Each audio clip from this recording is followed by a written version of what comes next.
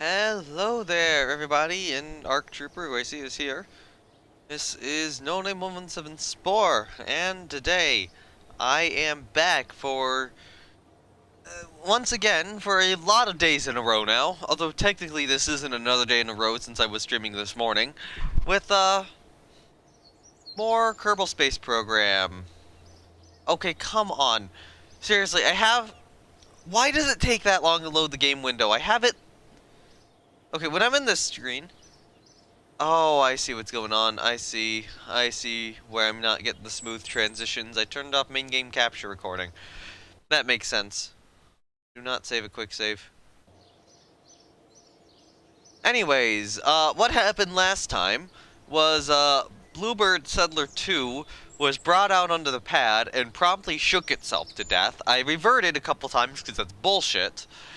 I didn't even launch it and it basically disintegrated on me, but gradually, and I think I identified the problem, and then I accidentally brought it back to or did a normal recovery when I probably should have done a return to VAB recovery to, actually go in and fix it, or to edit it and fix it. So I'm basically having to rebuild it now from, from what parts I had, which has reduced the reliability of some of the parts.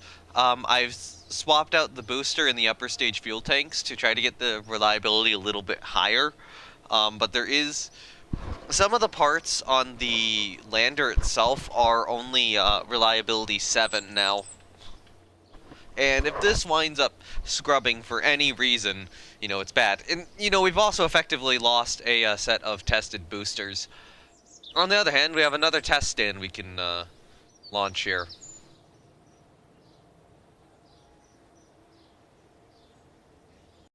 So let's do that. Let's get the test stand launched.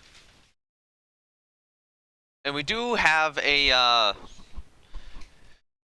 couple of satellites a satellite we're gonna need to work on for the third Bluebird mission. Okay, is what you're saying. So now the maiden flight of Bluebird's been pushed back basically by 3 days, because of that. Hopefully we'll be able to, still do it then. So I rage quit the last stream, was the issue, but offline I did do a couple fixes.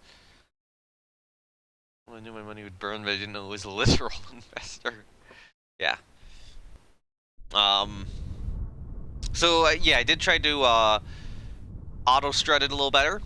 So, yeah, that Bluebird's now auto-strutted a bit.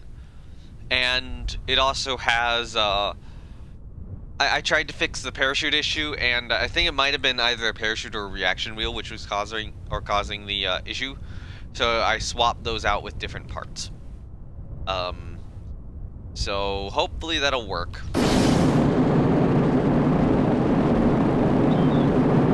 Okay, we've had an oxidizer leak with the fuel tank here.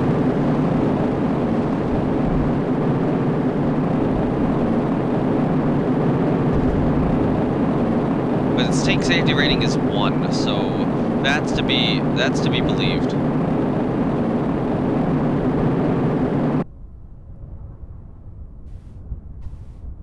We'll fix that tank up though, and it'll be fine. So that's another Bluebird tested. But we have I think 3 missions between then and now. Let me also get my 2 things up, my flight tracker and Modlist.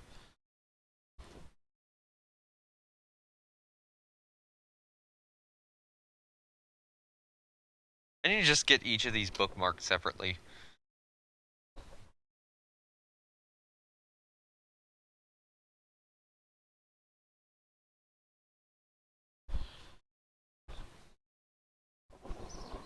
Also, it looks like we're gonna have 3 Starling 1 flights before, the debut of Bluebird. Test found discrepancies, sent for diagnostic repair. Yep. Oh man, my hand's starting to hurt a little bit from all this. Alright, Rad MRS-2 is gonna be done in 2 days. But We're slowing down for DIMS. DIMS is going to be entering orbit first. And it looks like Minmisat 5 is also going to enter orbit. So we need to get DIMS and Minmisat done as well. Oh yeah, also, I hopped into the tracking station and set everything which is an old satellite as a relay, even though technically a lot of them can't function as relays. So I can just go to the relay tab and hide it. Or, yeah, and hide it, like that. So I don't have to see all of those old satellites. And that's what's going to be standard procedure from now on. Enough. Stims after you quit. For the readout on comms with Starling before the new generation takes over. Starling's probably going to keep flying for a bit, though. Starling's not done yet. Alright.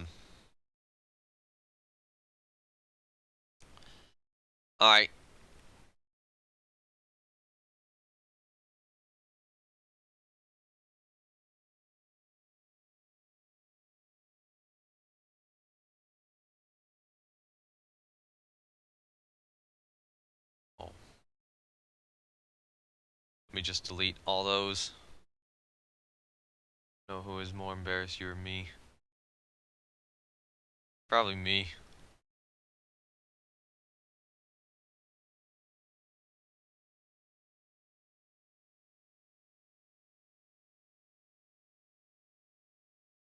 Yeah, at least DIMS will be a successful mission. I'm still pissed, though, about, you know, being completely unable to recover science from a material bay in high space. And I don't know why that is so absurdly difficult right now.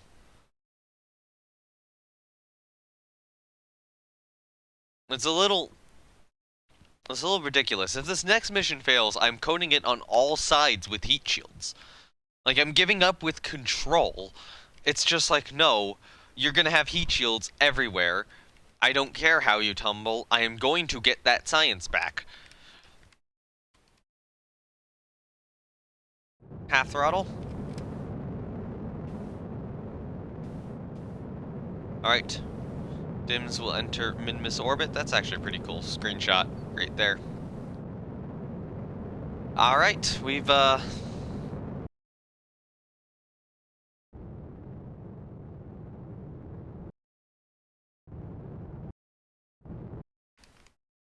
we have now slid into Minmus's DIMS.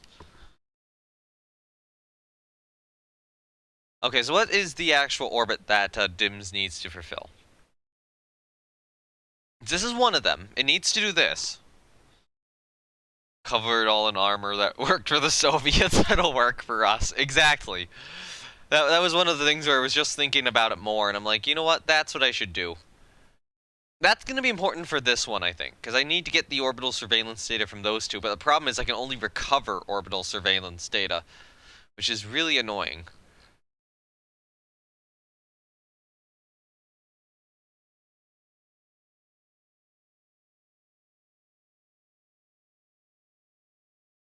There we go. So we need 0.32 eccentricity, orbit of at least 48 degrees inclination. So...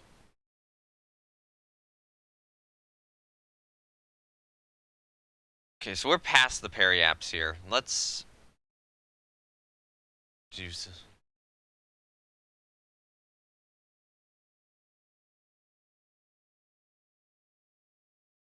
So let's say I increase this.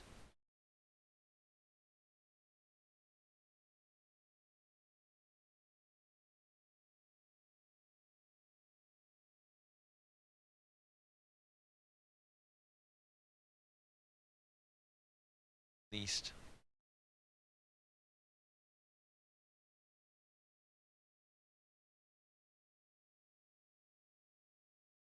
So we do something like this, it'll work, right? And if I just move this kind of closer to us. So we actually do need some from low orbit too. So,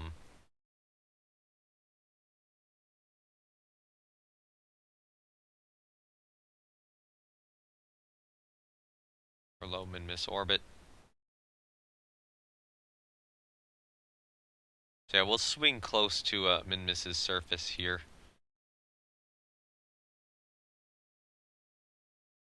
So I think that's at least a 43 degree or 48 degree inclination and a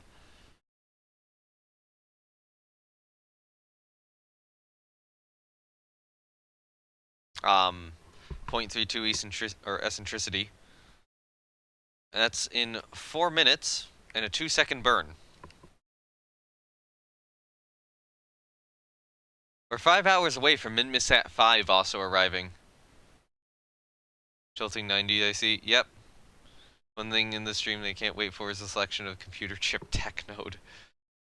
I looked at it, it's kind of garbage. It's not a great tech node. I don't know why I would want that tech node right now. It looks skippable.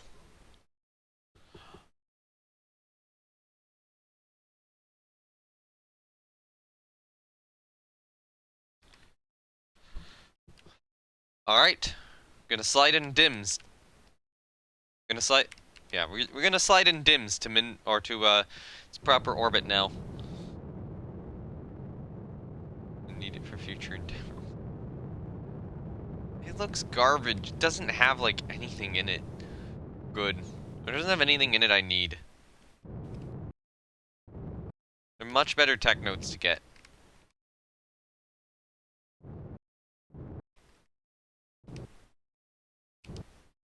Alright. We're in the right orbit. Log the data.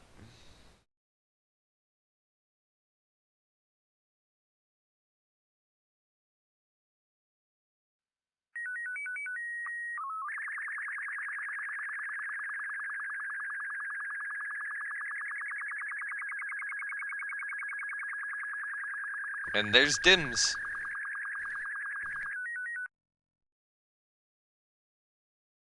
You don't get the R01 tech tree.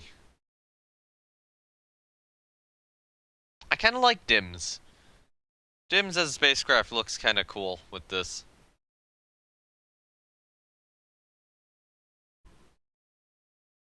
Yeah, I'm just taking screenshots there, and since we're over min-miss, we can get this data back.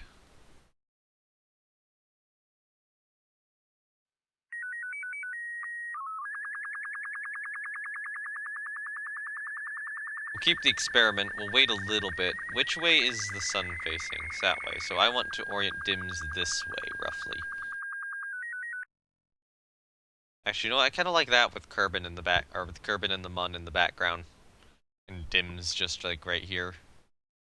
We'll get one with min-miss too. So how long will it take it to pass the periaps?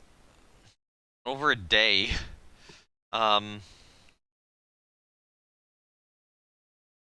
Engagement points. Australian bathroom. So it's also going to have to hold this orbit for 175 days.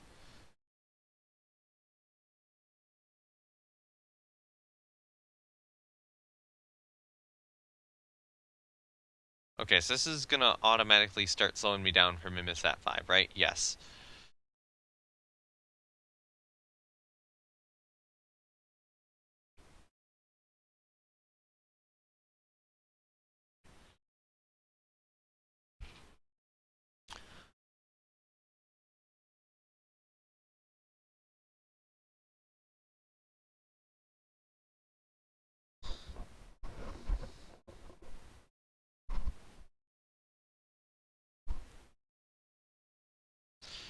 And DIMS is going to get, like, really good min-miss science.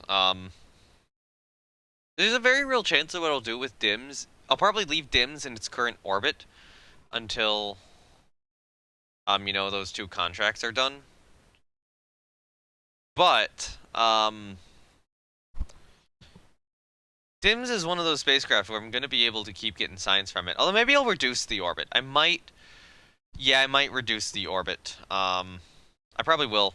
Just so I can get more low science over min-miss.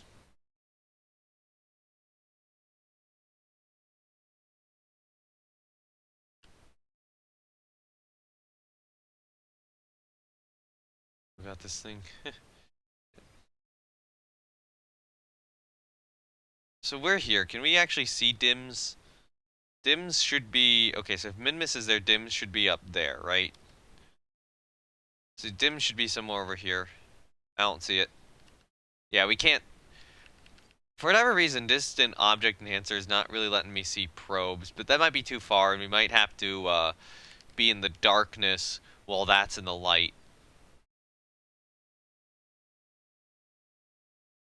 Which is, I suppose, possible fairly soon. We'll do the burn at 3 seconds.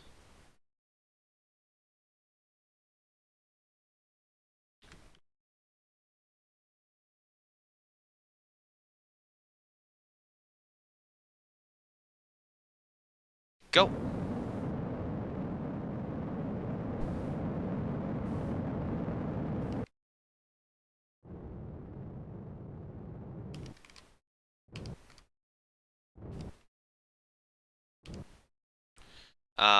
We have successful min-miss capture.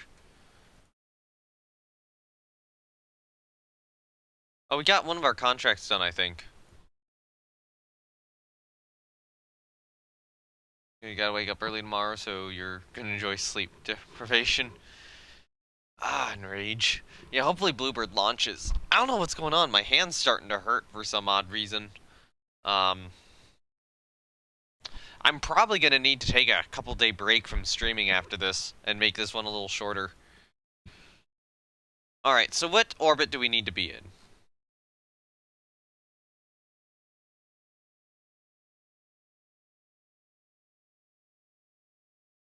So is this... Missat 5 is, something. Okay, so one of these needs to be gravity scans and, cosmic ray data. Now, we have a magnemometer and a, photopolarimeter on here. Did we get anything else? No, so I think this is a magnetic survey of min-miss.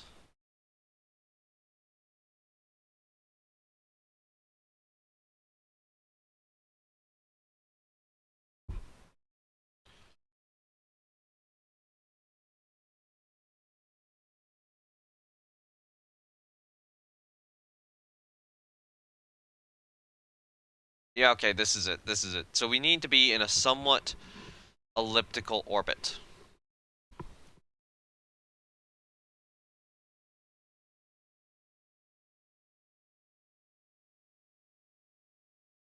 Okay. So our apoaps needs to be lower.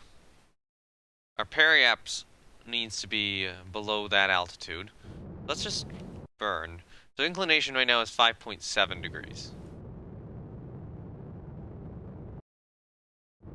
Let's make our periaps our eventual apoaps. There we go. And we need to be at an at a higher inclination. So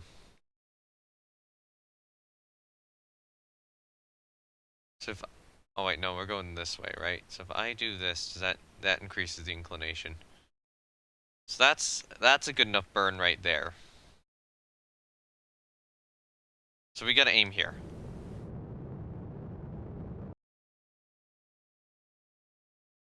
Alright, we're now in the proper inclination. Do a little bit more of this.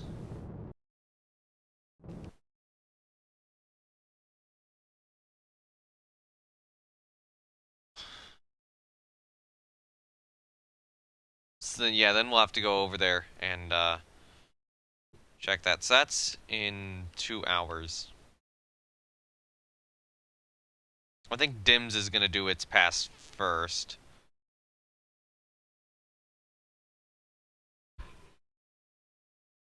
Oh yeah, MRS2 is gonna be complete as well.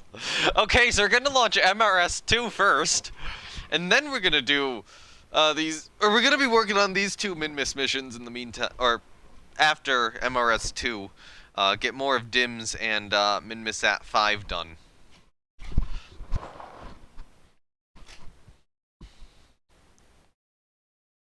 Yeah, I think DIMS will decrease its apoaps down, Just because right now it's a little too high.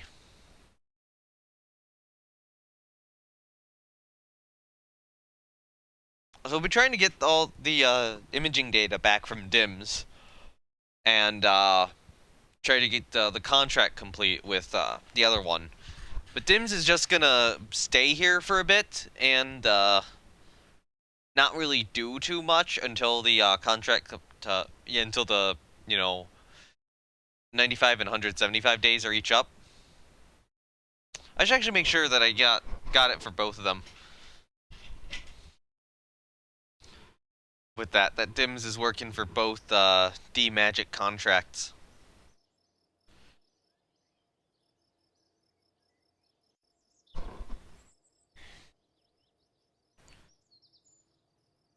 Yep. Okay. You maintain proper orbit for 89 more days. And then we need to get the low orbit.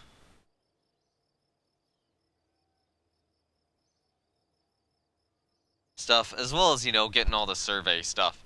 So that DIMS is going to take a while to actually get those two contracts done. Do we have anything else here interesting?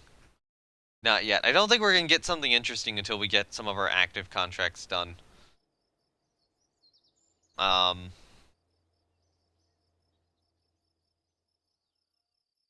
you want to try Rad MRS 2? Oh my god.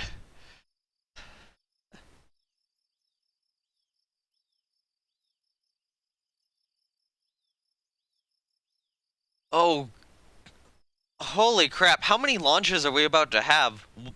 In 1.5 days. Yeah, within a 1.5 day time span, we're gonna have 4 rockets complete. So 2 Starling 1Es and no, 3 Starling 1Es, because we got this one completed, and Bluebird. Alright, we also have another Bluebird test stand to launch. Let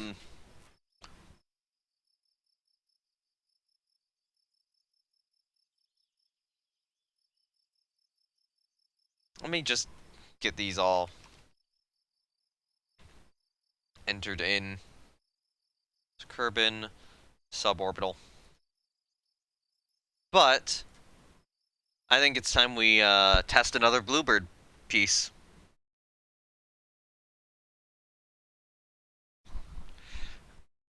And once MRS2 is done, I think that's when we're going to start working on, fixing the other mission.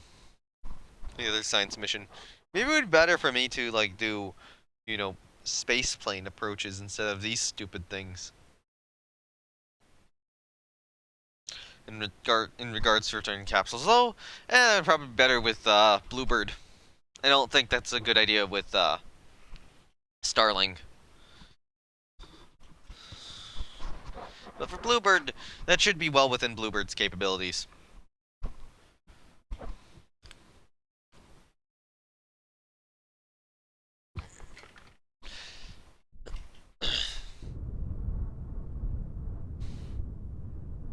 Alright, do an engine test quickly before we do our launch. Engine test is looking good.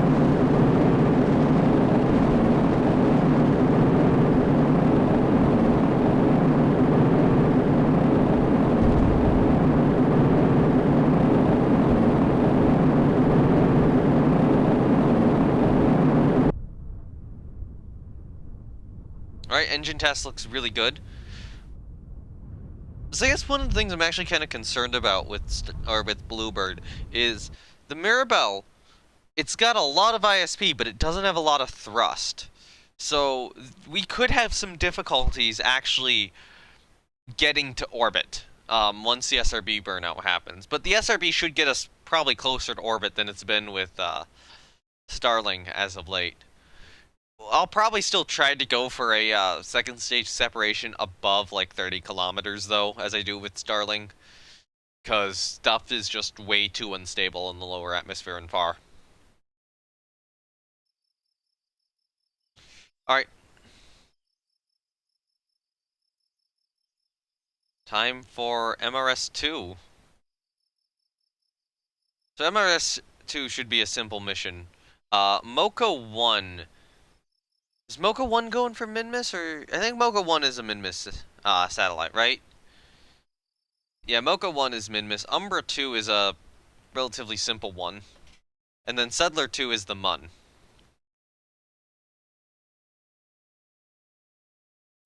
I might try to... I'm trying to decide if I initially want... I probably do want to initially put Settler in a Mun or Lunar orbit. And then I just need to land it in a crater. There's some thoughts about trying to land it like near multiple biomes and then hopping it from one biome to the next before returning it, but I think I'm getting a little too greedy with wanting to get science there. So it might not be a good idea to do that the more I think about it.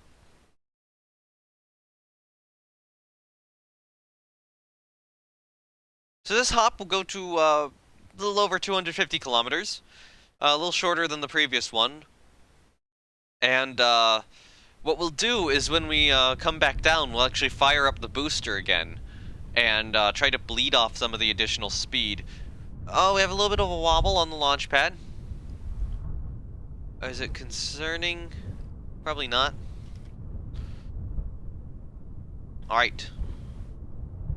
10, 9, 8, 7, 6, 5, 4, 3, 2, 1.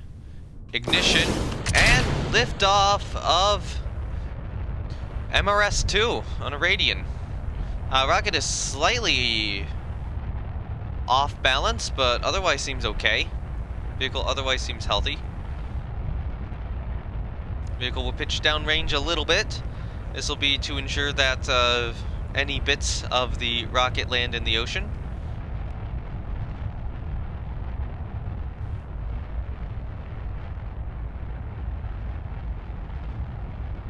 And we'll try to get that trajectory into the ocean a little bit.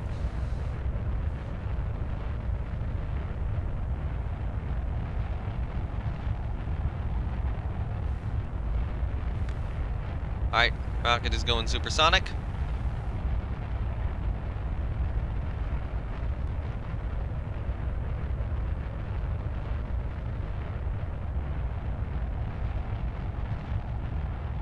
Kinda like that view.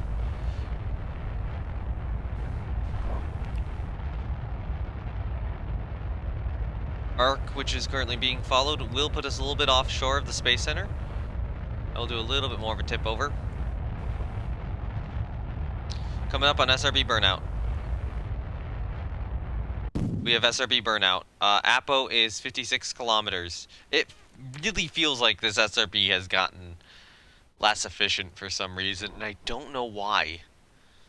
It's only getting up to this point right now, when it used to be doing like 67 kilometers regularly on like the 1C and 1D.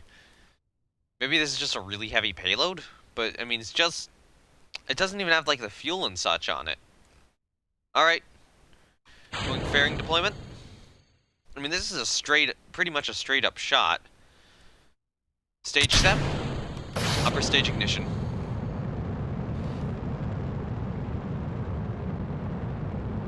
Actually, I bet it's having the heat shield here.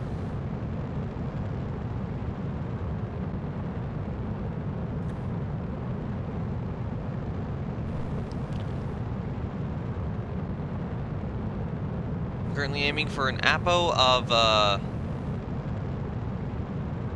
actually, we'll go here. APO of, slightly over 250 kilometers will be the goal. We'll aim for 255.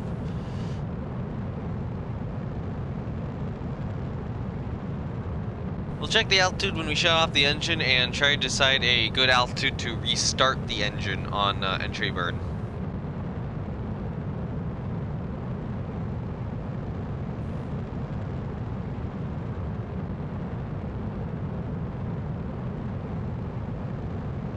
Oh, that's how I toggle map filters. Okay, that's cool.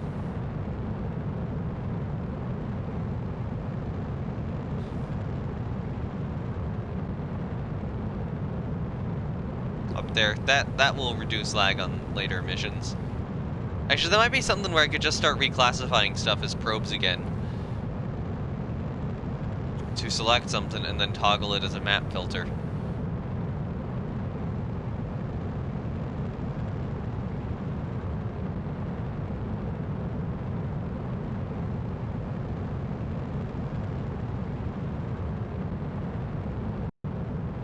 Alright. 120 kilometers is about where the shutoff occurred. But we have a lot of liquid fuel left. I think we'll start it back up at about 120 kilometers then. So warp to here.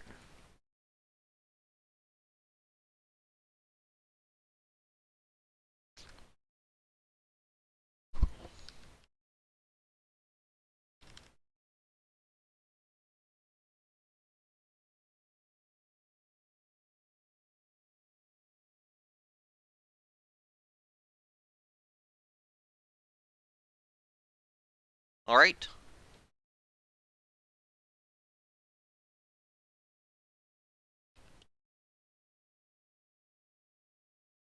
Stage is now, our stage has reached its peak altitude and is coming back down. We'll start second ignition at 120 kilometers.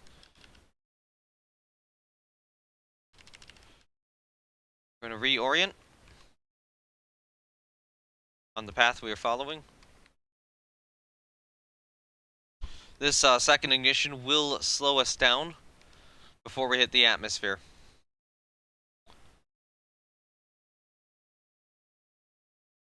Go. All remaining fuel will be burnt off real quickly.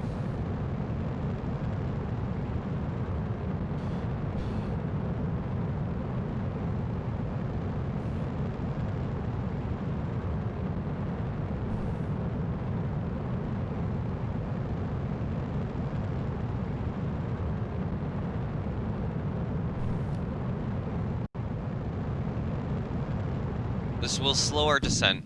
Alright, separation. Expand the heat shield.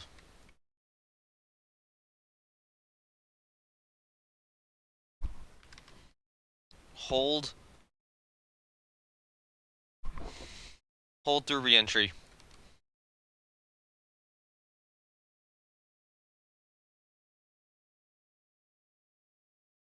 We've hit the atmosphere.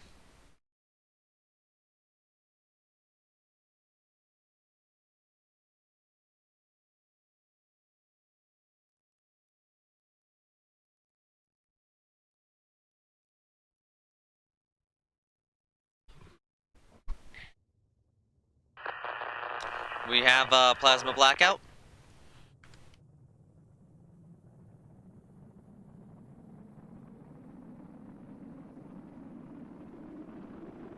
Stay stable, stay stable. Come on, stay stable.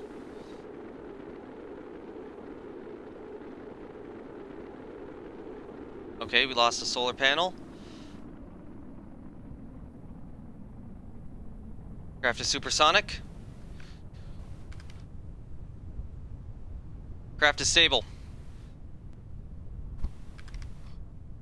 Going for shoot deploy. Shoots out. We did it!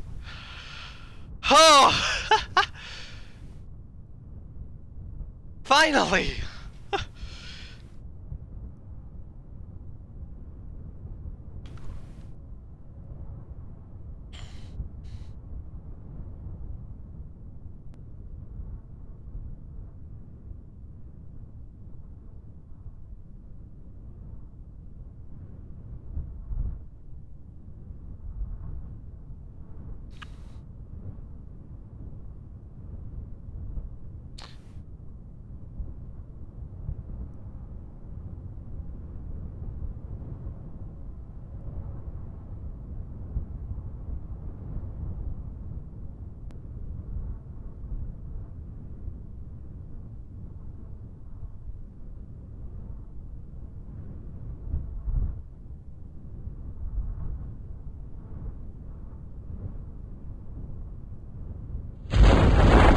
And full shoot deploy.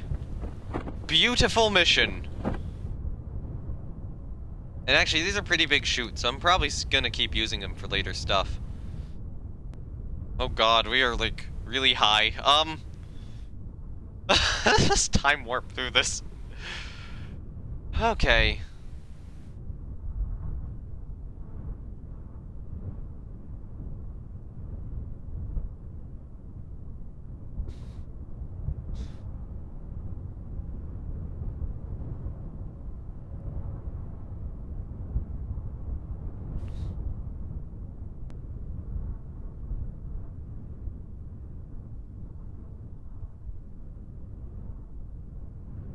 Do we have... Oh, we don't actually have telemetry report while flying at Kerbin, so let's just get that real quickly, too.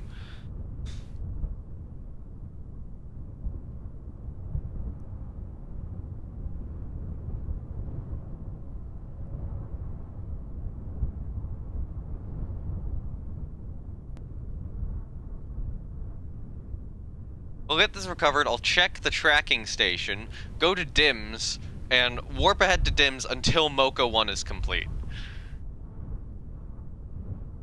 And I think MoCA 1 is...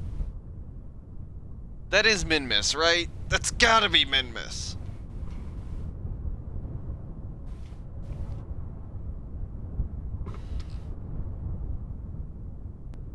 I'm trying to remember what MoCA 1 stands for.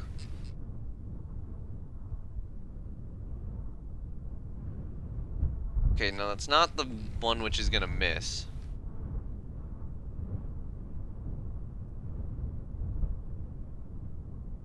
So it's not that.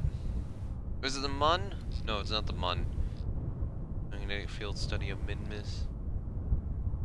So that's the one we're doing. Oh, it might be...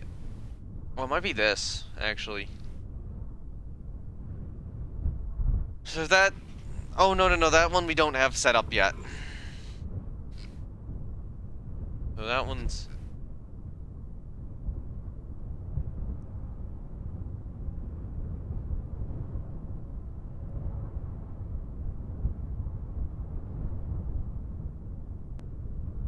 Is it this? Maybe this is MoCA. Kerbolar study. Oh, yeah. Yeah, this is MoCA. That's MoCA 1. Had a reaction wheel failure, who cares?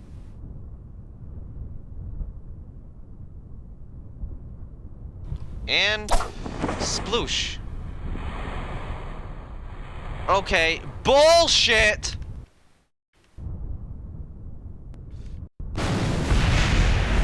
Bullshit! Bullshit! Bullshit! Nope, that's a revert to launch. Bullshit. Bullshit. Bullshit on that. Yep, that's a revert to launch. That is bad physics. We're jettisoning the heat shield this time. After we come back. Because I think that was part of what caused it. I'm allowing that to be a revert to launch. Because that is quite literally water glitching out. That should not be bouncing like that. You should not be able to gain... water does not function like a trampoline. I swear, every single mission in this game is made so much harder just by how Kerbal Space Program handles physics. Alright, we're going.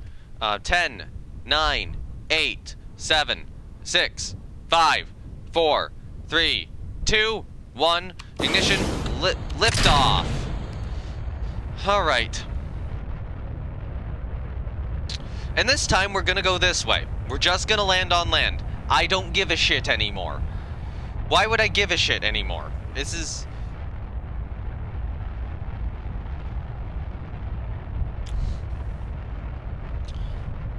That flight went perfectly well, except that it bounced when it hit the water, which is stupid. It should not bounce. Nothing should bounce when it hits water. What the fuck, Kerbal Space Program? What the actual fuck? Ah, my god.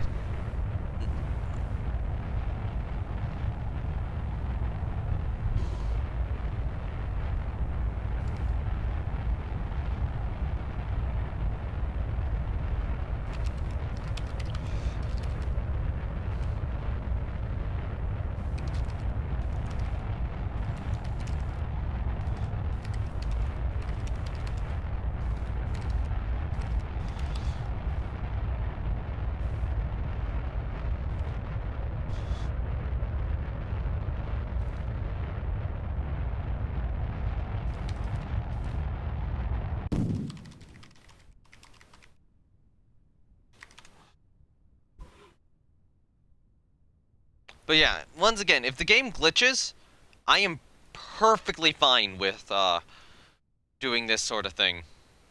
And that's 100% a glitch. Alright, going for fairing separation. Going for second stage separation and ignition.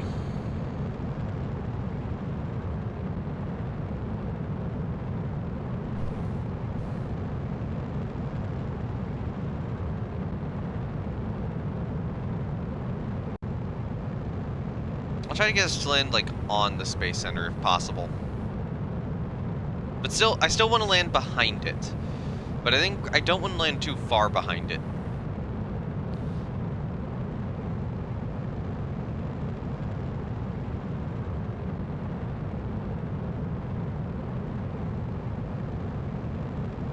Like right there, I think is a good place to hold. Alright, so we're doing the mission a second time. Because we can. Because the game's like, no, we're not gonna allow you to do this thing. This thing you did is illegal. Like, shut up. We survived re-entry perfectly fine. We deployed the parachutes perfectly fine. You just didn't let me recover it because you're an asshole.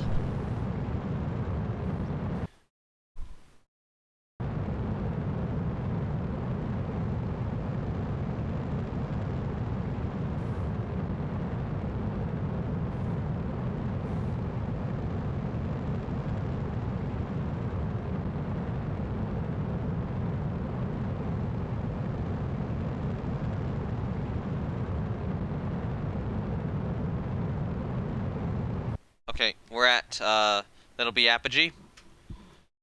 So, hooray. Just warp until here.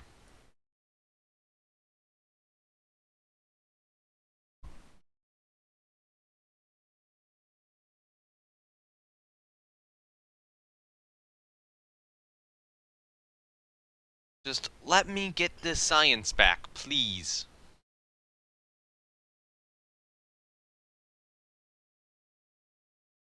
I'm never accepting a rad contract again at this point. I've given up on this. This is ridiculous. It is ridiculous how much horrendous stuff seems to go on during these rad contracts. These are legitimately the most difficult thing, and I don't know why. Okay, so we're gonna go until about, how about 110 kilometers? We'll do the second ignition.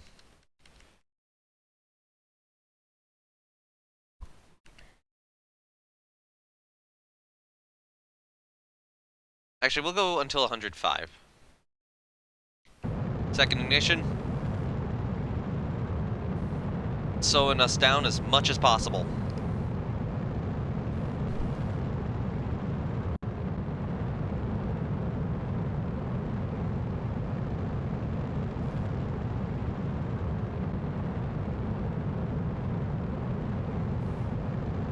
So we should run out of fuel just before we hit the atmosphere, if I've done this right. Maybe not. We'll hit the atmosphere slightly first.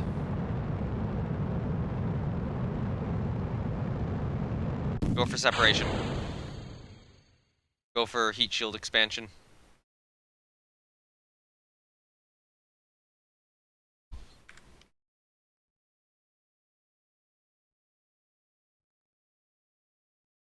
Okay, we'll keep that one in the upper atmosphere.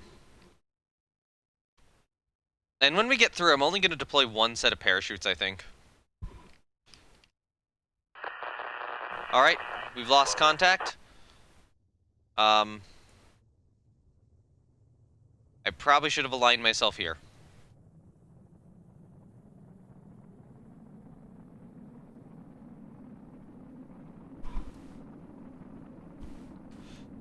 Oh, we got the wobble. It's slight, though. We have control again.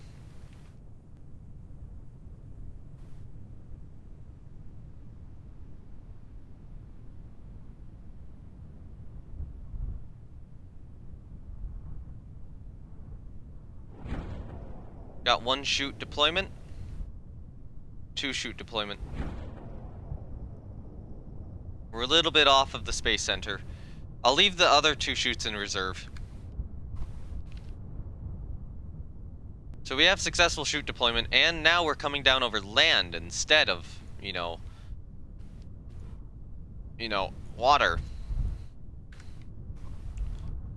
So this should work a little better, I hope.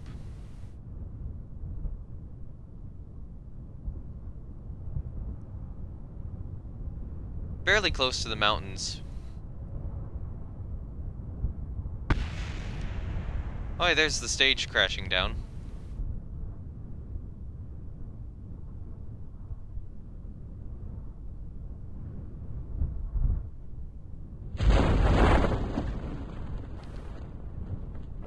Right, yeah, 2.3 meters per second. So we'll hit slightly harder than we previously did. Hit the ground slightly hard, but that's fine. 2.3 meters per second is a fine touchdown speed. That's soft.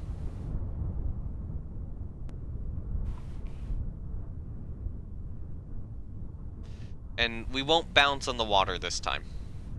So, the requirement is, if I fail on a flight where it's because of a bug and it would have otherwise been successful, like that one, then I can do this. I should have had this be a triangle. I think I might have made it a triangle and it might have reset for some reason. I don't know why. I'm having some issues with how Scrapyard is handling things, because Scrapyard is a little glitchy at a few things. I still want to be able to see a bright spot pass overhead from like a probe or a bit of debris or something at the right time. But I don't know when or if that would happen with a Distant Object Enhancer, although I swear I've seen it before when I've had Distant Object Enhancer in previous versions.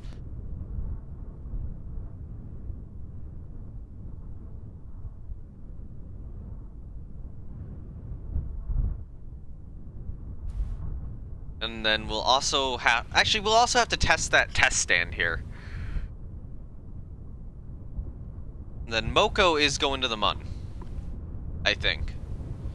I'm pretty certain that is... I think I labeled it in the VAB. So I will have to go to the VAB and check what the description is. If only there's an easier way to just check that, because the VAB loading time takes so long now. We have touchdown. And we have recovery. Okay.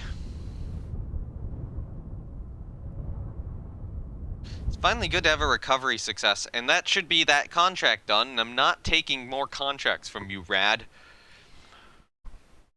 At least not for a while. My opinion of Rad has massively soured.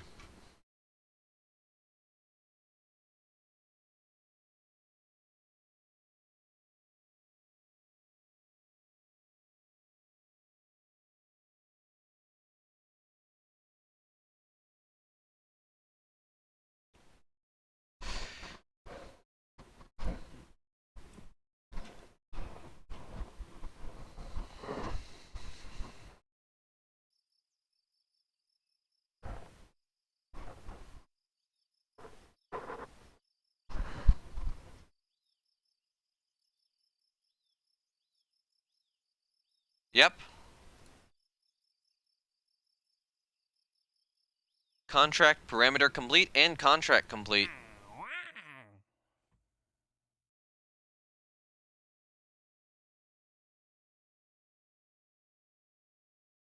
No.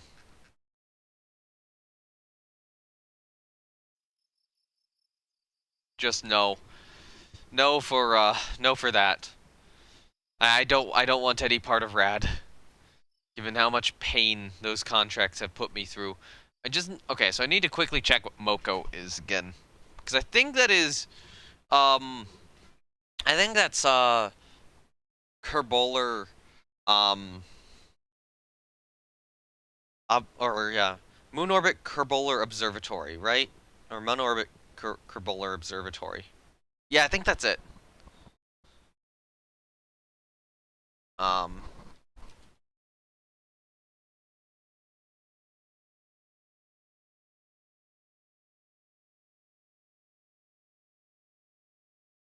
Let me just check if that's it, because I want to make sure that I'm launching this, to the right place.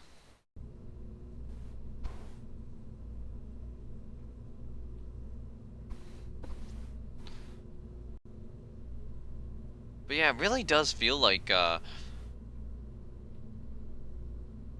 the MRS or the Starling 1E has less delta V than I thought. Let's try Starling 1S CCL off. How much delta V are we getting there? Let me check a Starling 1D real quickly with a standard thing. So maybe a LSB.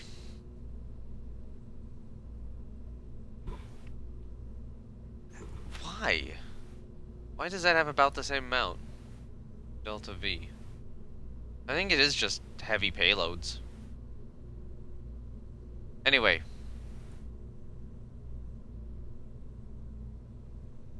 Well, I don't know, it does kind of feel like the satellite is a little or not satellite, the rocket, this booster is starting to underperform. Let's just check. Yeah, Moon Orbit Kerbal Observatory. So I want to just check what other options. So, okay, that's a big booster. So that's the one we're using. So that's another option we'd have to put on it. You know, a nice bigger one like that. You know, 3-segment booster.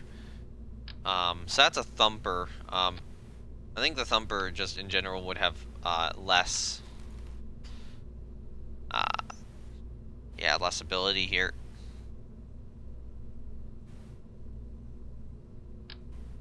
So I want to find something. I guess I'm just thinking about Starling 2 right now and how to make it better.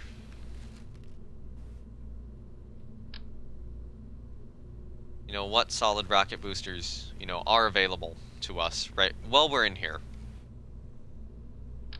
Okay, so that's what's used on the bigger one.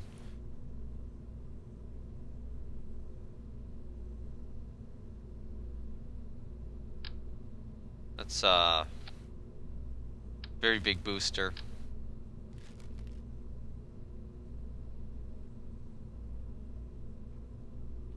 8,000 solid fuel.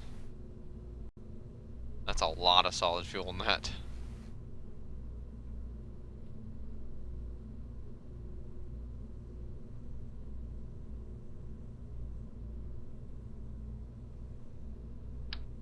Oh, that's a big booster. Nice big booster. Alright, okay, so that's some stuff for Arion. Does it have that mod? I want something with, like, a specific amount of solid fuel.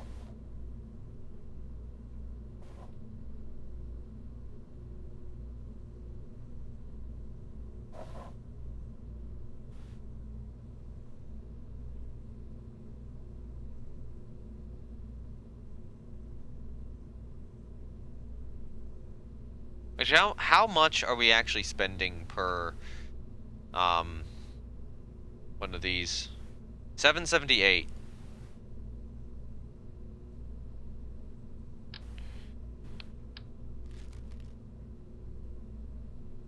And we're gonna look for something with more delta V than that, preferably for about the same price.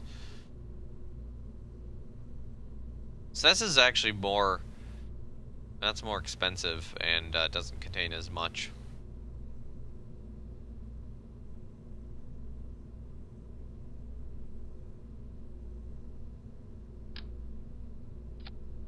So that's actually a decent option.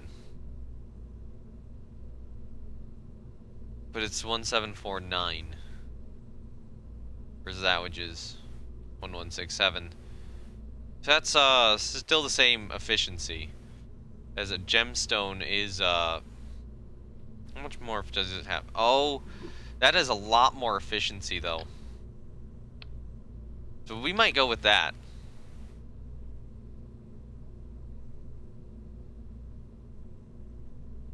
As a new upper stage. Or not new upper stage, a new lower stage.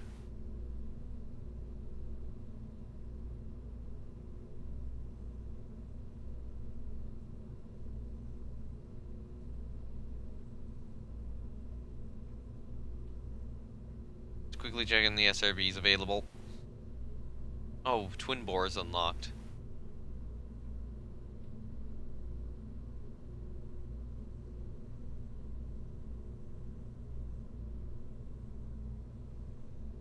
Oh, that could be a good SRB.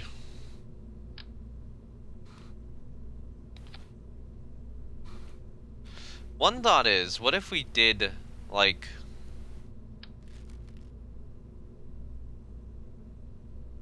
that strap, something like that strapped to the side of something else. Although then you're having to rely on multiple solid rocket boosters to function at the same time. I'm not sure I want.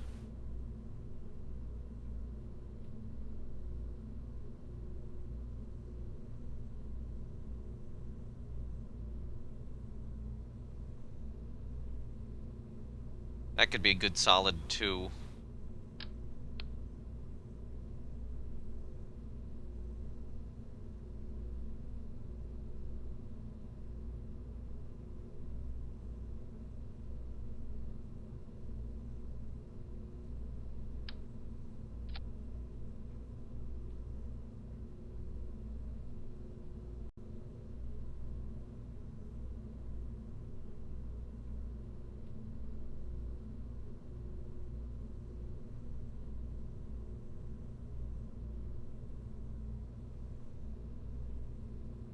Probably do this.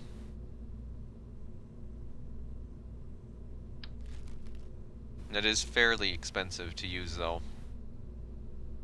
I mean, the other thought is we go with, like, a stomper. Although that doesn't have great ISP.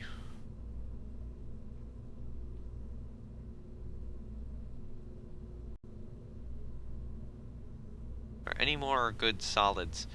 So I have some kick stages here.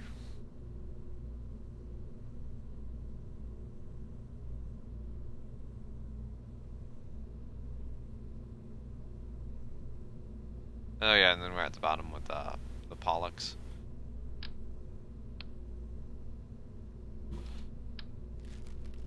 Actually, Pollux would have probably been a good option for Bluebird, although I think going with this is going to be a little better.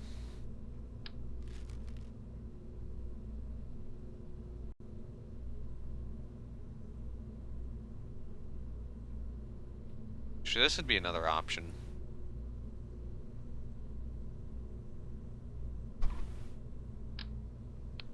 That's a very big booster, though.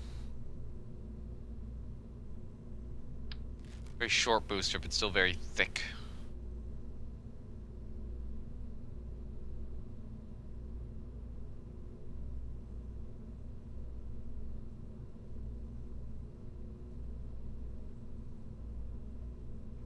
Let's get these two as well.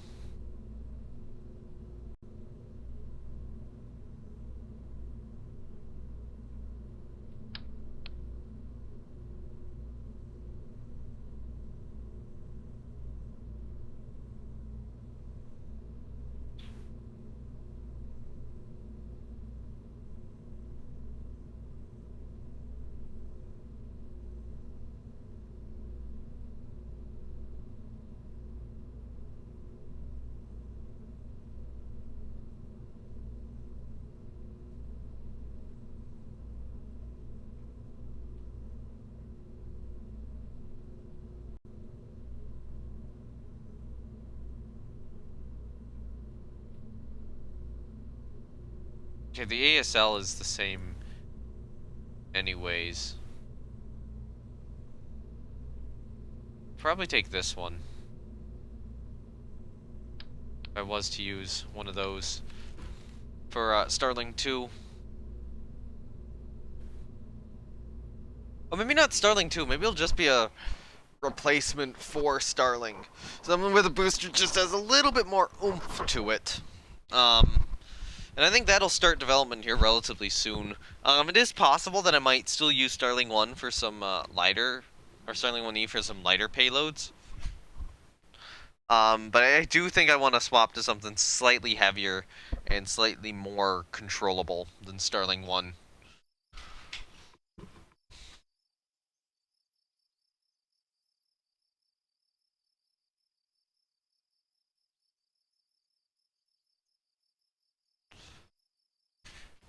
Alright, let's go to the tracking station and view DIMS until Mocha 1 is done. And once Mocha 1 is done, we'll launch Mocha 1. Mocha 1, I think, can be launched at any time. Umbra 2, I think that is going to a slightly eccentric orbit, so, not eccentric, slightly tilted orbit, so we will need to time Umbra 2 right, whereas Mocha 1 and Settler 2 can launch at any time.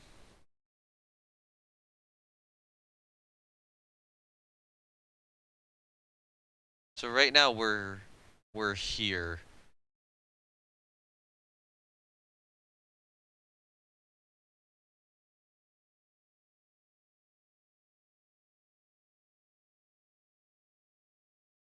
Just trying to figure out where. Okay, in 4 hours. Yeah, in 4 hours we might just be able to launch to that off of the other side.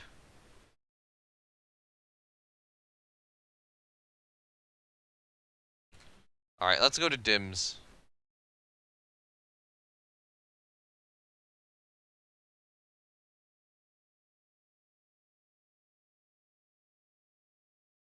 Actually, I should probably get that data back from DIMS right now. But once Mocha 1 is done, we will launch Mocha 1 immediately.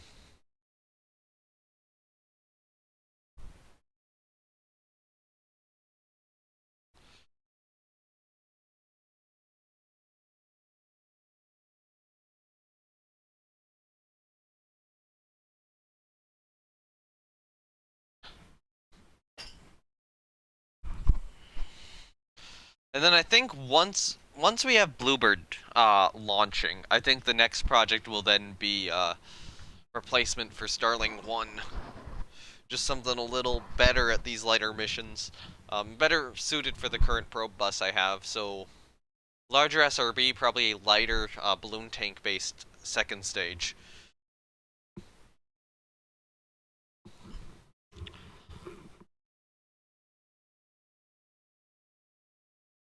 Alright.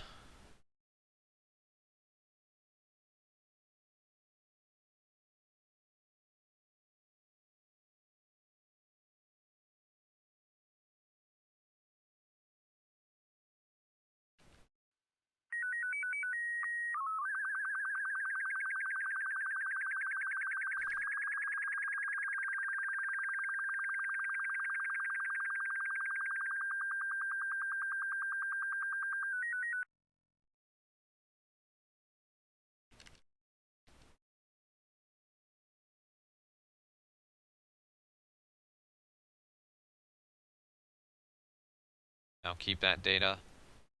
I assume you have your telemetry report done.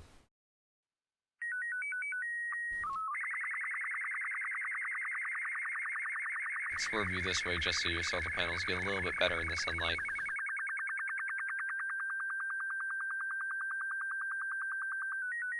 I'd like just a little bit higher of a solar panel rating.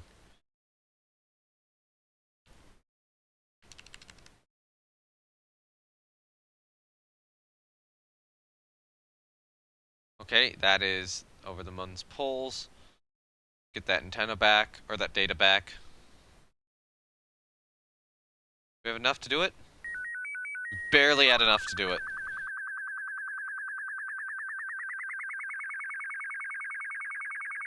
Let me cancel that alarm, cancel that alarm. Alright, we're warping towards LC1 reconditioning. Close the alarm, close the alarm, close that alarm.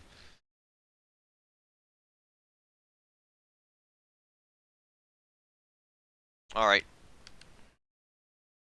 Let me look up a Minmus biome map.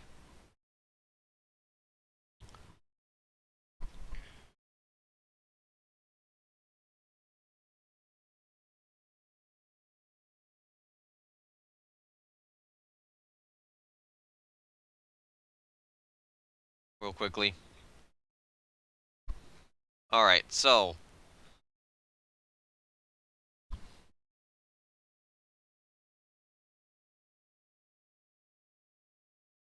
it will probably reduce stuff. Now the good news is, since we're in a eccentric orbit, that does mean anything towards anything towards Minmus's equator, um, we can easily log that data with these. The only issue is right now I don't think we're passing low over the poles.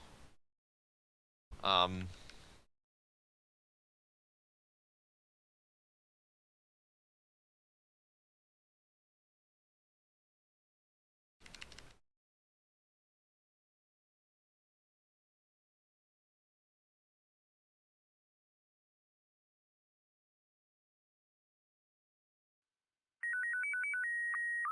transmit both those back.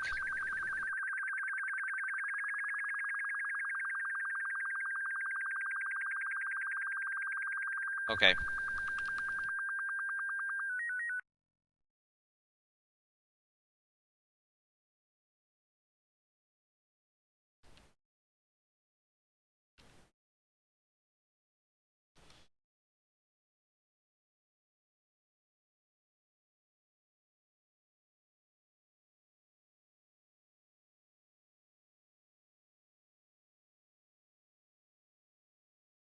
Where is you? There we go. Cool.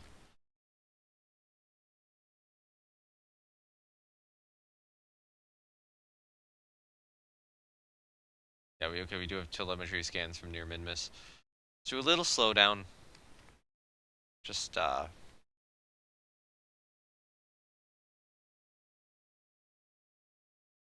have high eccentricity though, so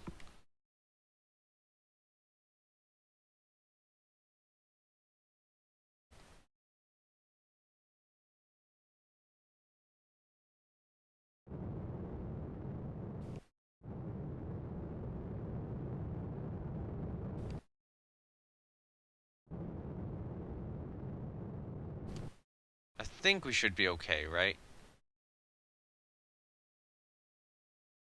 And the other one's like 0.3 something eccentricity. Yeah, 0.32. We can do a little more.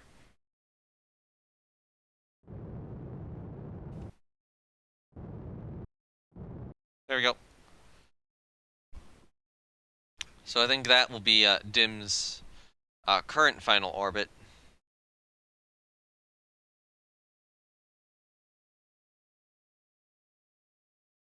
So keep that experiment for now.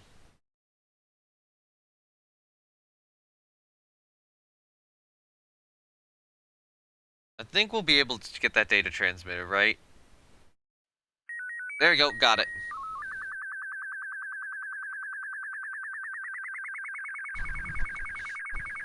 Which means that now DIMS just has to refuel. Or not refuel, recharge.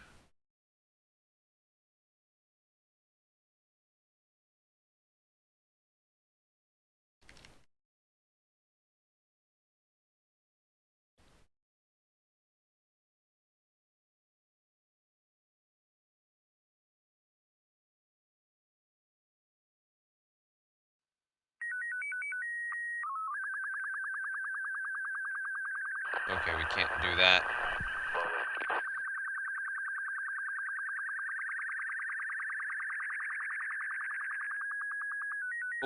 We'll try to grab stuff both or two things at once. I'll swap to Minmus at 5 as we start getting closer. And then Mocha 1 is probably gonna launch before we can do Minmus at 5's mission.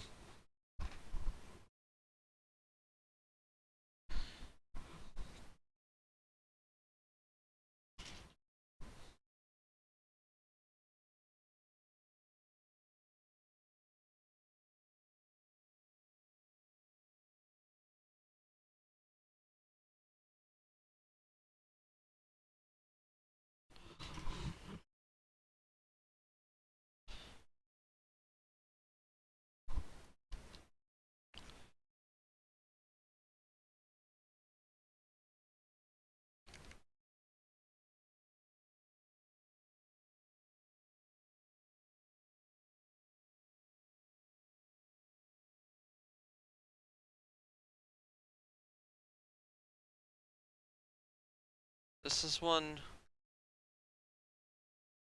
that's, no,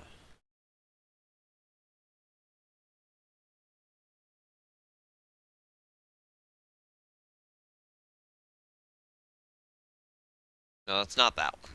That's been missed at 6, I believe.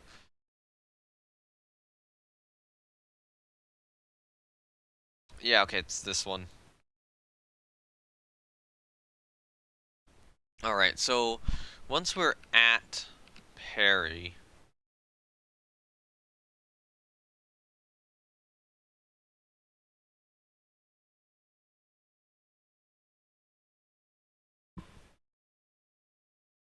we'll need to reduce it down so that our periaps is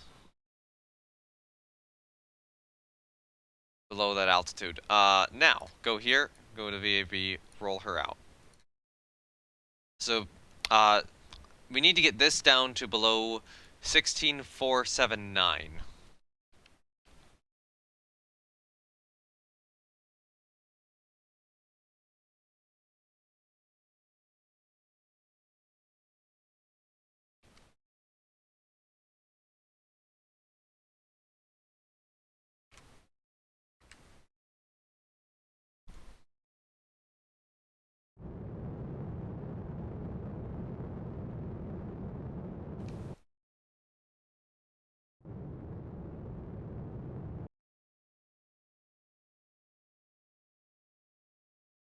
Okay, perform the experiment in both the lower and higher altitudes within this orbit. It's check those off. So,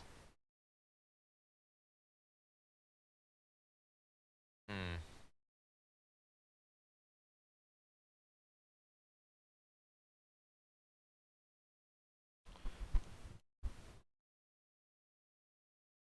So now we need to go to the higher orbit.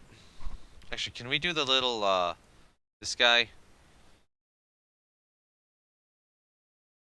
Take those images or no? Does that work?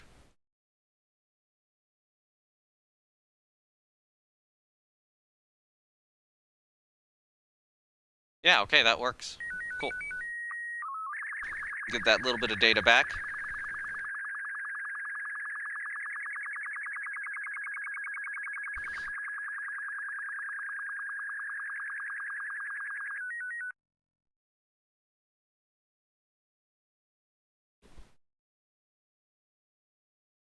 Okay, so we need to have a periaps between those two altitudes. So right now, I'd wait till it goes lower.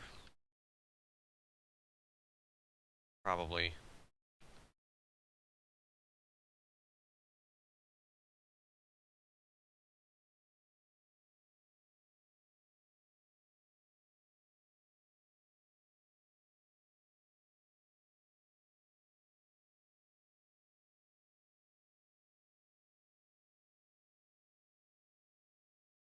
The Space Center right now is over there, which probably isn't in the best place to launch to that desired orbit from what I remember. So we'll continue to swing around here.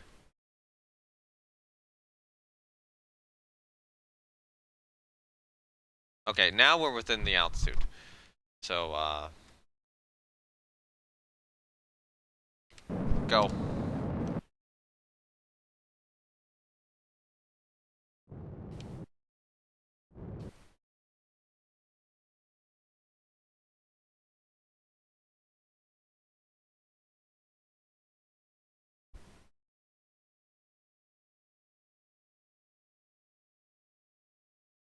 Alright.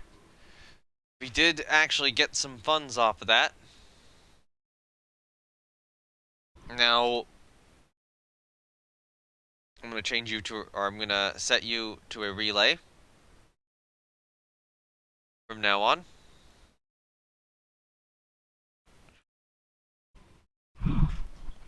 As MinMissat 5's primary mission is done. DIMS will remain a main spacecraft for now, as its main mission is not done. I might also... Oh, I'm actually going to go back and try to change one of whatever the one we were doing that scan of the Mun from, with the scanning stuff on it, that one's going to become an active mission again. So I think that's Munsat 4. I think I'm going to leave Munsat 4 as an active mission since there is still data, or good data Munsat 4 can get. Well, there might still be good data that MinMisat 3 can get. Or not MinMisat 3, MinMisat 5 there can get with the photo, or, yeah, photo, or photography. Alright, so go to tracking station. Well, we have to be in the tracking station anyway to line stuff up for Umbra, or yeah, for Umbra 2. Oh, not Umbra 2, Moko. Oh yeah, Moko can just launch at any time. It's Umbra 2 I need to be concerned about. That was Moko doing that. No, it's Umbra 2.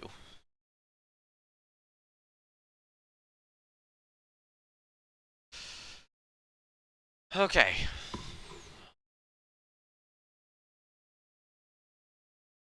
Oh, we got a new K&K contract. I'll have to check what that is. To toggle relays, I just quickly want to go to, I don't think it's Mupos. Yeah, Munsat 4 will not be a relay. Munsat 4 will continue to be a probe.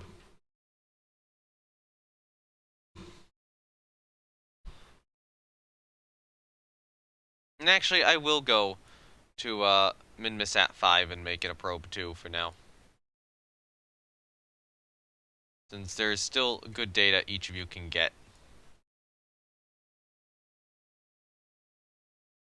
Toggle relays off. So those are right now the active, or still active missions, which need science data on them.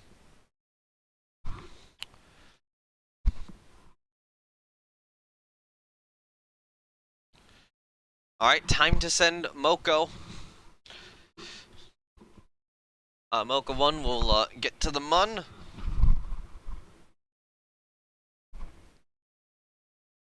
I think MinMisat 5 can only get a little bit of, yeah, MinMisat 5 only has a little bit of data it can bring back at this point.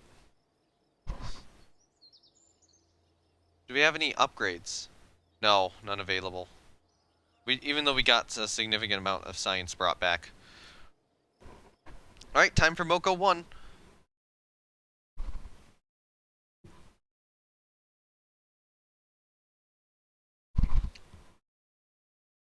And then once Settler 2 SR is launched, that's when I'm really gonna look at building the next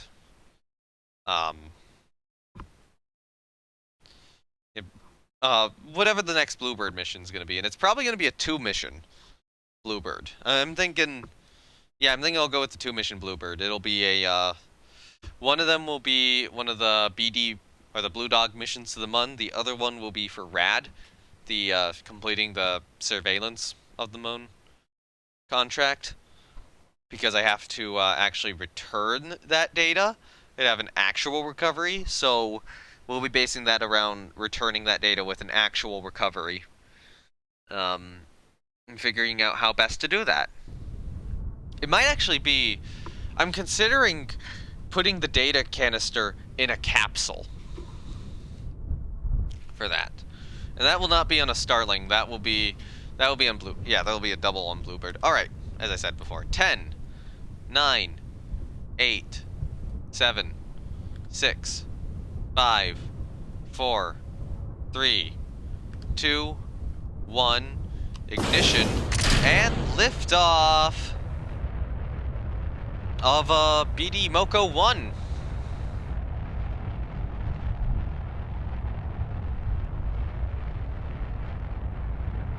Okay, our Delta V counts on Moko 1 are really low. Why is that?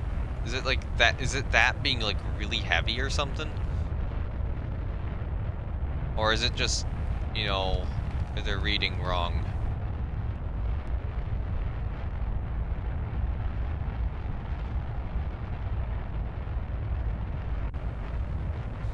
Alright, rocket is pitched down range.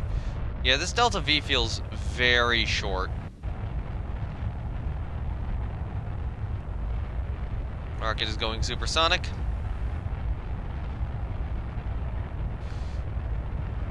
Yeah, I think we're being short-sold on the Delta V.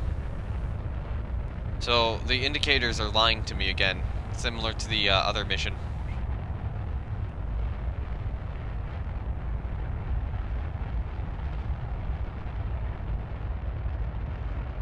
Yeah, look, yeah, we're gonna have a similar cutoff as per normal.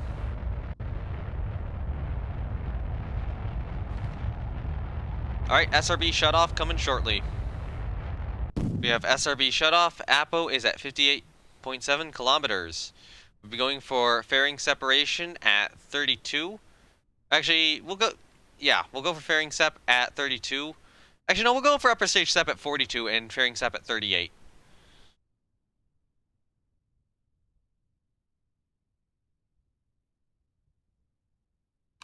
Fairing separation.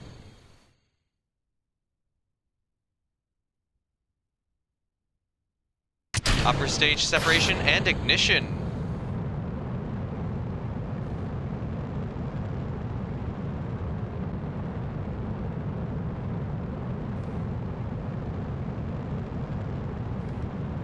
MoCo is going to orbit.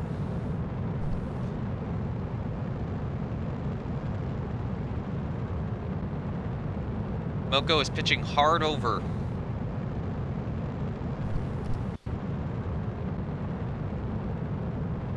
Actually, that's nice having the little Blue Dog Design Bureau thing on there.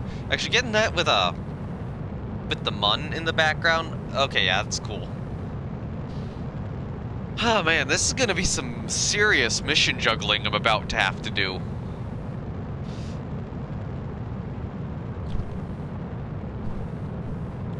MoCo is now in space. We are going for solar panel and antenna deploy. It is successful.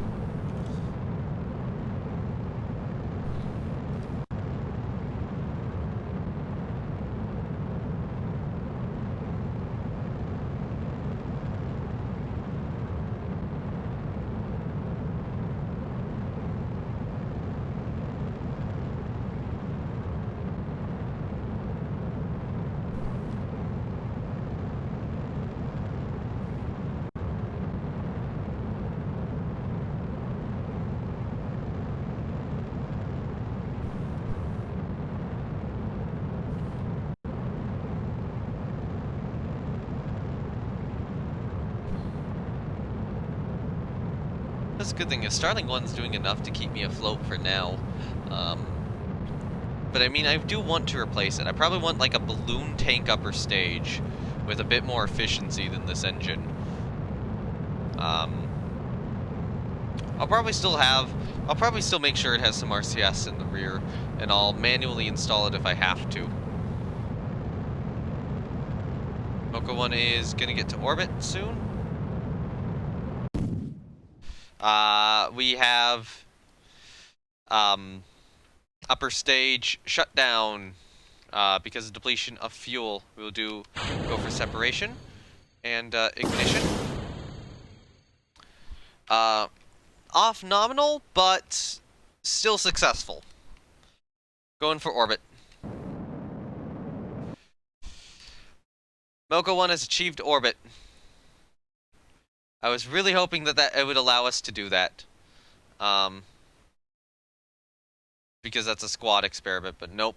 So we got to do that in an atmosphere. I'll probably go and remove that now from the other vehicle, just real quickly. Because I know I put one on the lander, and I'm like, yeah, okay, that science isn't going to work on that mission. Alright, so the MUN is over here, so we want to burn about over here-ish. It's about, you want about a 25-degree angle.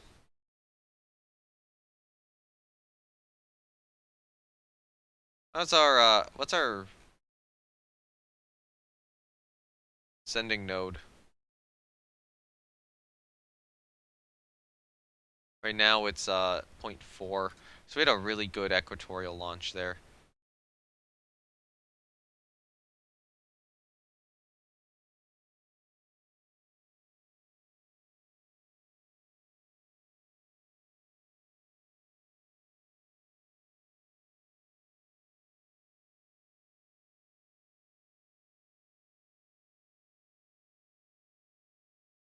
Okay, so we want to arrive there at around the same time.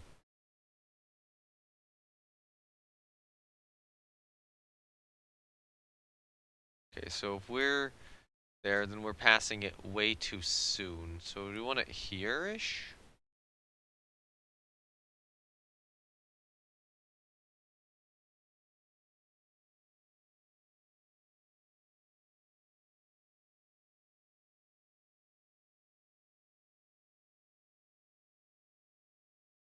Although given, actually, I probably should be burning closer to periaps here. That's in 18 minutes. Yeah, okay, that'll work. Um, orient towards that. We should have the delta V to do that. And even if we don't, I think that the delta V count's lying to me, so see how much we actually have. So we'll go at 33 seconds.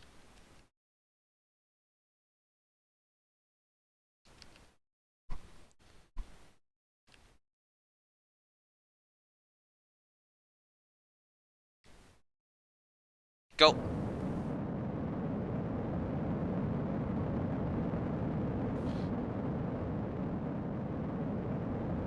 Okay, so this was giving us like 800 meters per second of delta V. I want to see how many meters per second of delta V we have left over when this burns.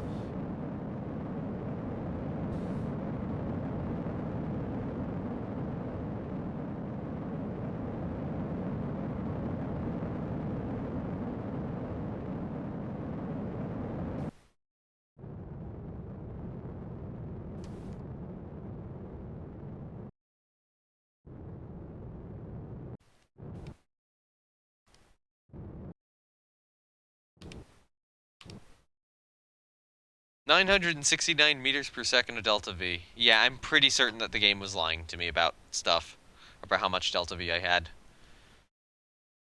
Honestly, maybe that lunar lander mission would have been successful had I realized this.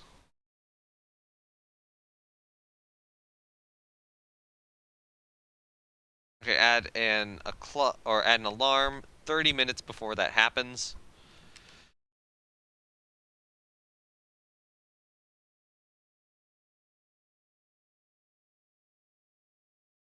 Alright, Mupo is heading to the Mun.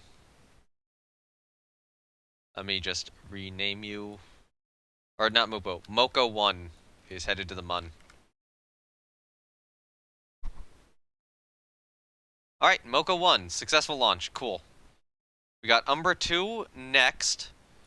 Although I will have to make a quick modification to Settler SR2. Or, no, Settler 2 SR.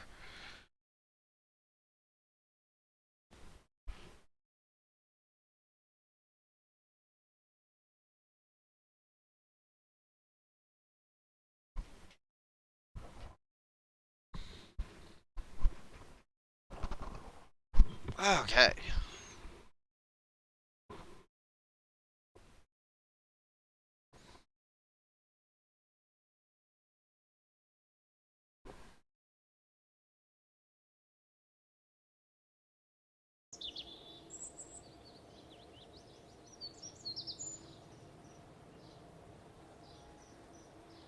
So yeah, that'll recondition before Umbra is ready.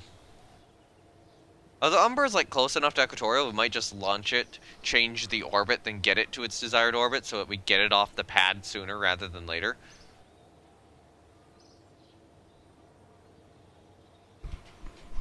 Although I am gonna edit Settler 2 SR just to remove the atmospheric analyzer so that we're not taking that science onto, you know, the lunar surface where there isn't any. Although maybe it will. Maybe it will work there. Who knows? Let's check. It might need an atmosphere to run. But I mean, maybe it'll count if it's over the Mun's surface. Or it's like on the Mun.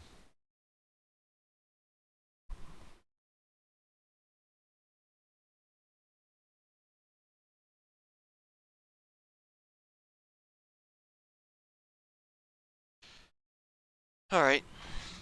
I actually don't think I'll remove it. I just want to check. I want to check its description. Um...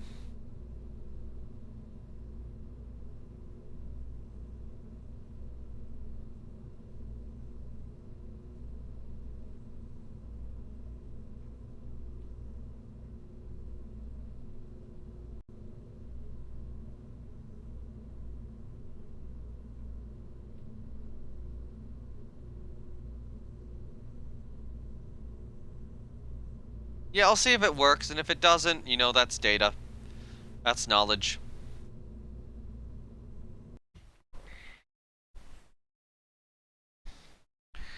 I still think we'll be fine. We'll be fine with that mission.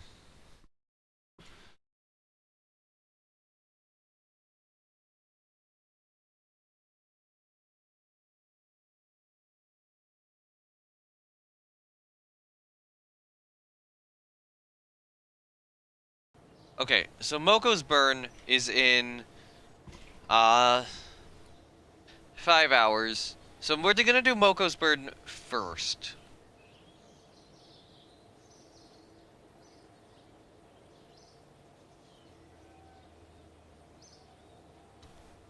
Let's go to, Dims real quickly, and, see what signs we can get out of that before Umbra is done.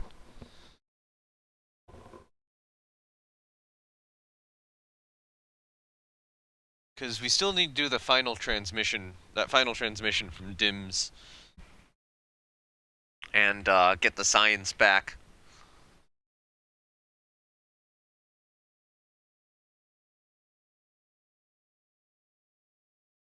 And then that'll be over and complete 2 contracts.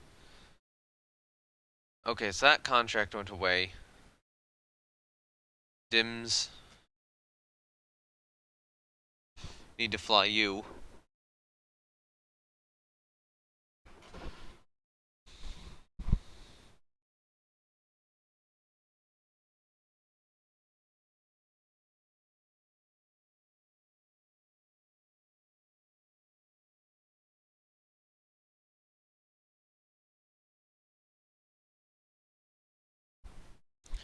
And actually, I will say, I think the 5th Bluebird mission is going to be a space telescope at this point. Or maybe 4th. Bluebird mission 4 will be space telescope. Bluebird mission 5 will probably be the, solar observatory.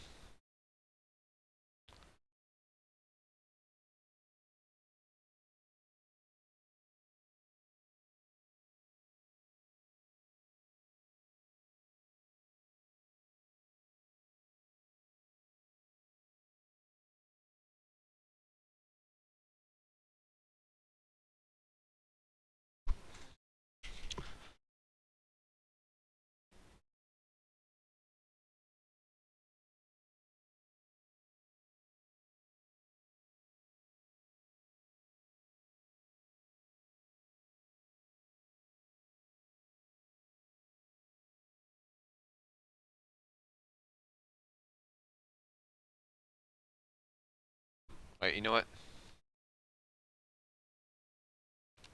Which way are you oriented? You should be... Why are you oriented this way? Probably because Minmus is changing its position around the sun. There we go. Or on Kerpol.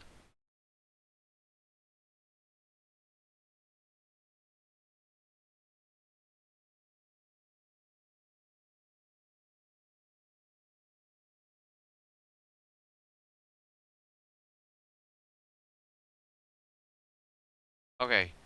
We actually have that data now.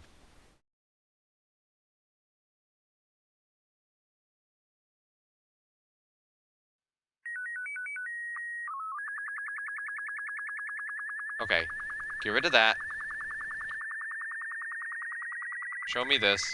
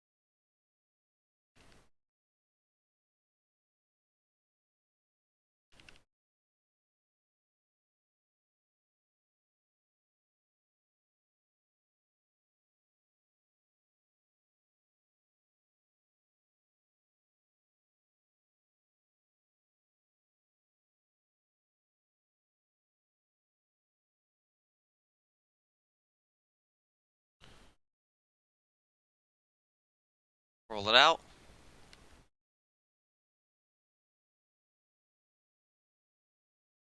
We'll see if we can grab any other biome from these.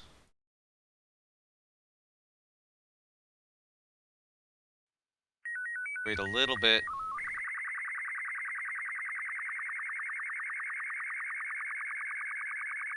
Transmit that data.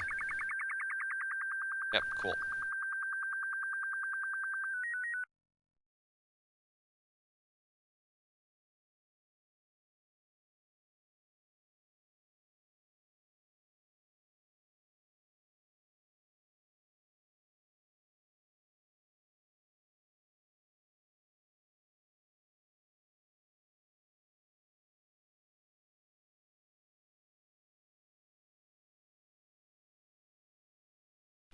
Yeah, we're probably not going to be able to transmit that data, but I will time warp just to get as much solar charge in this as possible.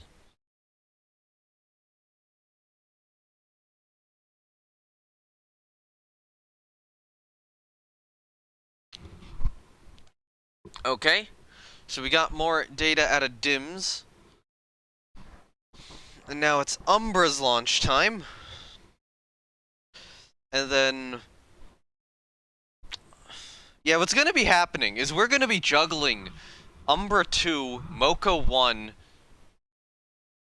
and the first Bluebird launch, Settler 2, all at the same time, while occasionally still going back to DIMS to get data. Or get survey data from Minmus, and maybe we'll also try that with Munsat 4.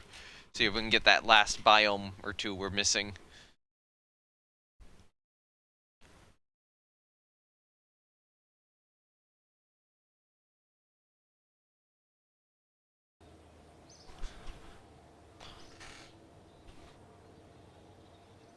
Whenever we go to Duna, I'm gonna need to send, or like Duna or Eve or something, I'm gonna need to send one of those survey sats. Do we have any upgrades we can spend? No. No, we don't. But we can get a new tech node. So he wants this.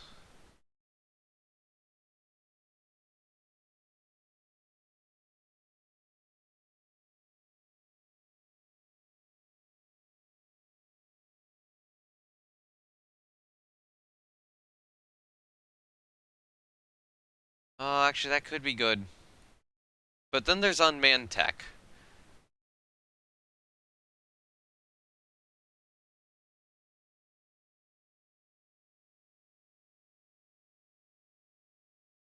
And I don't know, unmanned tech looks really good.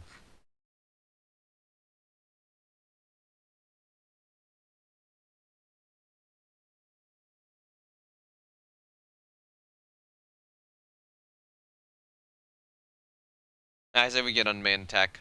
Although scanning tech would be another pretty good one, too.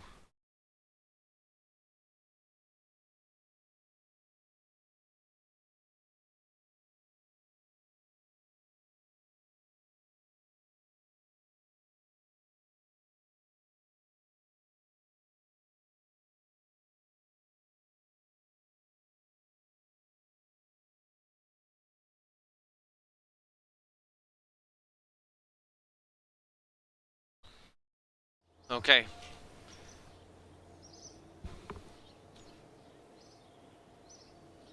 Let me go to the tracking station, take a look at the orbit we need to go to, see what the best time of day is for it, or if I just want to launch equatorially, then correct. And probably just launch equatorially, then correct. Just clear the launch pad before Settler 2.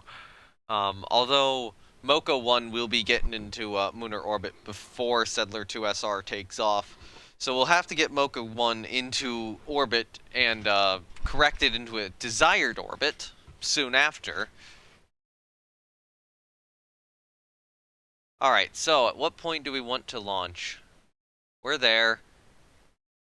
Now's a pretty reasonable time if we launch upwards. We'll probably have to do a small correction, but yeah, that can be done. I want to take a look at that Jeb's Junkyard contract, though, to see if that's something we can do, or if that's, you know, put a relay satellite with an absurd amount of, or an unrealistic amount of, relays up there. Because if it's still that, you know, we're not doing it. We're waiting on a better relay. Or maybe I'll take a look at what the combined antenna rating of the new relay is.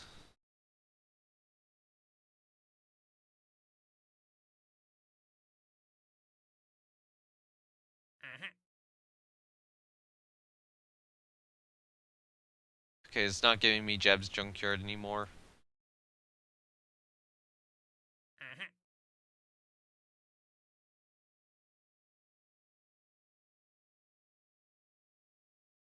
I'll take the 1 penalty hit on that one.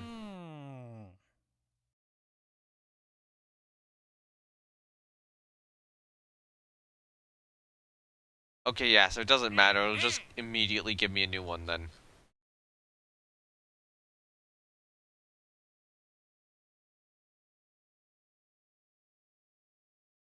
You know, we're not doing this. We aren't doing that. No, Rad, go screw yourself. Well, maybe we'll do Rad at some other point. Once I'm more confident with being able to return stuff to Kerbin. Once Bluebird's in service, or maybe, you know, also the successor. Also the successor to, Starling. Alright, time for Umbra 2 to launch. Yeah, our next launch... Actually, it looks like our next 2 launches are both going to be Bluebird. We're gonna test a regular relay sat with the second Bluebird launch. I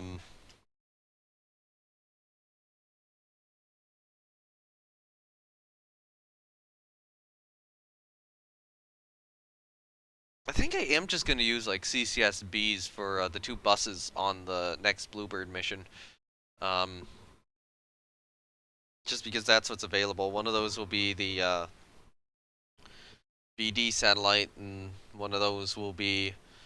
yeah, one of those will be the Blue Dog, and one of those will be the sample return. Or not sample return, the surveillance data return mission.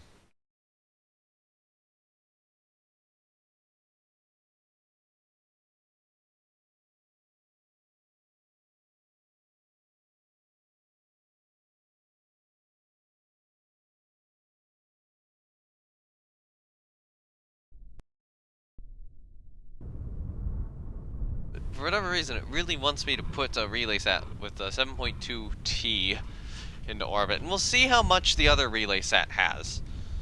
If that's something which could do that or not. But I don't think it can. Alright.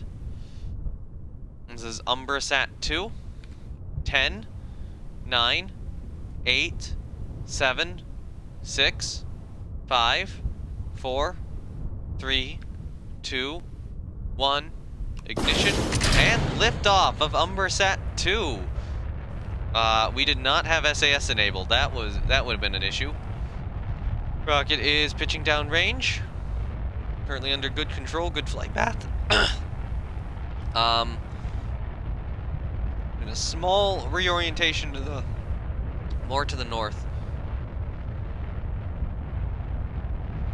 All right, rocket is stabilized on a decent flight path for now.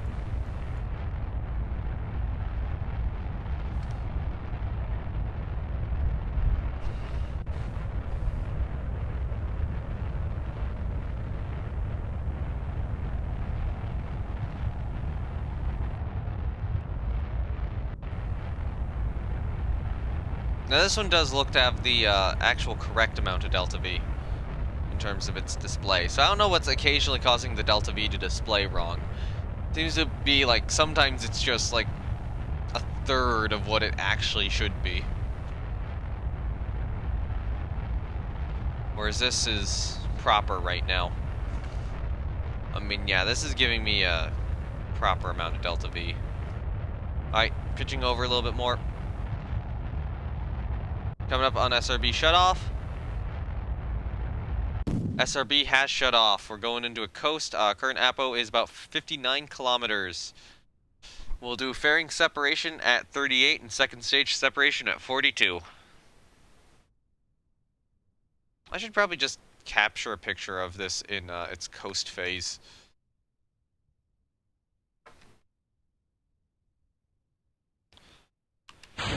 Fairing separation is successful.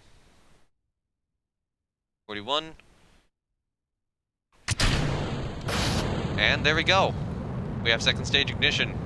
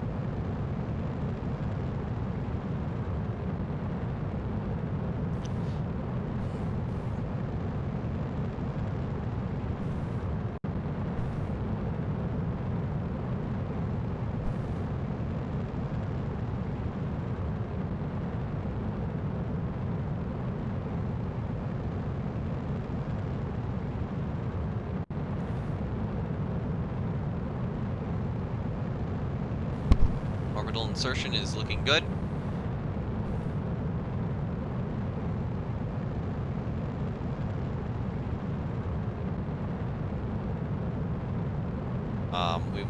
We will aim up a little bit, since I think we've had a small issue with adjusting.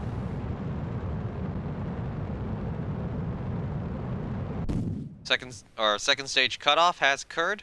We will go for stage separation. Stage separation is confirmed. We have good solar panel deploy.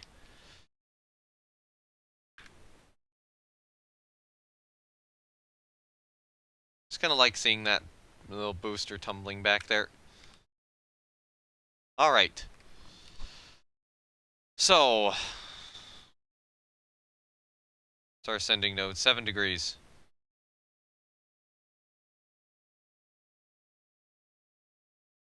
We need to pitch upward. Wrong way, wrong way, wrong way. So get the ascending and descending nodes down a bit. Ignition.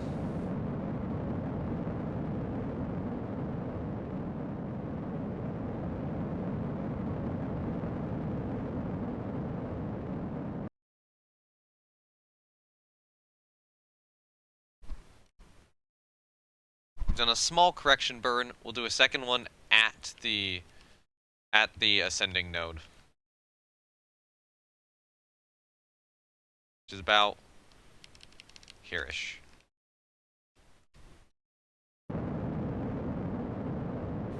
No, wrong way.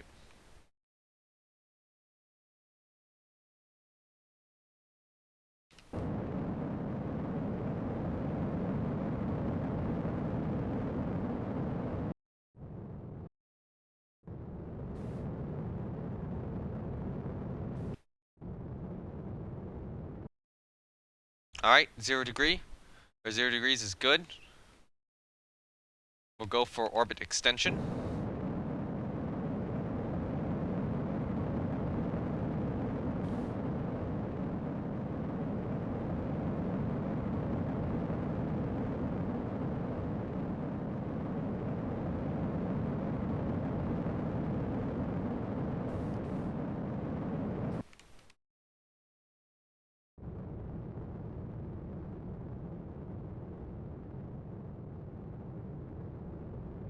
Alright, orbit extension is a success.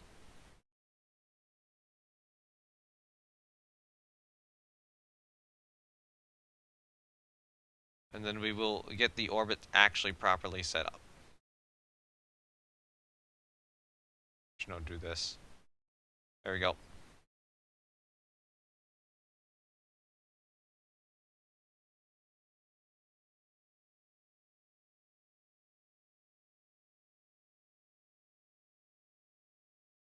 Okay, so that'll be in 1 hour. We'll go for that. Reorienting with maneuver node.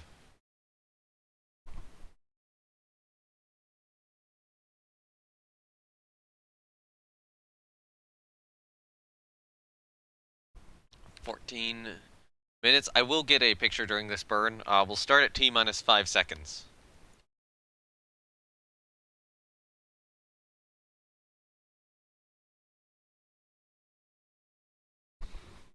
And this should get us into the desired orbit and get the contract done for Umbra.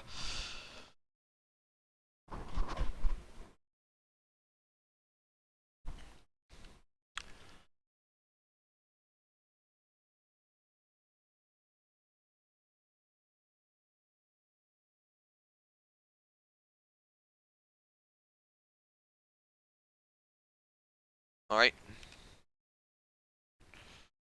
11, 10, 9, 8, 7, 6, go.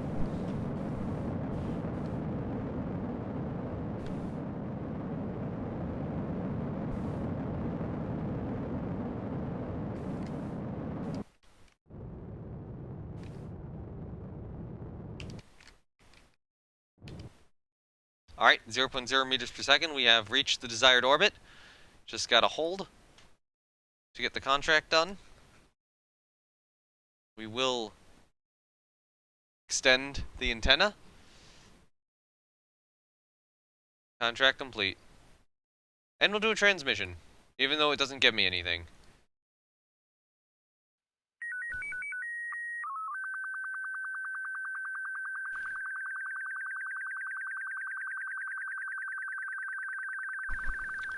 Good mission.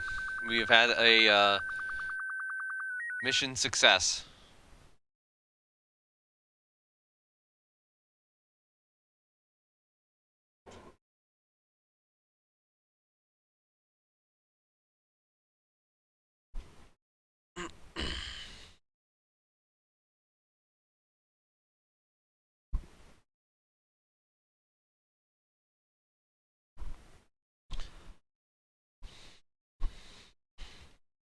I'm gonna go grab some water briefly here.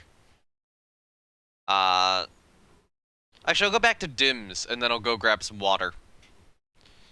So, we're gonna stay at DIMS until Bluebird is ready to launch. And then once Bluebird's launched, using lessons learned from that, we might edit the relay into a Bluebird 1B if we want to make any changes to Bluebird.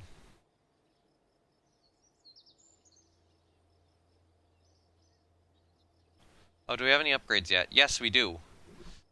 Alright, so, thoughts are, do we upgrade something to the VAB, like rate 2, to get more launches? Or do we upgrade something to the spaceplane hangar to get more tests? I think we're going to need a lot of tests soon, so I'll get the spaceplane hangar upgrade.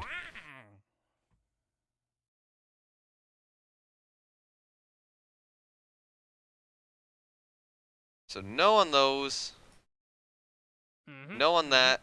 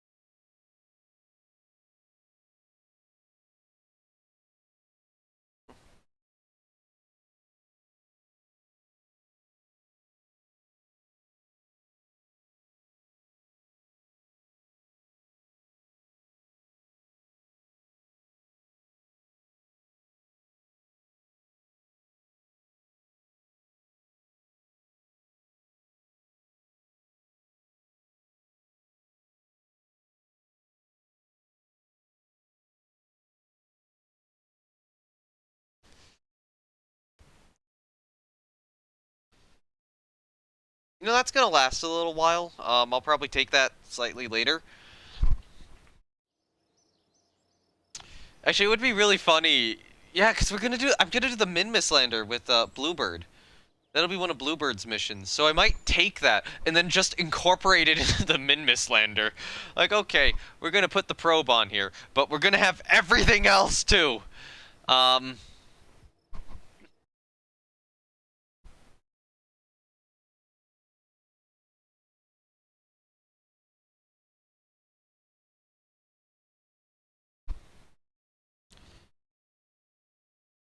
I think Blue Dog wants you to do, like, you know, stuff based on real life missions all the time. I wonder if there's a way, if there's a strategy where I can encourage more contracts. I might need to do that. Oh, I briefly saw planets over there. Oh yeah, Moko's gonna be the next one. So let's fly Dims for now, and I'll be right back because I want to grab some water and a cheese stick to keep going.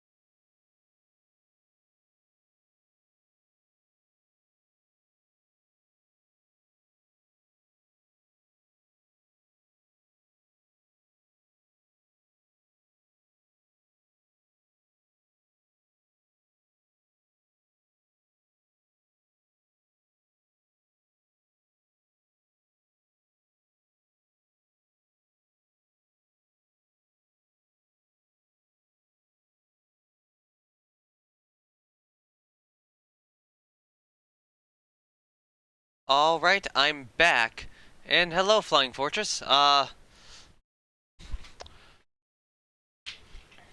Yep, over Minmus right now. Trying to get some data transmitted back. Let's. Yeah. Gonna get some data transmitted back while I wait for another craft to get into its desired launch window.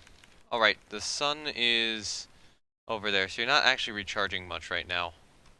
It's kind of like the spacecraft keeps winding up at random orientations. I don't know why. Hear from some explosions. How's Bluebird? Well, yesterday Bluebird kind of ran into issues with its first attempt. It didn't actually go up. Well, it kind of did. It kind of like wobbled on the pad or vibrated on the pad and shook itself apart.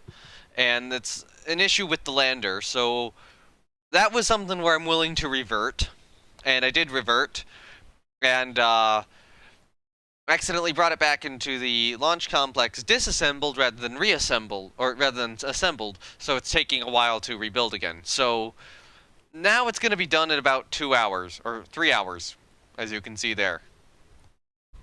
So we're probably about 3 in-game hours away from a Bluebird launch.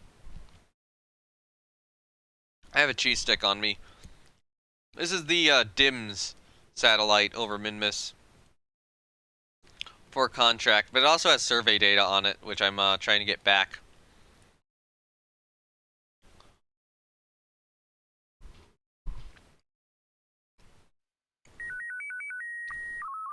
Because that's, 18 science. With each of these. It's a lot, it adds up.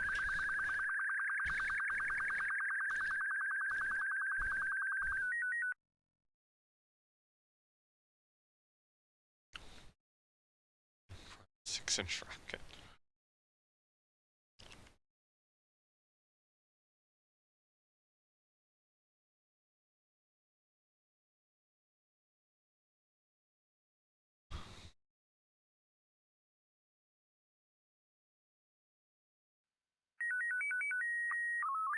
Yeah, there we go. More data from DIMS. But next thing we got is a maneuver for Moko 1. It should be around the Mun. And then Bluebird's next.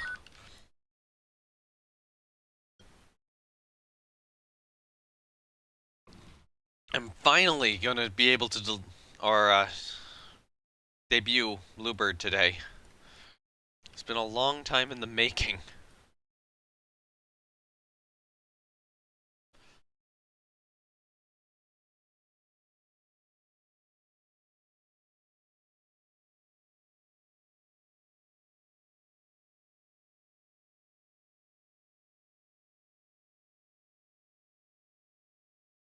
I still think Dims is like the best name, just because of all the slide into her Dims jokes I'm able to make.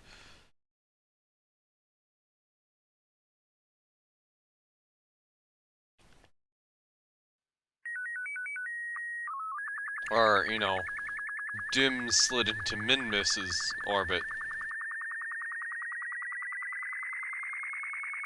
I don't know. Kind of the reversal. Right, there we go. Keep that experiment. So we get the electric charge to actually transmit it back. There we go. Now we're starting to get some actual electric charge here. Let me reorient a little bit so that we have a little bit better charge. And maybe the solar panel. Oh, that thing's not blocking it. Alright. View data. Transmit back.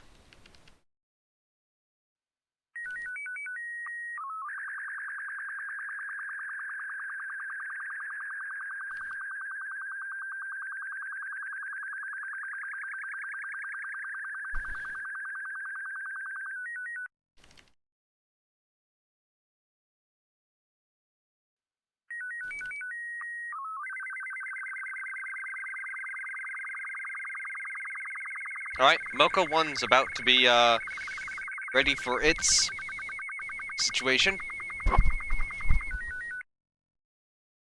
Jump to Mocha 1. And then Settler's gonna come, or Settler 2 on Bluebird's gonna be complete in an hour after this. Yeah, there's a lot of, separate missions I'm juggling back and forth right now. which it's interesting.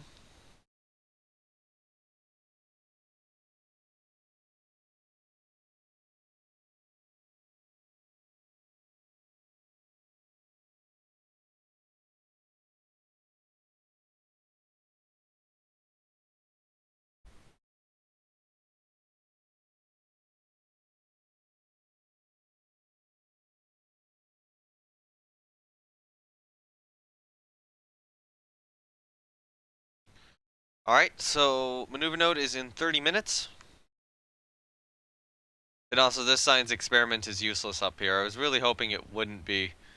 Like, it would be something where it's like, oh hey, a negative result still gets you science. But no.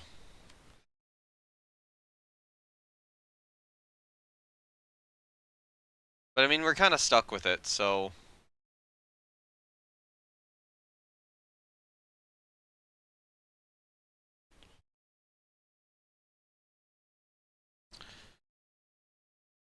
Now the question with Settler, too, is, when I land it, do I want to be in lunar orbit first, or do I just want to go straight for the landing? I might want to go for, lunar orbit first.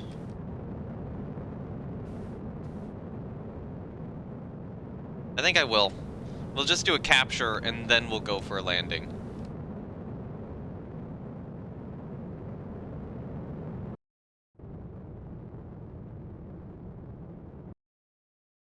Alright, we got a successful capture.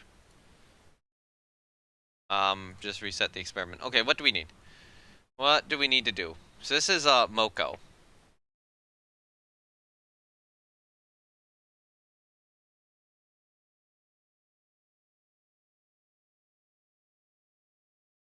Okay, so that's Minbasat 6 up there.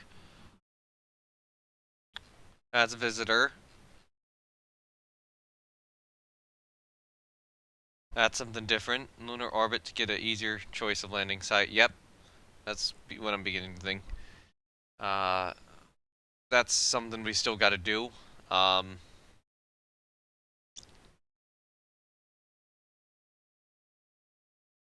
we'll have to get low orbit around the sun too, which will be interesting.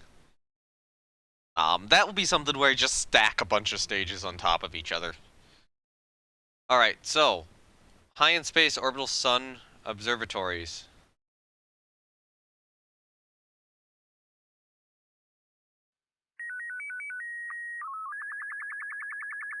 And then we gotta go low in space. So, just burn that.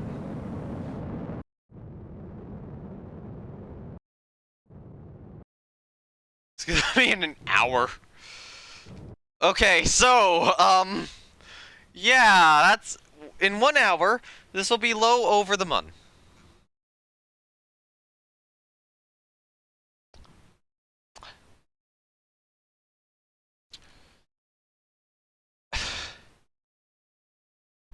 Don't want to land on the side of the crater. Yep. Although I do have trajectories, so I can very easily pick a landing spot. And I do want to land in a crater. One consideration is landing in multiple biomes where I can hop between them, but the other consideration with that is that's very risky, and there's so much science on here and so much money on this contract, I'm not sure I want to do that.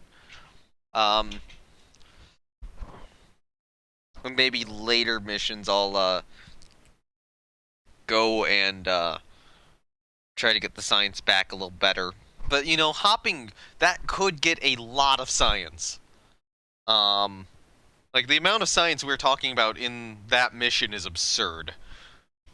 It's basically, I just put everything, every single unique type of science I could get on a single capsule, or not single capsule, on a single lander, and I'm just gonna launch it in one go.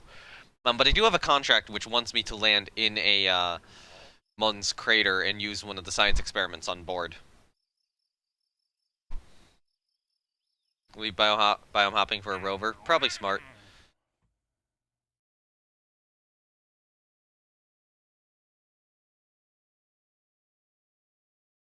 Do we have any other interesting missions here? Nope.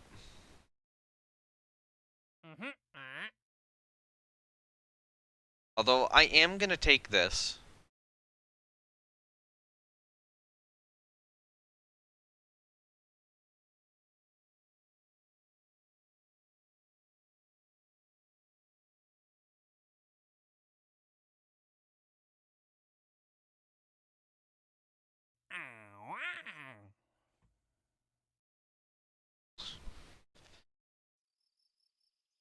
Should I go to the administration building? So, okay, so we could do that. But we can't do that yet.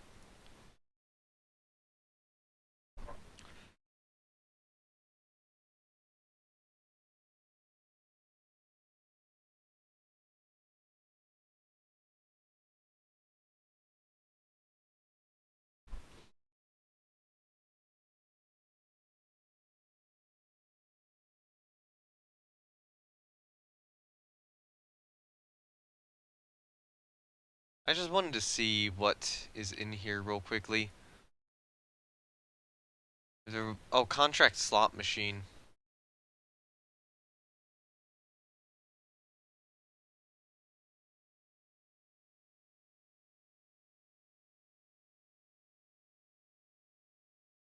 Randomly modifies contract award penalties by between -75 and plus 100%. Okay, I was hoping it would just give me more different contracts.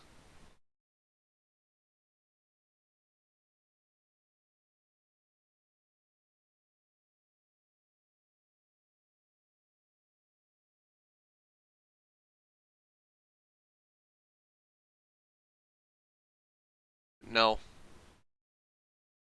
Phone battery's dead? Okay, I will try to get to, Settler then. Let's do it. Oh yeah, we did get these, contract parameters complete. Cool. Warp ahead.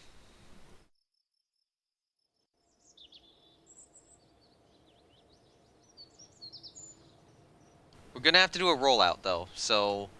We can launch whenever. I will want to launch in the daytime. I will just make that clear. Roll out. That's... Oh, it looks like we are. We are gonna launch in the daytime. Cool. Alright. Like 5%. I'll try to get Bluebird here. I am gonna quick save, though.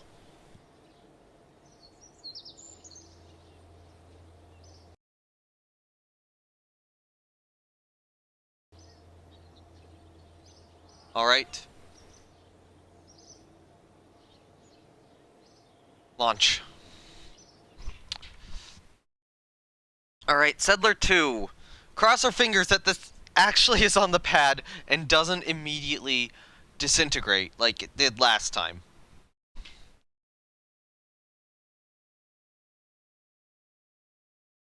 %. Oh god. I will do this launch.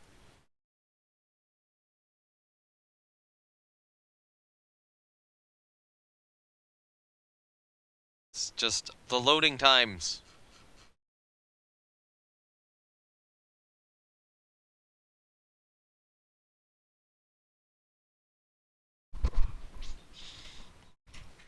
Come on. Bluebird, get on the pad. Wait for program to respond. Kerbal Space Program, load Bluebird up, please.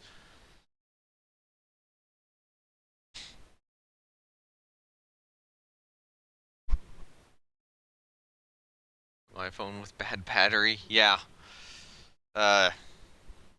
Stupid iPhones. Come on. Come on.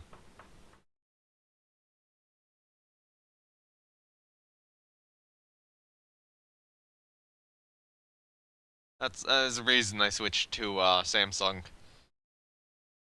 Come on, Kerbal Space Program, you can do it. Thank you. Thank you.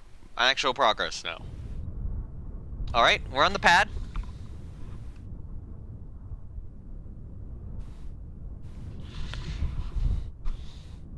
Bluebird, look. When do they remove the independent earphone jack? Yeah, I don't know. Oh god, it's wobbling. Why is it wobbling? Why do you wobble? It does not make sense!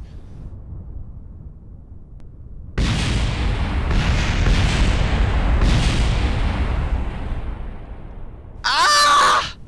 Alright, we just have to go for launch immediately. Okay, so Bluebird's launch pad is broken in some way. That's great. I'm gonna have to completely reconfigure the launch pad to actually handle future launches. Because it just immediately wobbled. Why? Bluebird, why do you do this to me? Can you just be nice for once? Well, you got your explosions. Seriously! Seriously, what is wrong? So it's modular launchpads. It's definitely the launchpad at this point. So, Bluebird's launchpad is the problem. What the fuck? Why? Why? Okay. Gonna have to try it.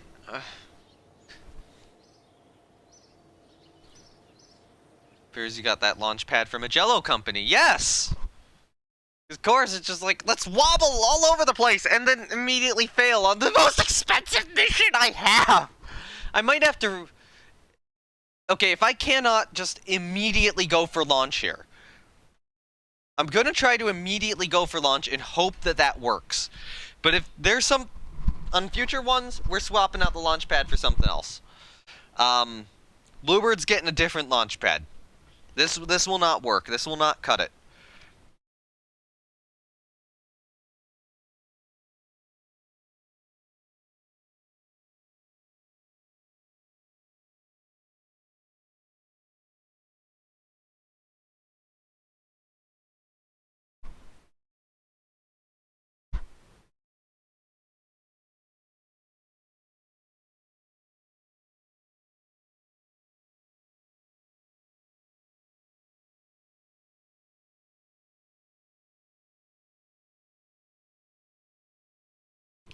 I am pissed. I'm pissed at how much trouble Bluebird's having just because of launchpad problems. Alright.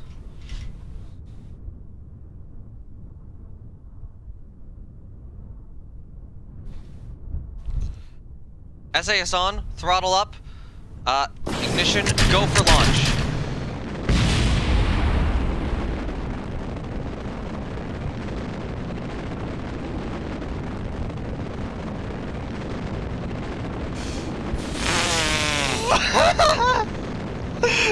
Okay!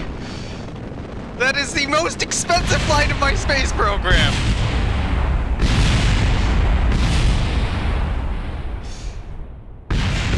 Well, I'm counting it, so... We're insanely lucky that missed the rest of the Space Center.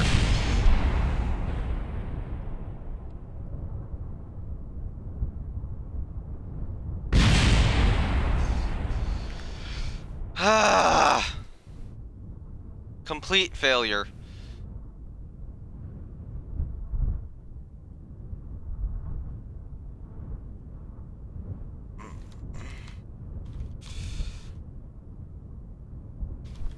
And the solid rocket booster also just was shit too, because it didn't have the double-sided thing. Why?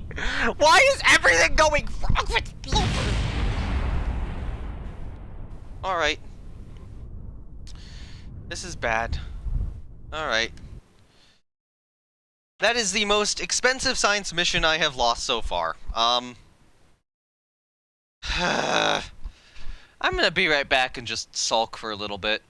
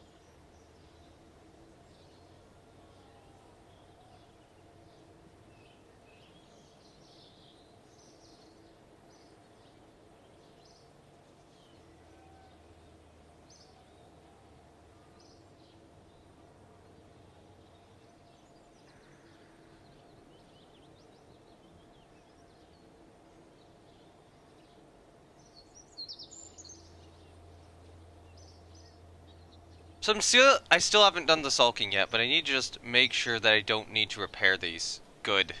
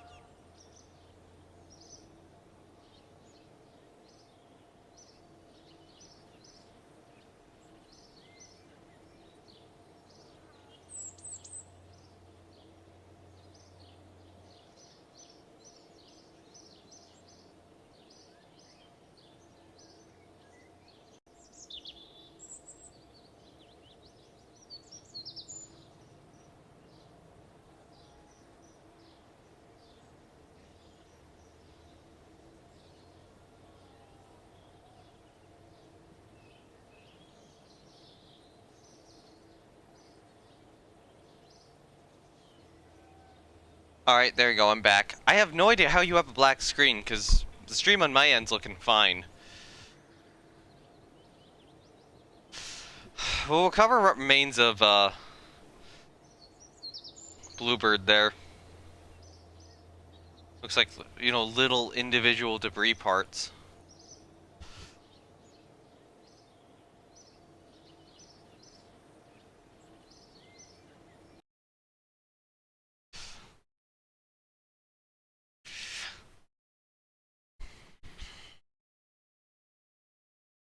So,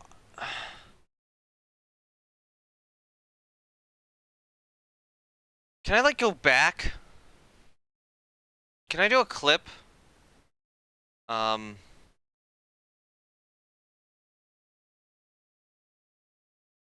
okay, I just clipped something stupid way after the fact. Clip, keybind on Twitch.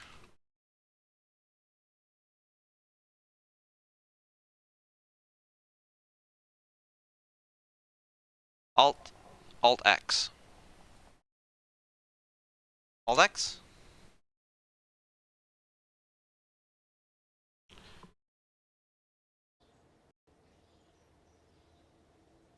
Okay, nope, I would have to go back.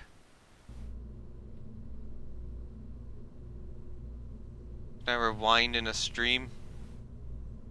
At all?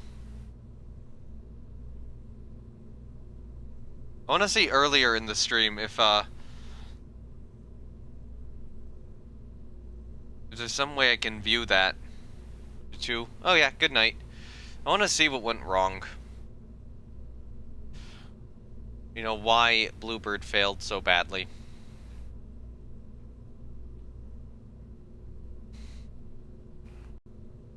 And why this reverted all of its settings for some spontaneous reason.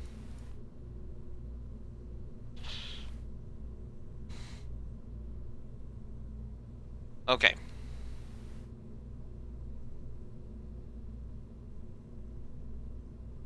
Actually, I need to just go in and load LR relay sat and see if I can fix it so that we don't have that sort of problem again. On the second flight of Bluebird. After we're done fixing that, I'm gonna go in and also create a new rocket design to potentially replace Starling. You know, once I feel a little bit more confident that Bluebird can actually control itself, which seems to be the issue right now.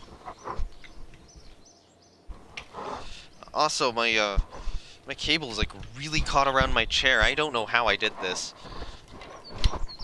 Maybe if I walk around this way, you'll untangle it. Oh god, no. Okay, that's also caught around. There we go. So I got that out. Okay. Sorry about that.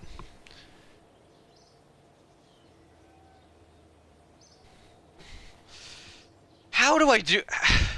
Some of these missions I just cannot manage to figure out a way to do at this point.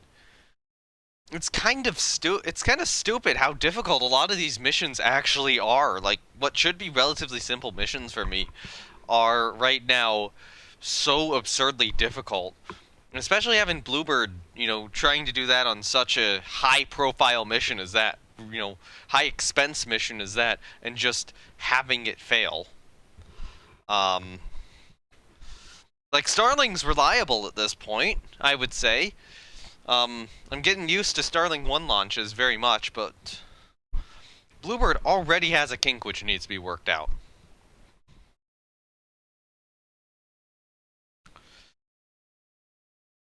So I'm gonna swap Bluebird's launch pad around for something different.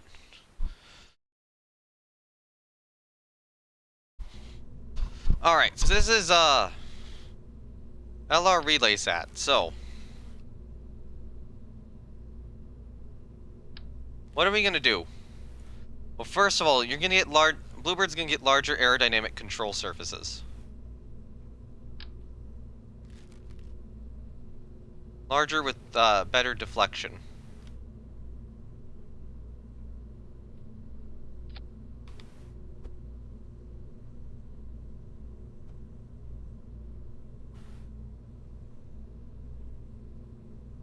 And actually, what I'm going to do, I'm gonna do this.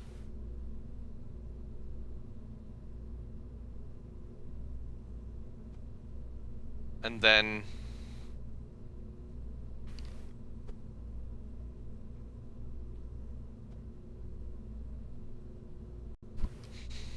we're gonna do that, so we're gonna rotate that a little bit.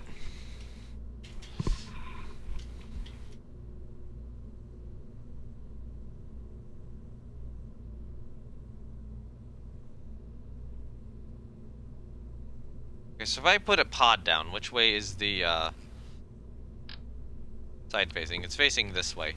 So we'll have like a Mercury style tower pad thing and have them walk over.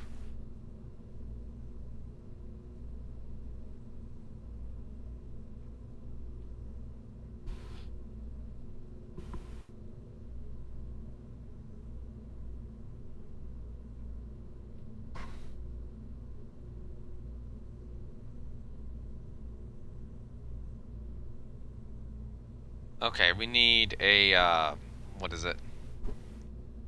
Okay, so now we need to go to Modular Launchpads and not use the one we were using, because that is apparently glitched. So apparently these the rectangle and round launch stand do a little better.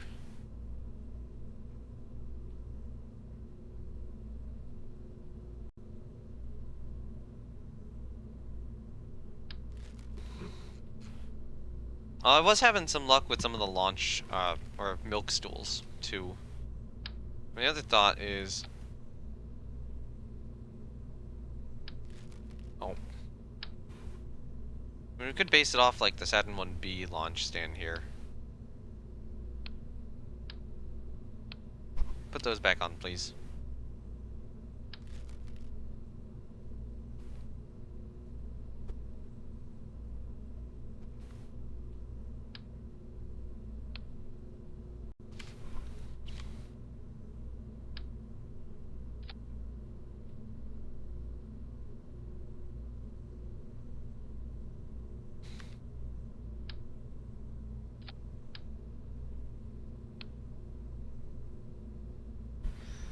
Okay.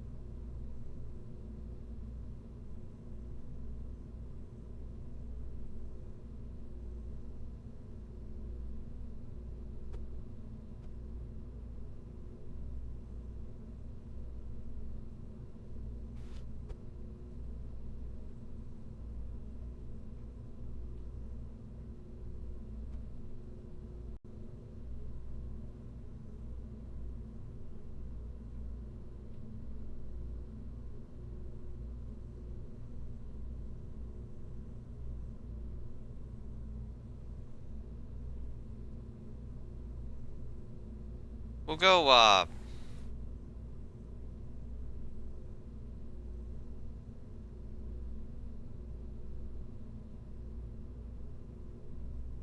we'll go 4 times Alt, and then just rotate the stand.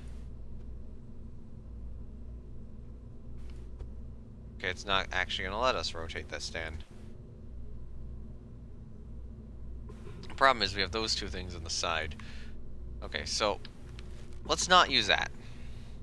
Let's not use Saturn. We'd use Titan 3.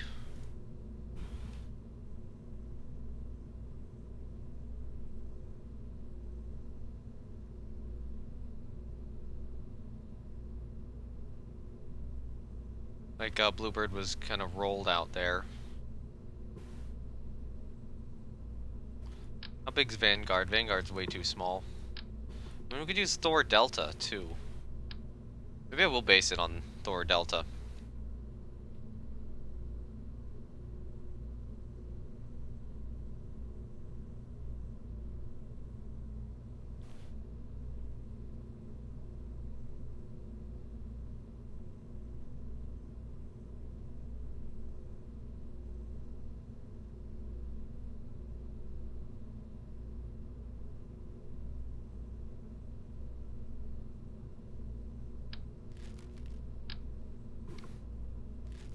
No. Let's purchase the Soyuz launch base actually too, if we wanted to use that.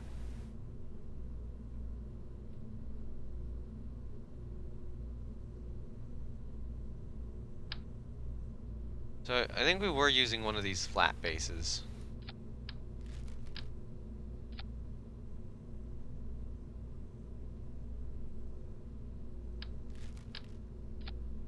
Might have been this one, which we had an issue with. Oh wait, no, was it a general launch base? I think it was a general launch base like this.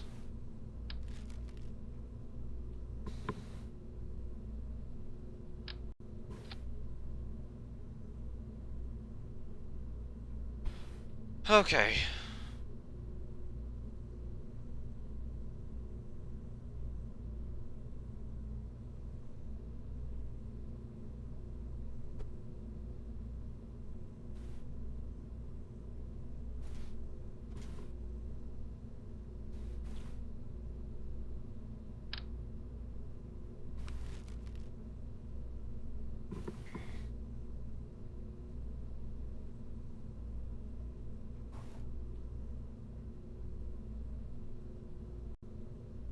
We'll do tall ladders.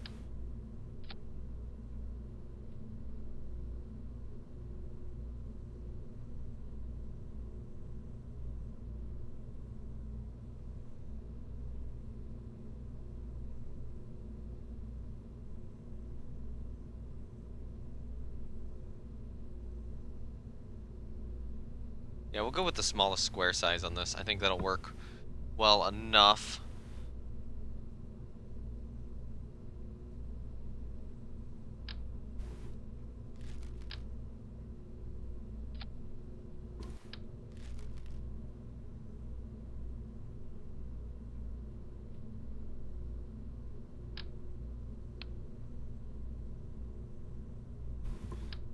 This is something we could also we could put a launch plate flush with the, could do that, just a launch plate like this.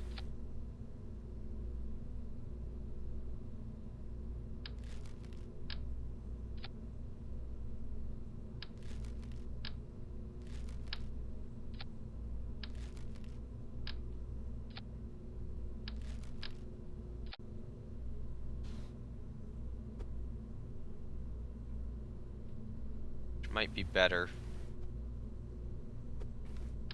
Or, what if you put it on a milk stool on a launch plate? We did like that. Did you all up. Then put the launch plate there.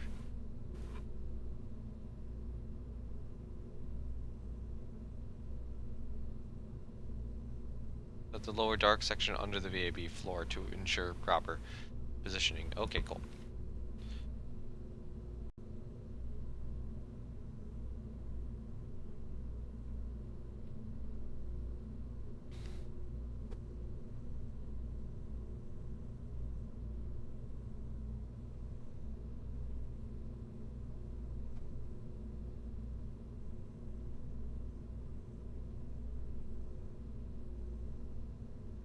light gray one of those.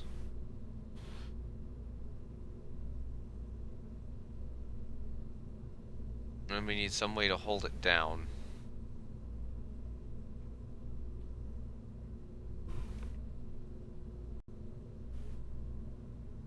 On its milk stool.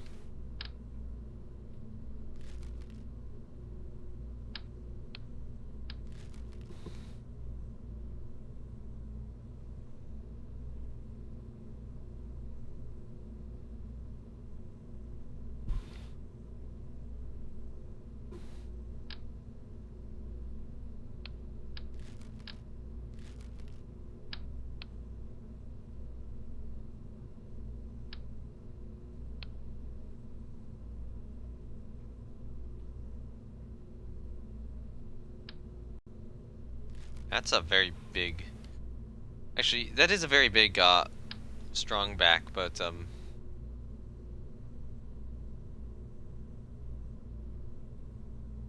we put that down.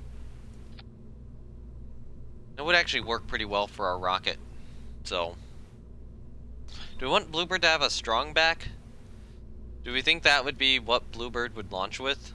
Or launch under? I mean, we have a VAB, so we can stack it vertically. So I think it would be stacked vertically.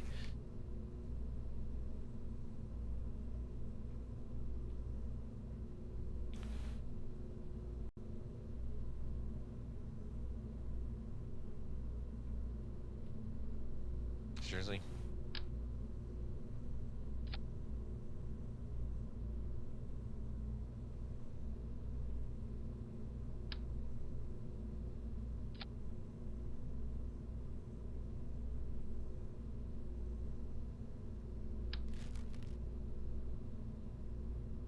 Let me see. Saturn 1B milk stool. What did that look like? How is it attached to that?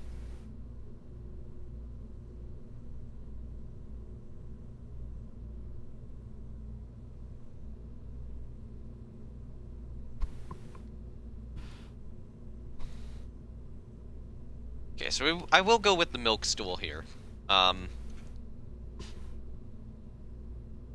It's just, we gotta figure out a way to attach it now.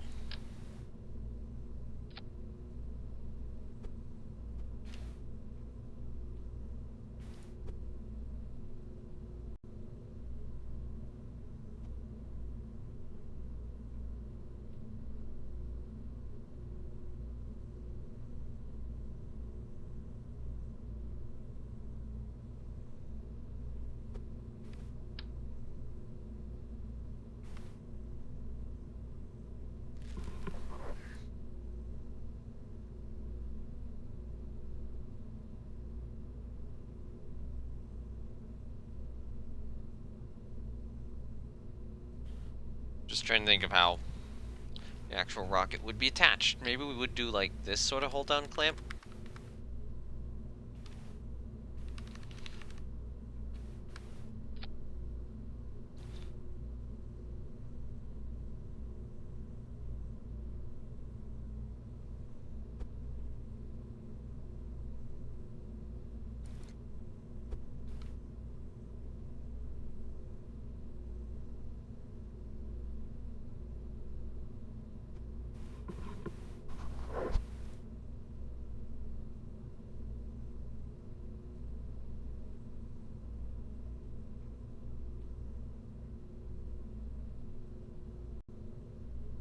I'm just trying to figure out where it would be clamped down. Okay, I see. So the entire bottom is an engine, like with this thing. So maybe we do... I think we do clamps around these.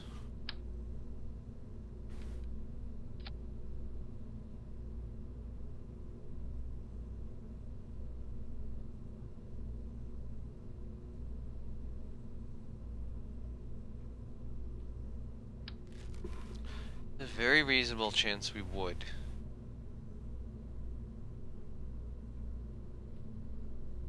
Let's look at the Gemini crew elevator if we need it. Because I probably do want to put a crew elevator on this. Just, you know, hoping that this launch pad works a little better than the previous one. Which we could do this as the launch stand, though.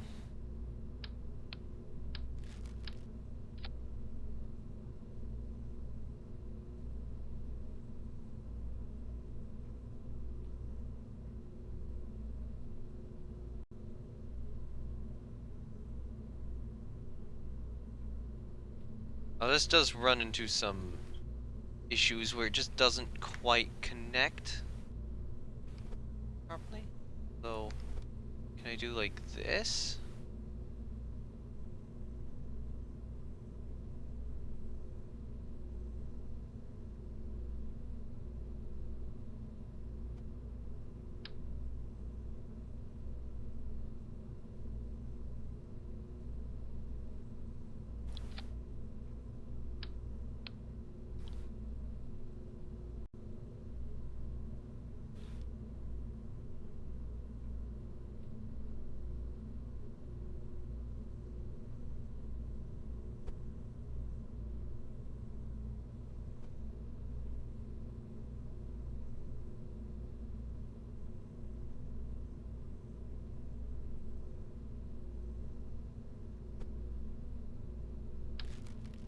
I think it's just gonna be better with something else.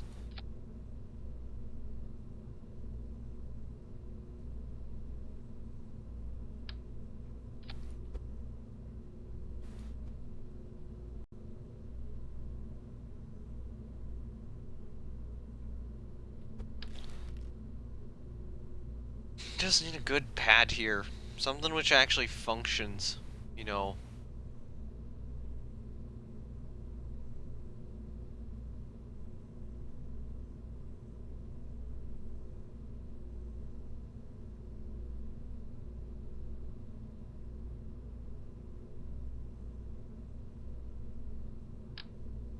We could also go with the general round stand. No, I think we do go with the milk thing on it.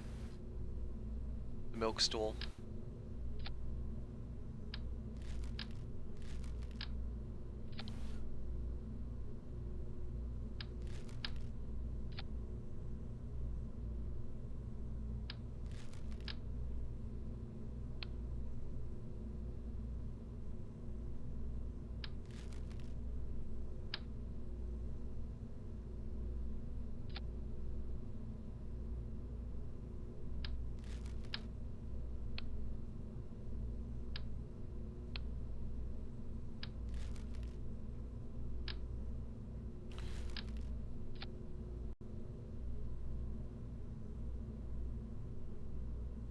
What we had before. Just put that there, put that there. So then we just need a way to clamp this down. It's quite literally what I'm struggling with here.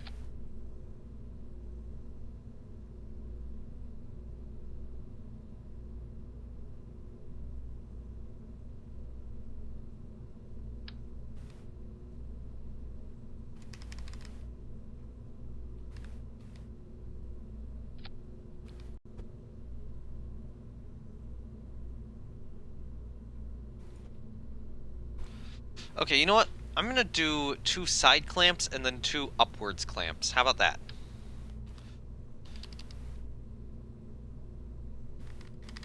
So the side clamps will be there, and then the upwards clamps...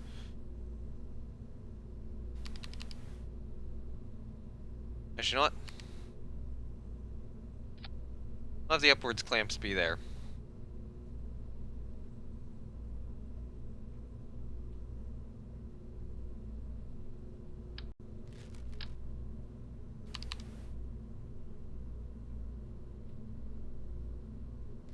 We had those hold down clamps.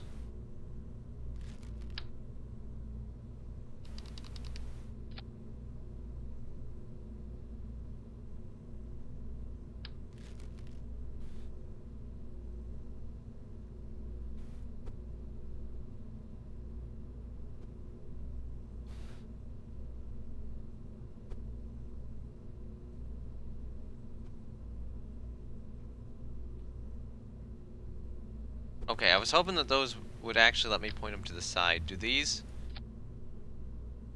Nope.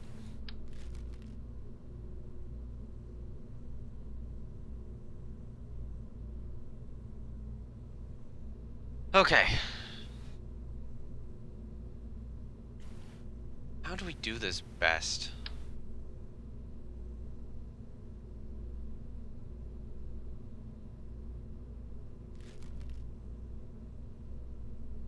This is a tremendously difficult rocket to figure out how best to hold it down, just because of its weird geometry. So it looks like these two are supposed to be places you're supposed to put something. So let's do that.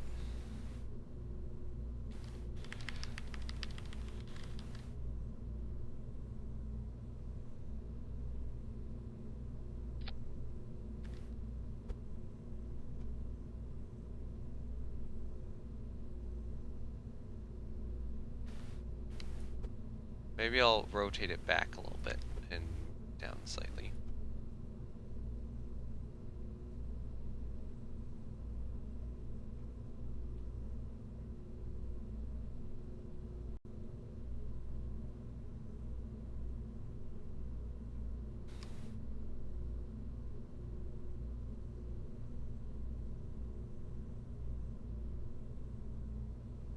Okay.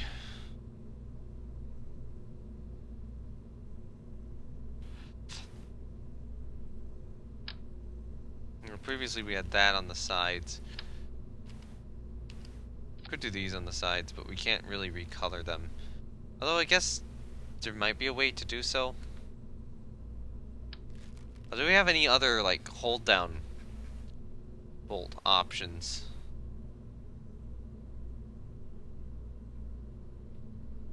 Anywhere?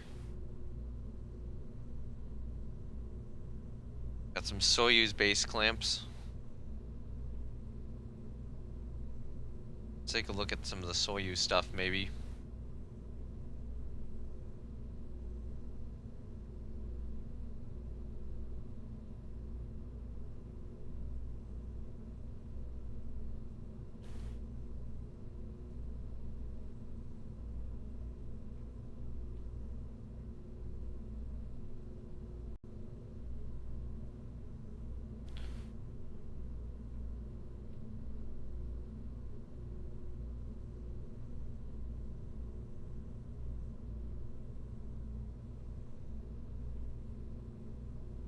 Hmm.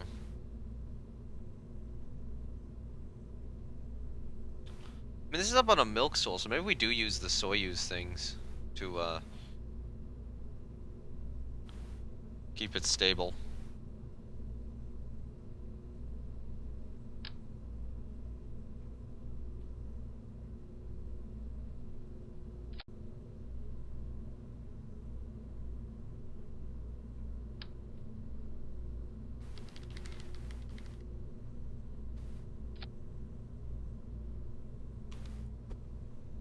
Okay, so what I've learned is that the rocket's kind of massive.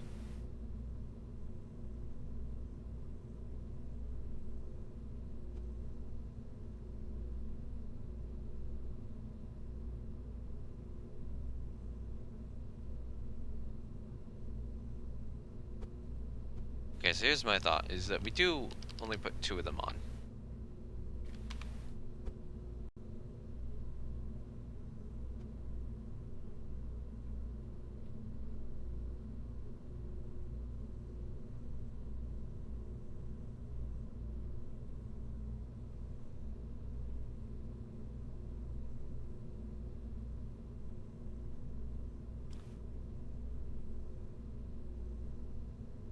So this will be cursed. This will be incredibly cursed, but it's what we gotta do. What we gotta do to get this thing to work. Damn it.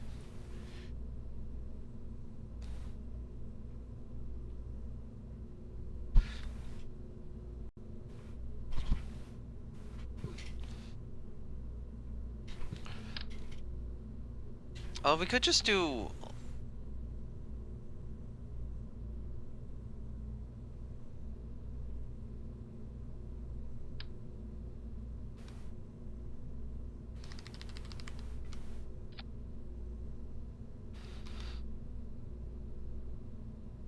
do this. So it has uneven... Technically has uneven clamps, but who cares?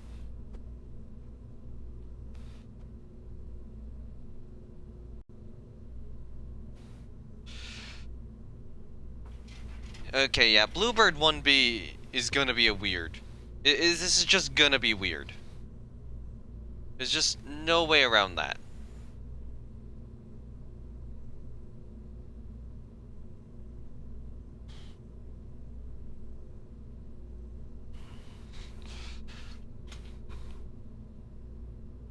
And then over here we need some actual more support for the rocket itself down below. And I'm trying to decide which one is best.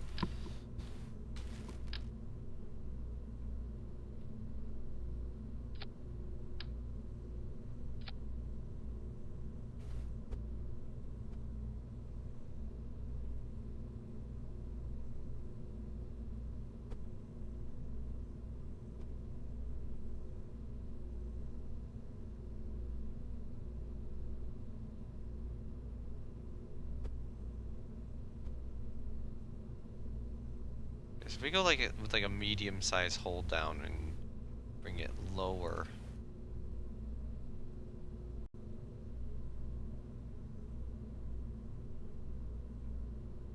Maybe a little bit.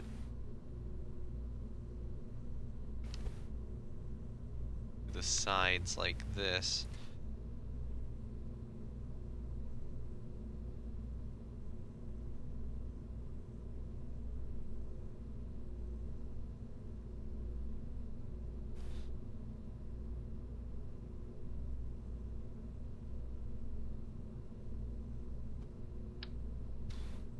Let's try this again.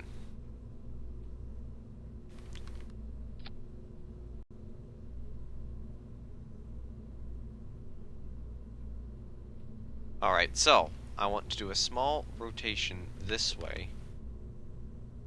Movement this way. Will be a double rotation. This will then be lowered down and lowered to the side.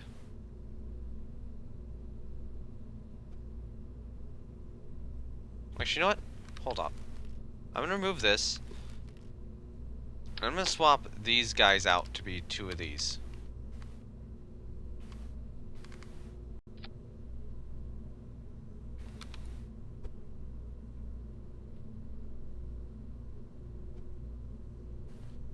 And then we're gonna have a number of these guys just set up.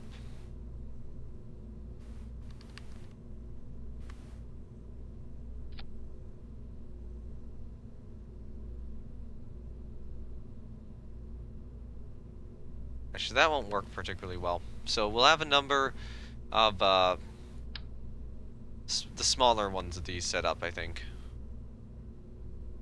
Or maybe under... Well, maybe I'll do under the fins. That could work.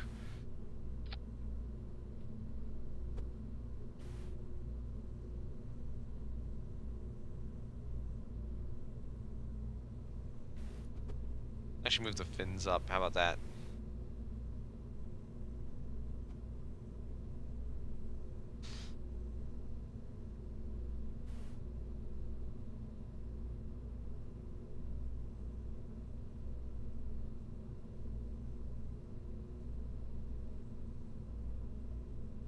Okay, that is an absolute mess, but I will save it right now. And let's get a tower on here.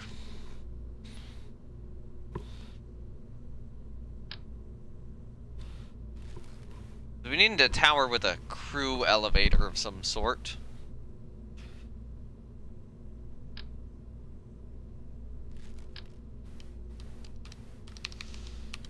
Okay, so if we want to do a fuel arm, we could do like a Soyuz sort of fuel arm. Which would work pretty well, that's not perfectly right there, but, you know, that could work. Well, that doesn't go high enough. It can, though. And then Soyuz crew elevator is like that, so they just have an elevator but I want to do a proper tower. So one thought is we could do like a mini launch service tower.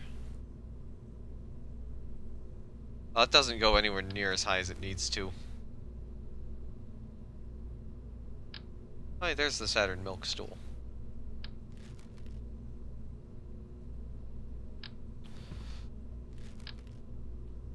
What about this tower?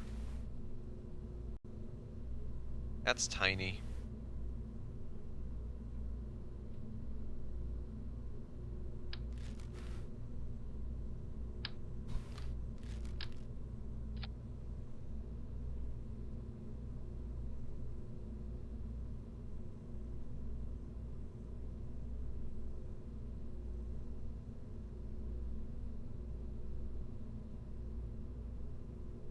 How does that interfere with the height?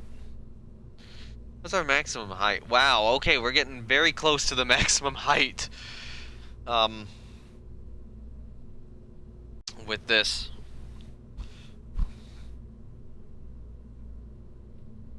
That might be something where, in terms of crewed launch, we're actually kind of limited because of that maximum height. I might move this up then.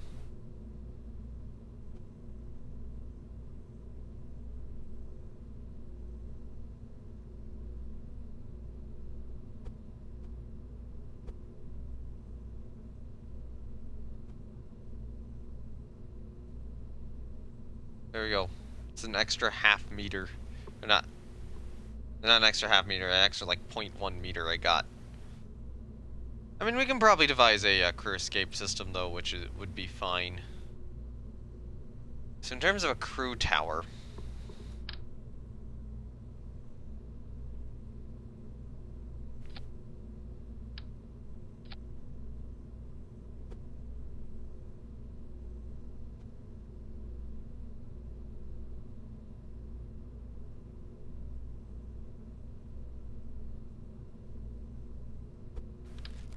how does that add on so much height?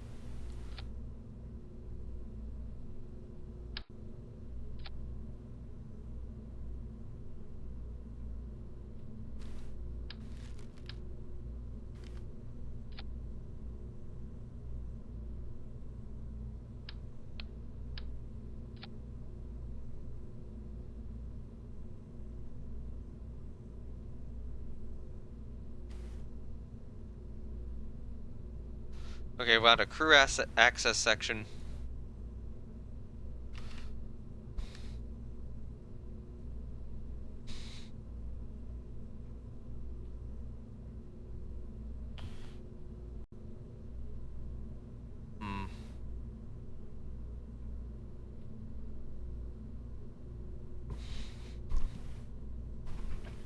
So yeah, we'll probably have a crew access tower and then a second tower next to it for like the fuel stuff. Or to run the fuel lines up.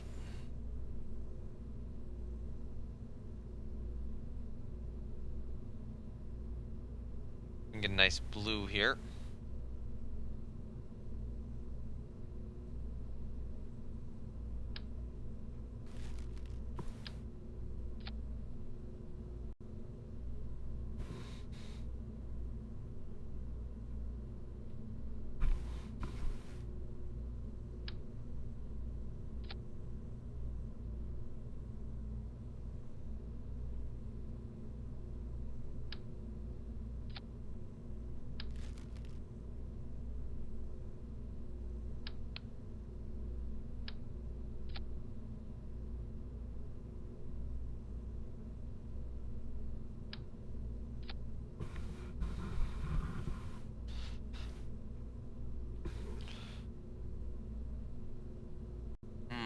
In terms of the top portion of this, do I want it down here? No, I don't. I want it up there.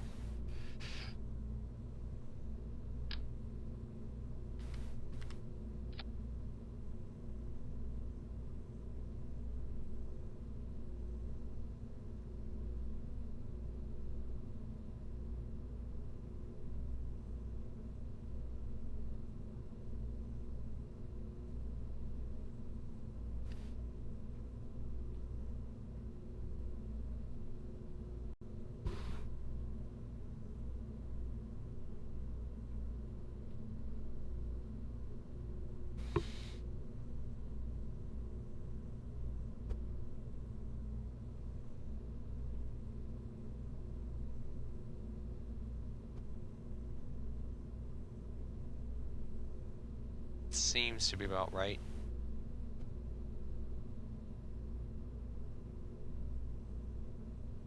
Can I get like another base plate over here?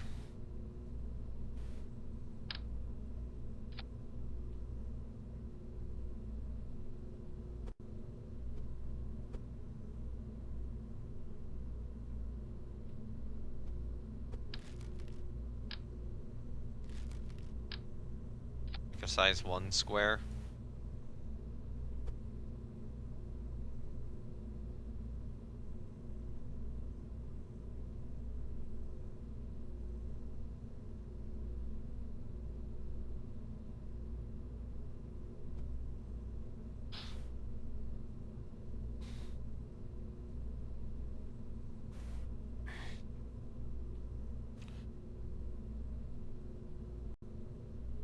Now I'm gonna save this again.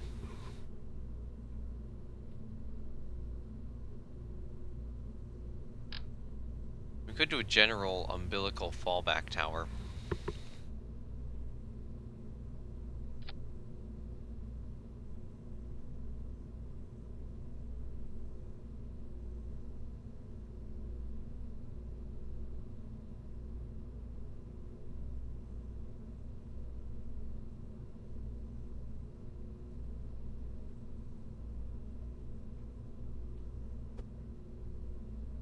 To fuel the upper stages of Bluebird.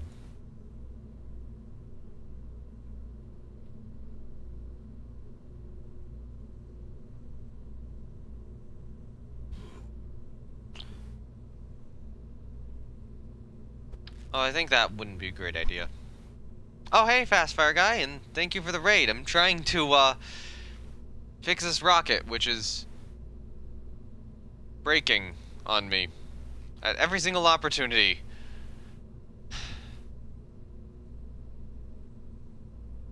He's 0.5, nice, no problem. Thank you. This is going to be the second attempt. The first one decided to Intelsat 708 itself into the pavement outside of the spaceplane hangar, as well as the runway. 120X is best series. Thank you for the follow. Welcome to the No Namers. Guess what I'm calling it. UA120X is best series. I guess. That's what yours used to do. Yeah. So I'm hoping that the second launch goes a little better. It's a hope. I'm trying to get this set up so that the tower, you know, looks a little better. I probably want like a light gray. If I want to like put this next to the regular one. Want to do something like this?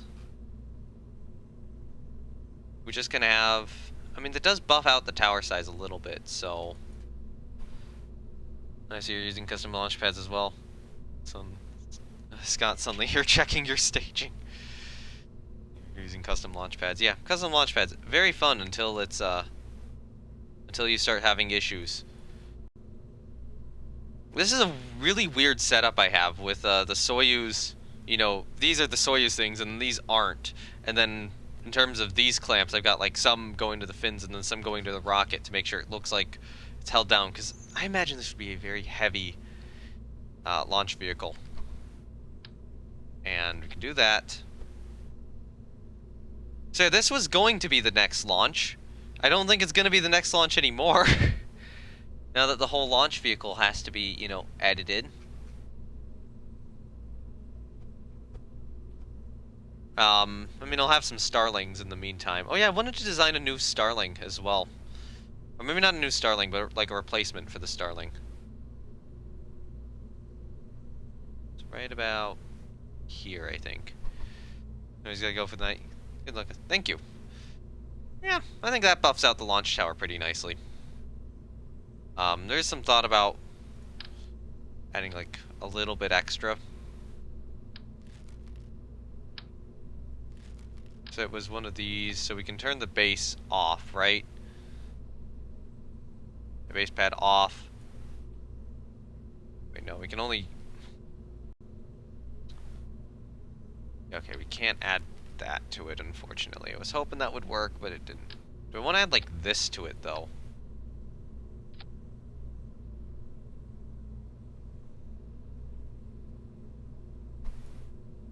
You know, the UE series sure was a heavy solid, about 220 tons per booster. I don't know if I'll do side panels there. Oh, I can't do, like, the supports on this. Side supports. Okay.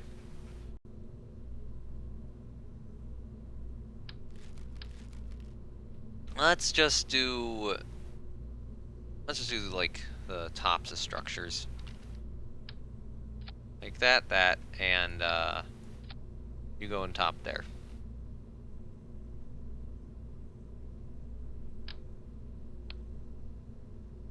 Actually, this might have been a good idea.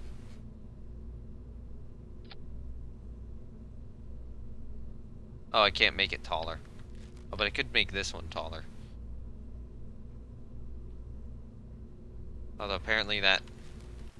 Wait, hold on. How are we... Oh, I added the antenna on top.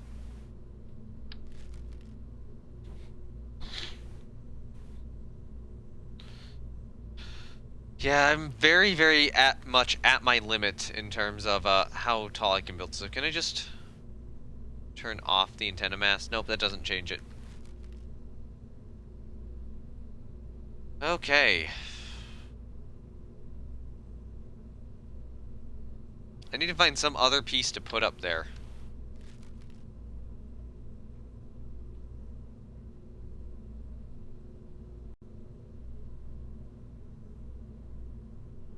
Because very much working with a limitation here. I would love like antenna or something, but nope. Yeah, it would have to require me getting rid of the milk stool. I don't want to do that. I'm really now regretting not getting tweak scale in this. I should have gotten tweak scale.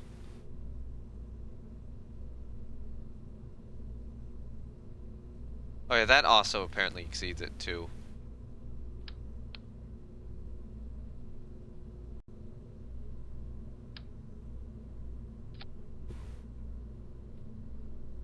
Can you move the entire tower down by a bit? No, probably not. You know what? I have an idea.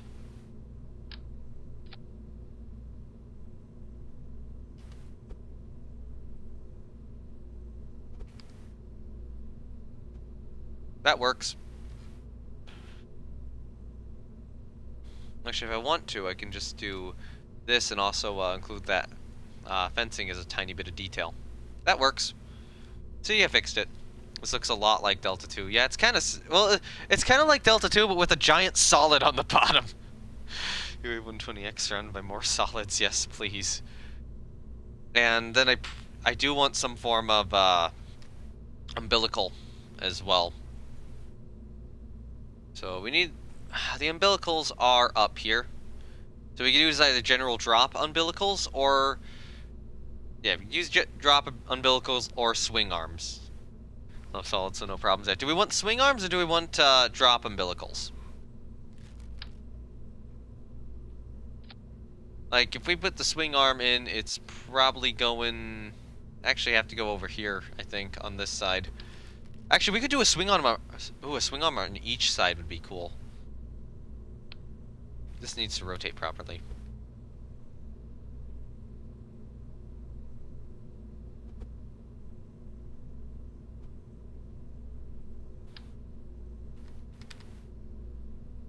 So we could do like this. And then I think drop umbilicals for smaller LVs. I mean, this is kind of a mid-size. This is a 1.875, so...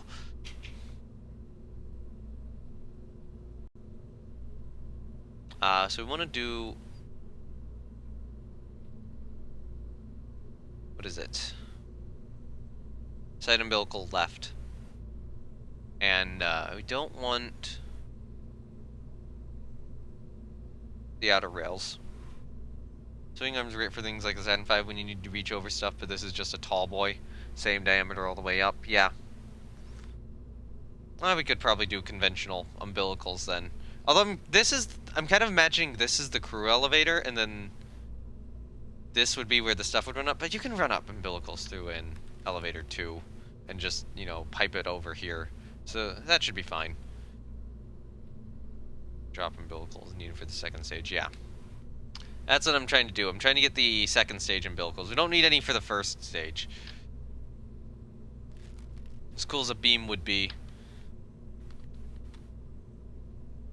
So we have some options here. Do we want to do like a more straight line run like this?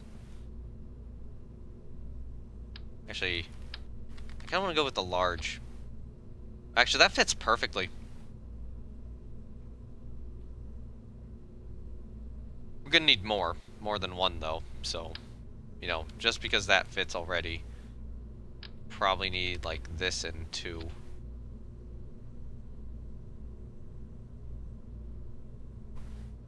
Turn this into a crude? Yes, yes I am. This is going to be a crewed launch vehicle at some point. Although, the only issue I'm having with this possibly being a crewed launch vehicle is that we have 0.3 meters of height to play with. So, in terms of a launch abort or launch escape system, I'm probably going to have to custom make it. Although I can do that at this point, because I'm not so heavily parts limited like I was with, you know, Starling. Now let's just do standard no, we'd have to extend it out further. So then I probably need the extra large umbilical here. Put it in there. Okay, do that. Shift it over to the side. I'll actually shift it downwards a little bit.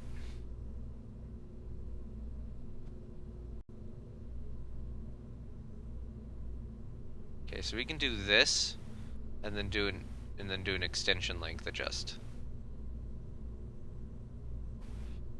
Push abort motors are all the rage nowadays. Yeah, it would probably still be a pole, but it would be like something where, you know, you have Separatrons on all sides up top, and it's not on a tower. Kind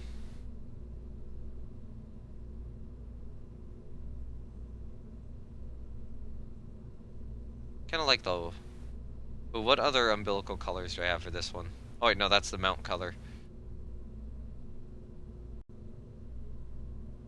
Yeah, I think I'll leave this one as white.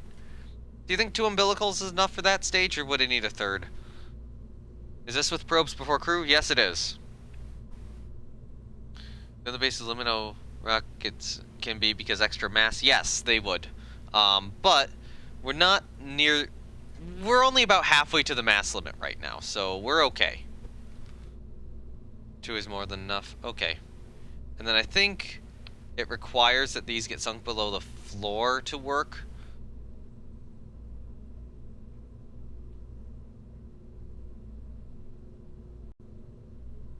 I'm waiting the umbilical on the UA-120 to refuel the solid rocket fuel. Yes, yeah, refuel... Let's refuel the solid rocket fuel. That sounds like a good idea. You know, just pump in solid pumps. How big would that umbilical have to be? Okay, now I'm just imagining a situation where just at like this portion of the rocket, you have an umbilical, the full diameter of the rocket moving over, so a puck just, like, gets transferred over and then falls in the bottom of it, and then that just keeps going in. Adding the GSE more than doubled the mass. Yeah, I think this will work, though. Hopefully this will work for the Bluebird 1B. Let's actually just get our staging right. So that needs to be on the bottom. We need ignition first, and then that needs to disable staging. So let's see. So wait, hold on. That's decoupling, that's expected. That clamp should not be decoupling. Okay, cool.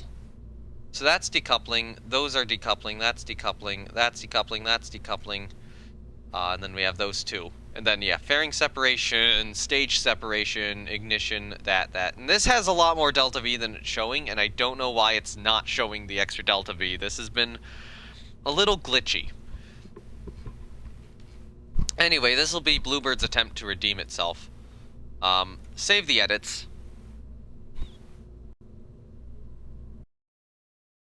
And I will hop back in there now to create... Well, actually, I need to be right back real quickly. Oh, hold on.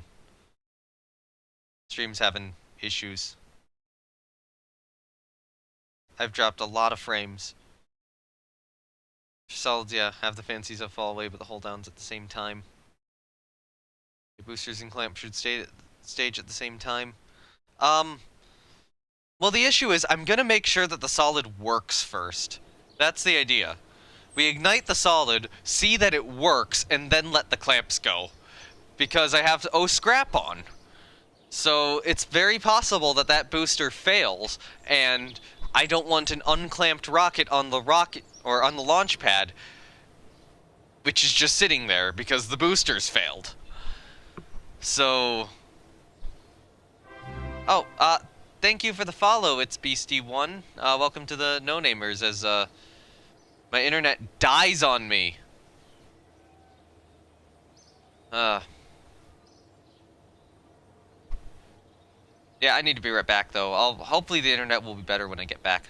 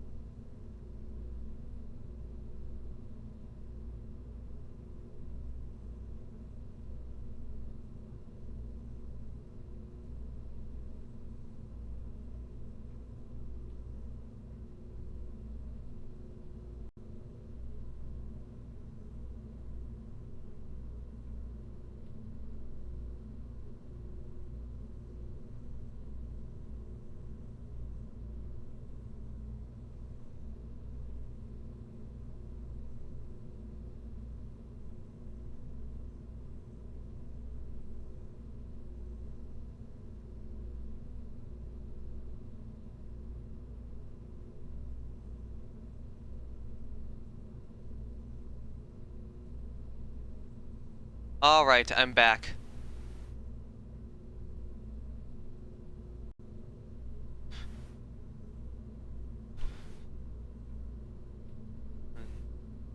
Oh, Scrap was weird when you played with it last. Hold on, let me get to be right back. Sign up or off.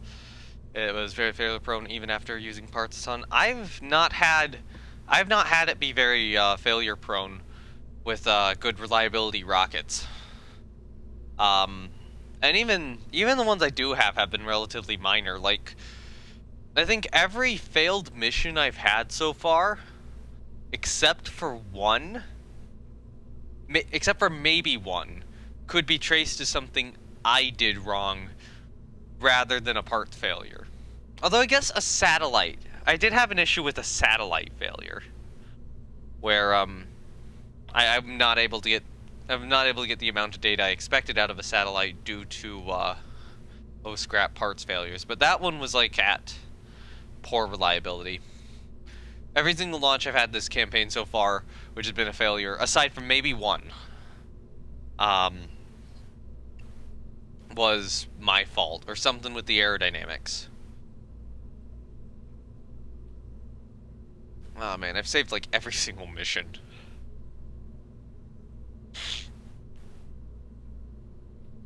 Also, good news is my internet seems to have stabilized finally.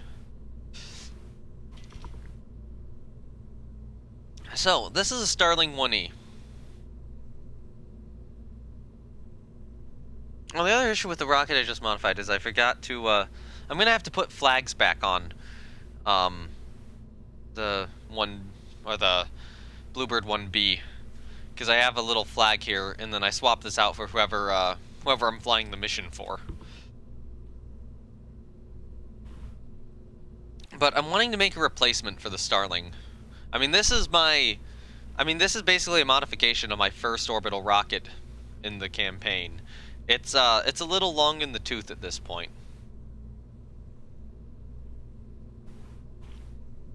Even though it's been, like, very reliable. Meant to be a Juno? I don't know, I want to be a little creative with the boosters I have, even if I am using some real parts. So one issue I've noticed is that this sometimes winds up above the terrain. So I'm thinking about, you know, what if I did, like, or put a launch base on it and put that on the launch base itself.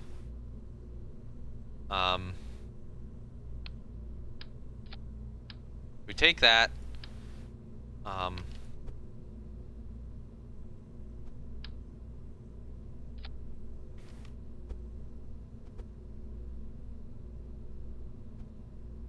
so that should help, right?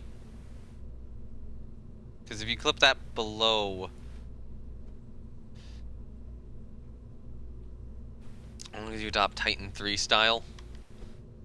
Ooh, maybe. That's a maybe on that. I'm not sure if I'll adopt Titan 3 style or not. Actually, I'm not gonna make this change yet, because I want to make the, a new rocket called Robin. We're gonna call it the Robin 1A, or 1A, as my naming scheme has gone. So I want to consider having the same launch tower, but I'm just gonna move that off to the side for now. Oh, come on, you got the UA-120s broken in already. I only have one of them broken in, and in terms of broken in, I mean, broken into the, asphalt, aside from the spaceplane hangar. That's where it broke into.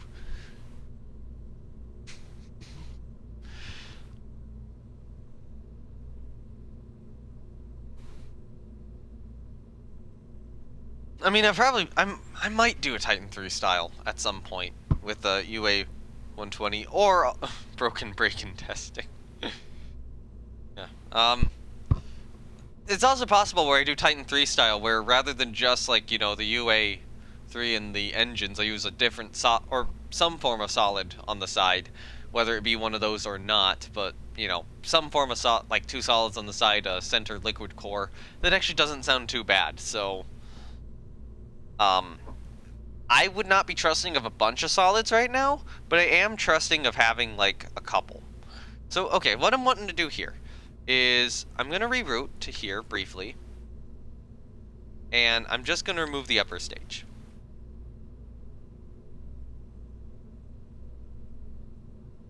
So, right now, at sea level, we have 292.8 meters. Actually, let's go to vacuum. Let's just check this at vacuum. 5759 meters per second of delta V.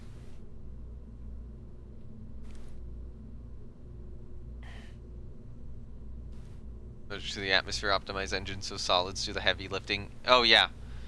Yeah, I like the solids a lot. Titan 3, Titan 4, /Aaron 5 in my book.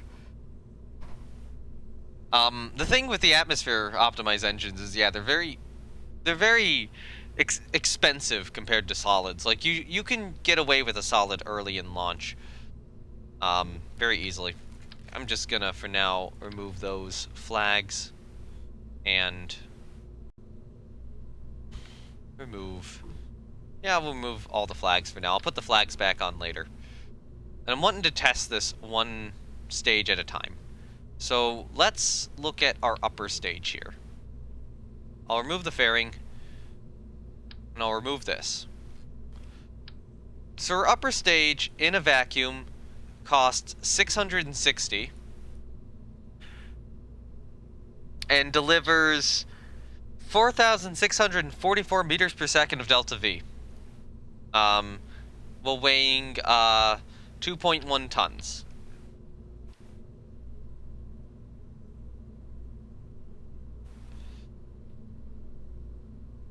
So I want to do something similar to this, but better.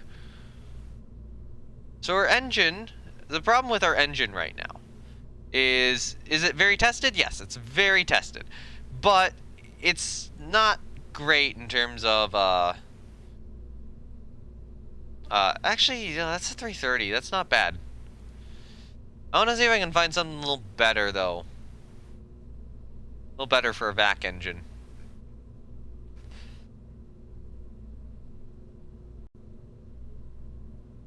So that's a 404, but that's like way too big. So this is the in-game one, the Terrier. That's a 345. And it's slightly heavier. Okay, so let's consider a Terrier.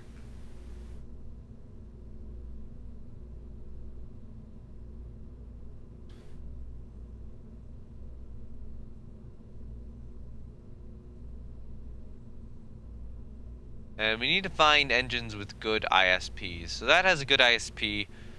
Okay,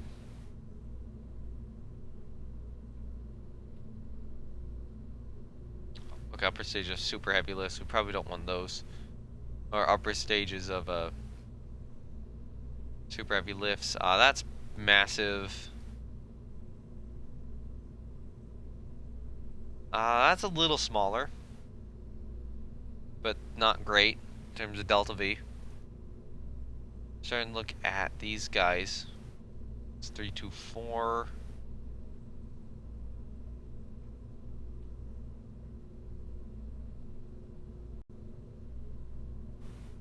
Trade 8.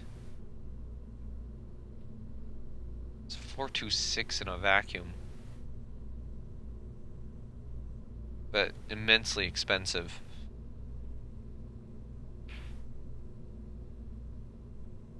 Okay, what about this guy? 330. And thank you for the follow, Supernova Coco09, and welcome to the No Namers. Cheetah's a 355 right now, but that's kind of big. That one's really big. Aerospike is a 340 in a vacuum. Oh, hey, we can do this. Can you do an SSTO with that rocket? No. Well, maybe. If I remove this, it might be able to, without anything on it. Oh, do we want... That's a 340 in a vacuum. And it's cheap.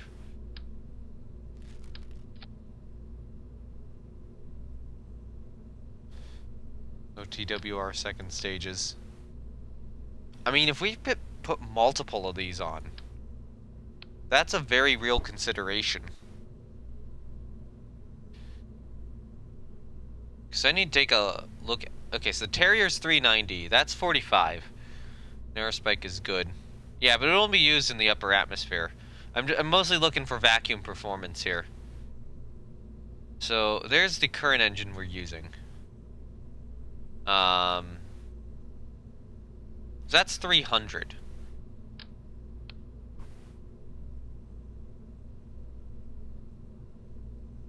And weighs 0.3 tons. Big octagonal strut, yeah. Here's a good one. Okay, so we want something probably in the 0.3 ton range or lower. Okay, that's 0.375, but that's a lot lower in thrust. Or not lower in thrust, lower in ISP. Bigger, but not great in terms of ISP.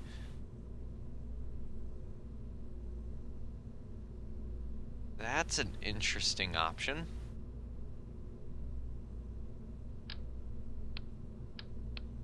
That's got some good ISP to it. It's a little expensive, though. So does this. That's a 353.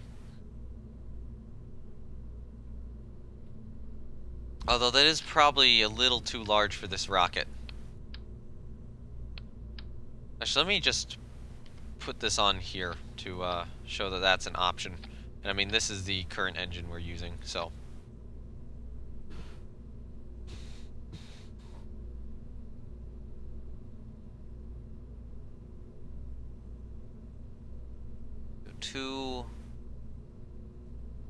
Was it looking down here at all again? Or before?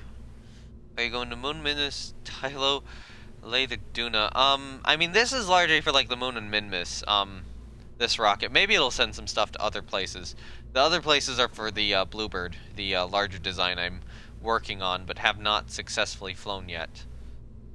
Okay, so, oh, that's not a great engine. Although, that's actually really cheap to use. So maybe I will buy the engine and use it as a satellite bus engine. Because that's a cryogenic. This is LH2. I should probably check whether these other engines use LH2 or not. Done something like about a third of a ton-ish, or lower.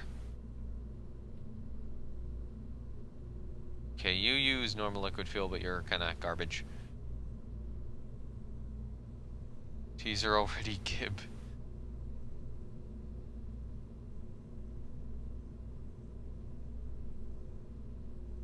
I mean, we'll have some normal launches here relatively soon. I just want to figure out which, doesn't get this newer design going. I think I've needed a newer design. The Mirabelle is another engine I'm using on other stuff. Okay, so I think we have our options. How about a Rapier? An RL-10 Centaur time. Really, really tiny Centaur. Funny you should say that, because I'm very, very strongly considering balloon tanks here. Now, our current fuel tank is this guy, and that's costing us $360. However, I was looking around and was seeing some balloon tanks somewhere. Although we're not going hydrogen. But I am thinking about going like with a liquid fuel balloon tank. Now I swear I remember seeing something of this sort somewhere in here. And there's a lot of fuel tanks to have to go through to find it. Is it down?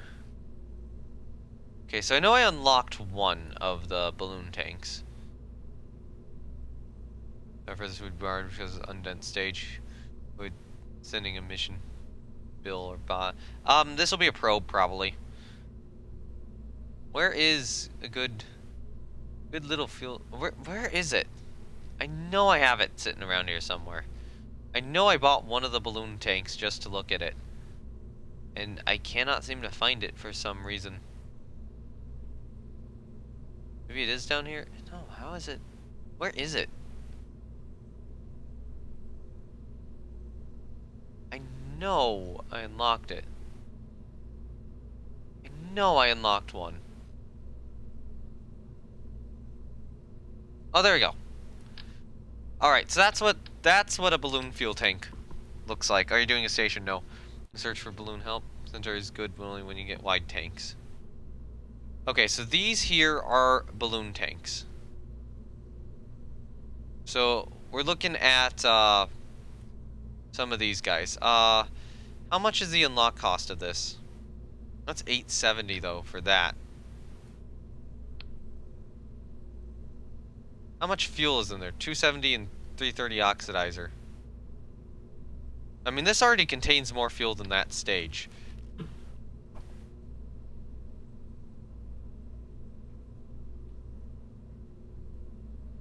Okay, so that's 0.15 tons. What's the lowest mass one of these?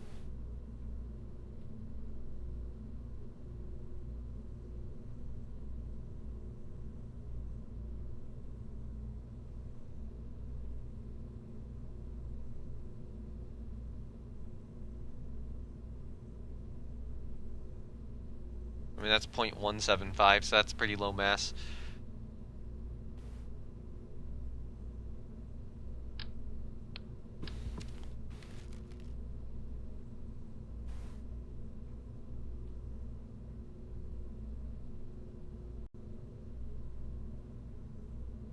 That is... Well, that's 1.8 tons, though. That's like 0.3 tons right there.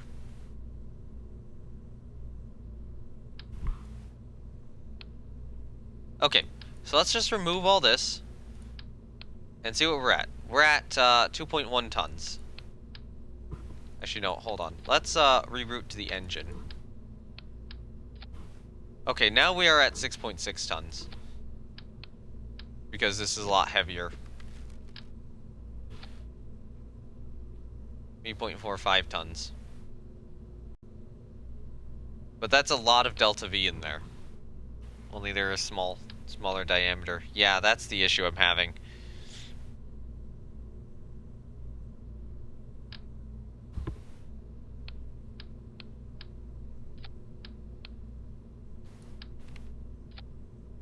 I could do this.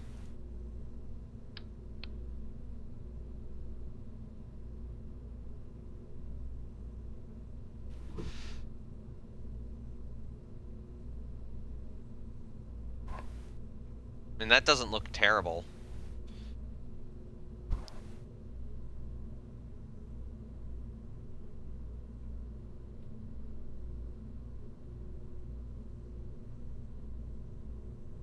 Okay, cannot have components radially attached to it. Which would mean that we'd have to construct some sort of engine bell situation.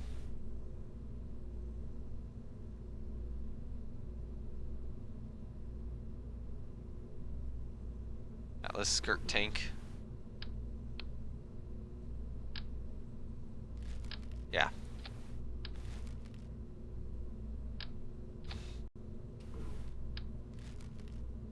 So if it works, it works.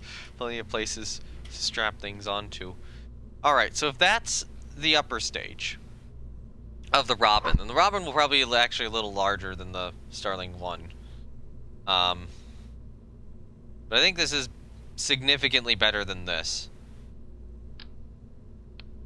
Okay, so that's 1.8 tons with the fuel on it. How much is that without the fuel? I need to get my calculator up. Well, it's 0.72 and 0.88, so 0.88 plus 0.72, that removes 1.6 tons, so this is 0.2 tons. Or that's 0.2 tons without the fuel, and carries 144 liquid fuel. This is 1.25 tons without the fuel for 225 units. So yeah, that is a lot more delta V. Alright, so now let's reroute to there. And now we have our options. So I probably don't want to do this. Wait, this is an Atlas skirt, isn't it? Oh my god, this is gonna be so stupid. Oh, hold on. This is also 1 point. Let's get this one. Let's get this one, see if this works. See if I can do like 2 of these. Oh yeah, this will work better.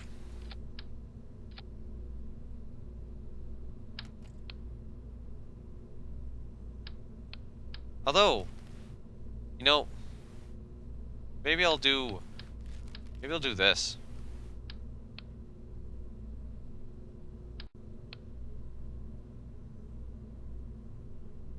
Actually, no, I do want to do the extremely cursed double-sided Atlas skirt.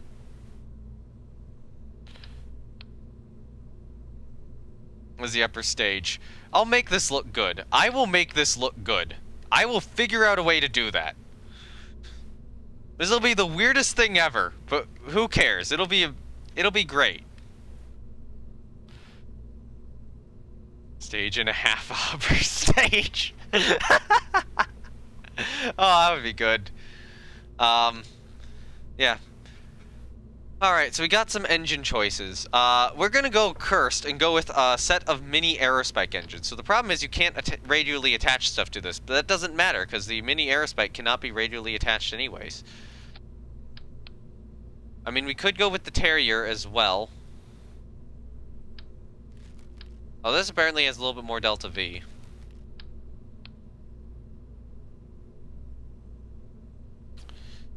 So let's try to figure out a way to get multiple mini aerospikes on here. This is gonna get weird. This is gonna get so weird so quickly. We're gonna need some form of engine mount. Or a separating engine mount, or weird adapter sort of thing. Alright, so that's a 1.25 coupler. We need something smaller than a 1.25 coupler. Let's try this. Is that squad? That's probably default squad.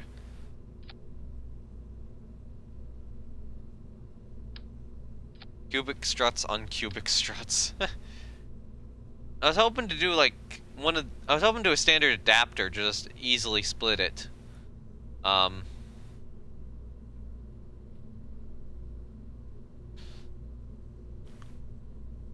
Maybe this would work?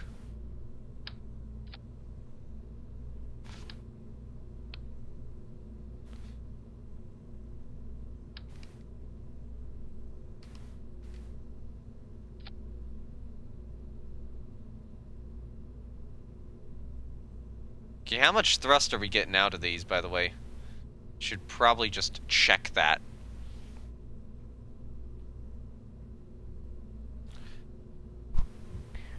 So this is getting 12 kilonewtons of vacuum thrust, which is where we are expecting to be using it.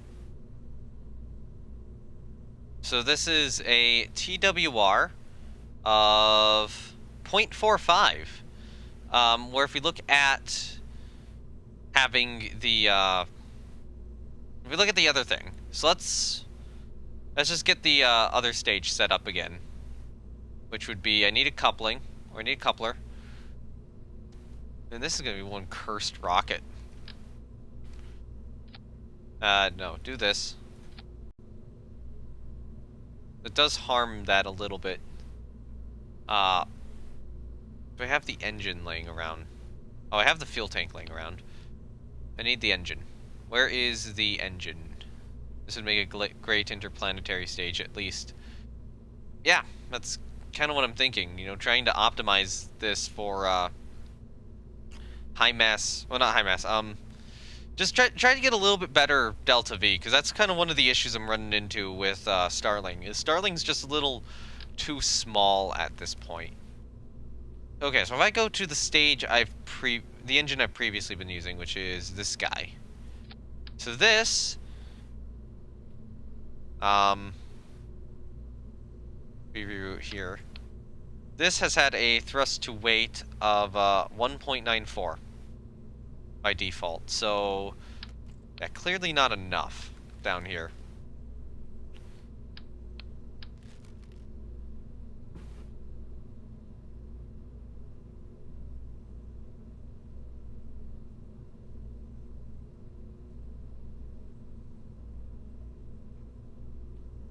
So we need a way to mount multiple engines.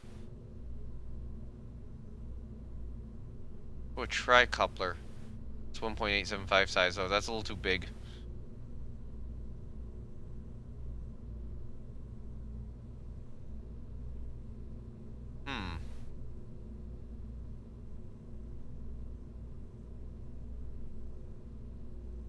What would be something good to just...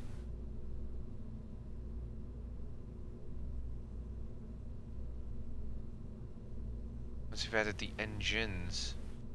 oh wait, no, that's way too... That's a Sarnis mount. Why did I buy that? That was dumb.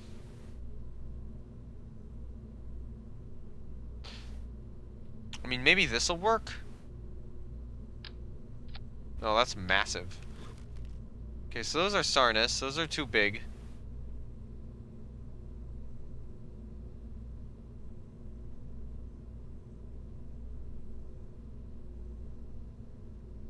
But they are in the right spirit of what I'm trying to do.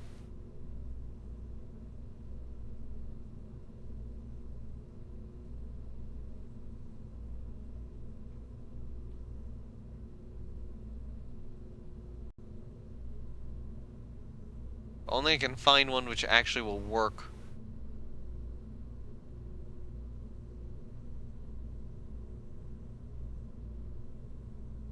You okay with a healthy amount of clipping? Yeah, I guess. I would normally use cubic octags are a decent strategy here. I was just wanting to see if I had other options. No, if I had something else, but it looks like it's gonna have to be multiple cubic octags. 2 of those double engine mounts. Oh, interesting.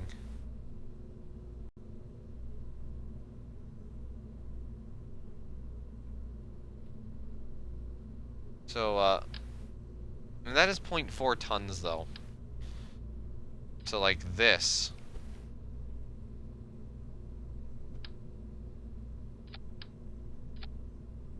Okay, so that is 7278 meters per second of delta V there, and a TWR of 0.87. So let's quickly see what we would get with a one of these. So that's more with a TWR 0.73.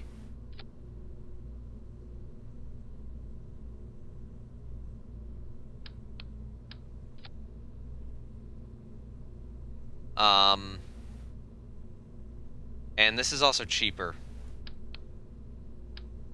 Maybe if I can reduce the mount mass instead. It's a hefty mount, especially for something made for ions.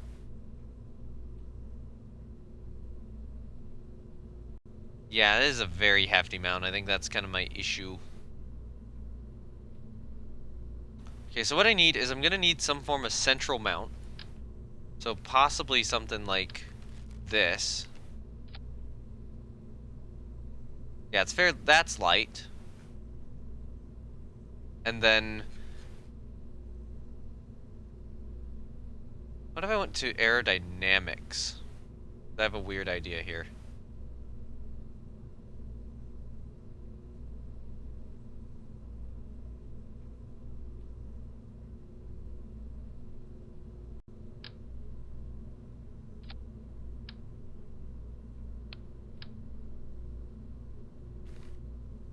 So how much do are we using very smalls? Yeah, we're using very smalls.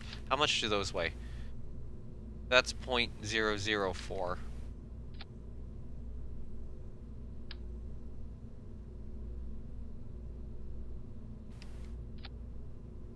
Yeah, that reduces the weight down.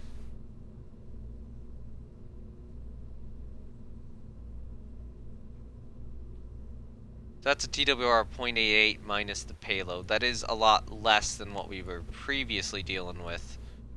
I mean, this might work, though. This might actually, honest to God, work.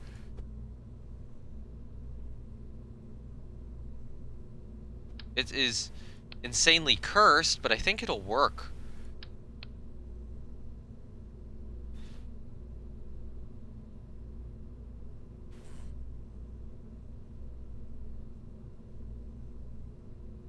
But it does mean that the upper stage has gone up in price. But, you know, the amount of payload this could theoretically take's also gone up a significant margin. We better turn this into a probe on its own rather than a stage. Yeah.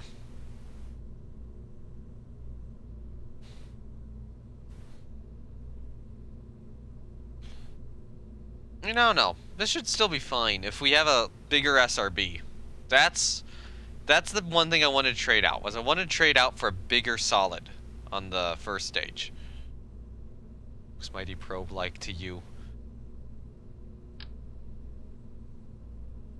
Okay, so how about... Okay, so we got some options here.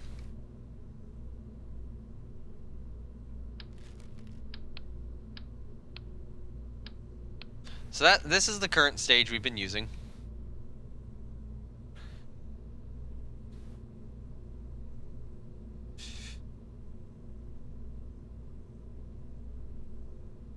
Oh, what about this engine? Oh, that's a terrible engine. No double-sided Atlas skirt would turn into a Venera. Yep. And the other option is this. I mean, this has... I mean, it's 200 per engine. It's got 342 in a vacuum.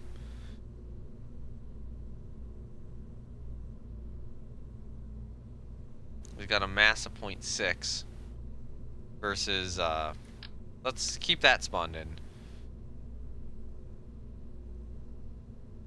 Okay, you know what? Let's try this here. Let's remove that and see how a Terrier would do in its place. So that's less delta V.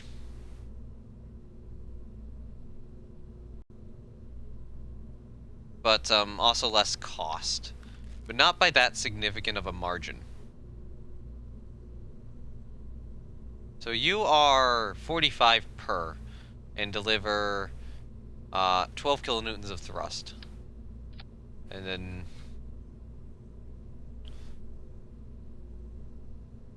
you are 200 per and deliver 9.8 kilonewtons of thrust at a slightly higher efficiency. I think it's better to use the 4 arrow spikes.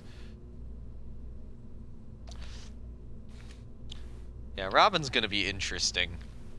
This is gonna be a weird rocket. So we were previously using Nova Punch Advanced Solid Booster Light. So that's a 1.25 2-segment booster. If we wanted to put it on, that's what it would look like roughly.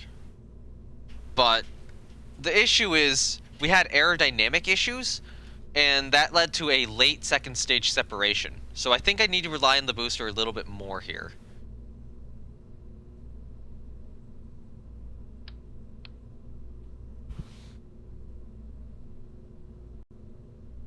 Means I probably want... That's a little too big. So, we have one option. We could go for the extended version of the booster.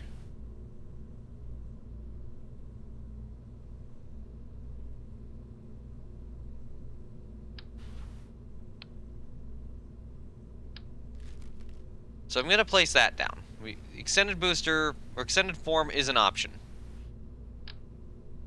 But, we can do other things too. Actually, how expensive is it? That is 1167. I probably don't want the mini versions of it. We could also do that, but that's pretty expensive.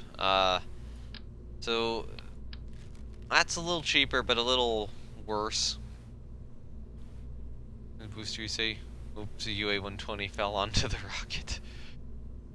We're actually a couple I was looking at. So one of those is the this gemstone SRBM. How much does that get?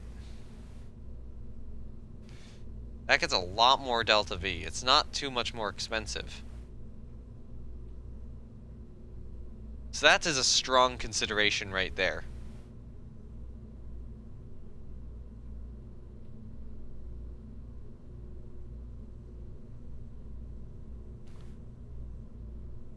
Was that what's used on like the H2? I will probably have to be right back now. Yeah. The other option is we use a P80. Like this guy. Or this guy. Actually, yeah, probably the P80 here. That's the other option. Alright, be right back though.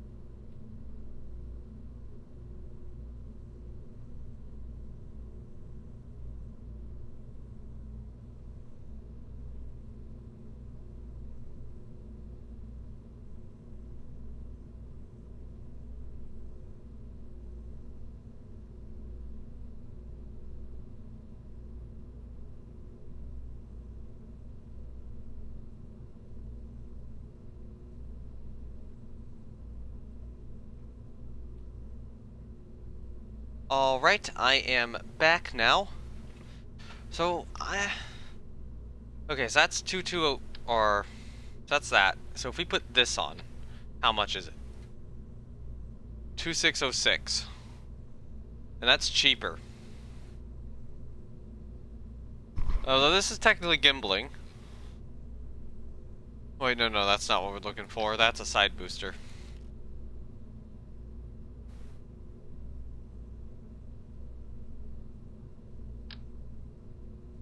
Or we could do this. Oh, that's actually pretty expensive, so...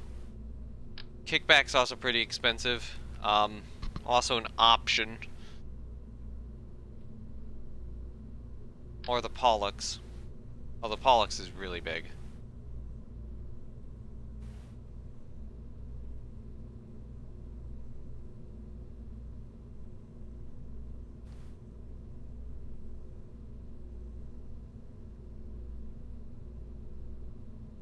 Where was the other booster I was looking at again? It's a gemstone over here. I want to see how much it costs.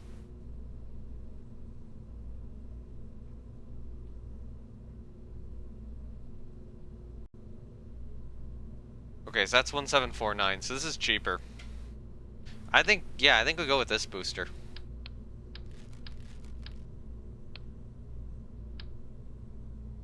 Yeah, I'll put fresh fins on it.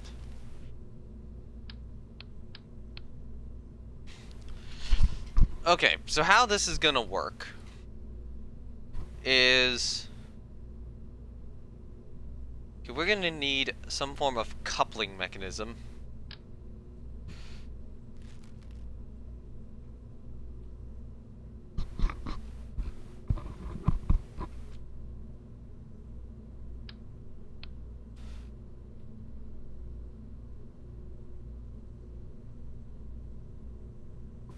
On that center point there.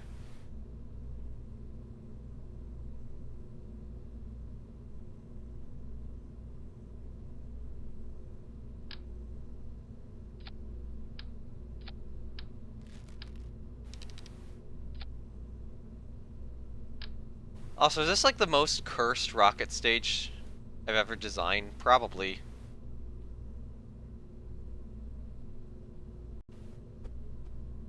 This just... Okay, yeah, that is mounted properly. So we'll do that. We'll have that there.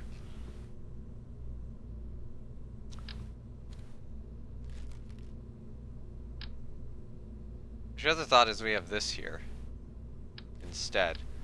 We have that little guy as our decoupler. And put a pull through. Like a moderately long cubic octag. And then we need a fairing on the bottom. So...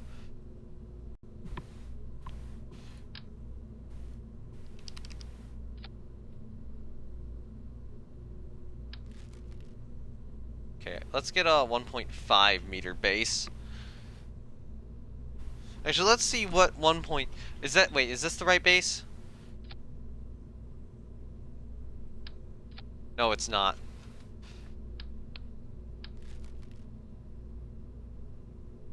So we need a 1.875. So we could use that. So that is 450. So Blue Dog is thinner, but also 450. Is it the same mass? No, it's a little lighter, actually. So, current best option so far is that.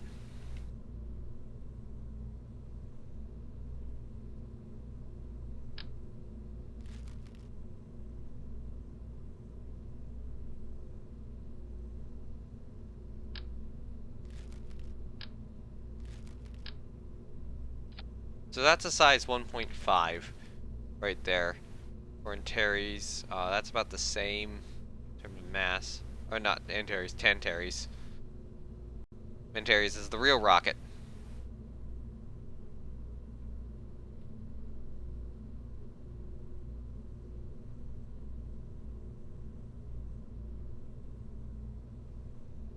Alright, so I think we're gonna go with this.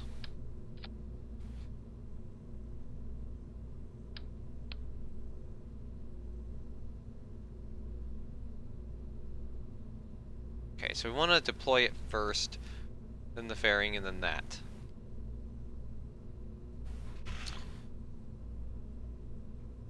Okay, that's some insane thrust to weight.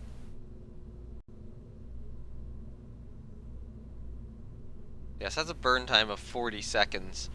I just want to quickly check, with the normal engine we've been using, with the normal SRB, this guy, we've normally had it on about, like, 80% throttle.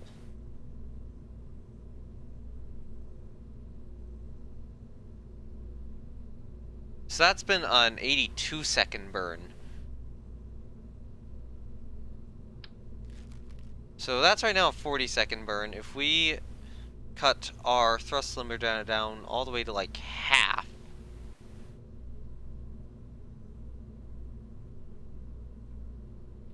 yeah, that's an 81-second burn. So as long as we're like 50% or below in the thrust limiter, we'll be fine.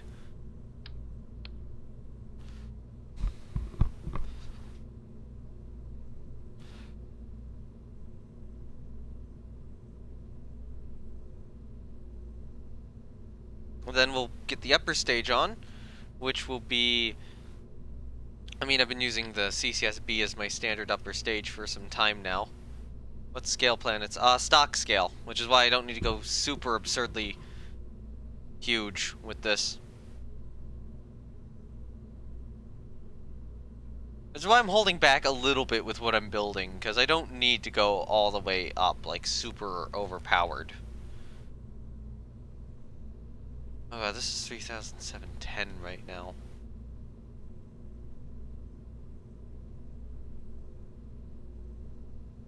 There's no way this is cheaper. Like, once we put this on, it won't be cheaper, right? Is it cheaper? How is it cheaper? Is this something with a... Is this something where an adapter costs like an absurd amount of money or something? Of course, fully built rockets and socket system get you to orbit over 4 times. Yeah, exactly.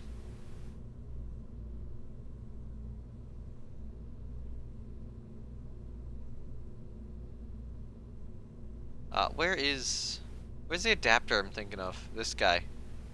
No, it's only 210. Let's get some strut connectors on here. Actually.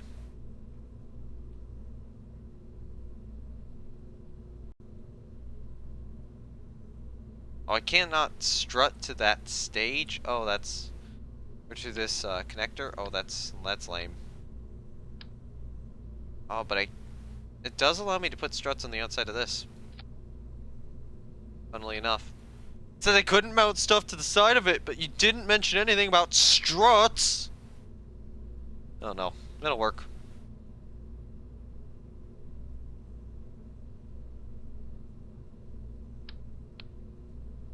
Oh my god, that literally, like, massively increases the delta V loss.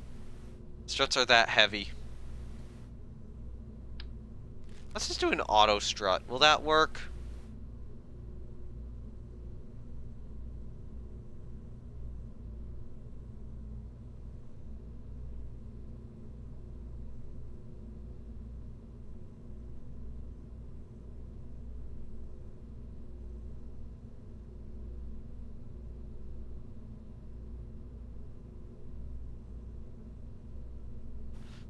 It's taking crap. Oh yeah, it is. It is. God damn it.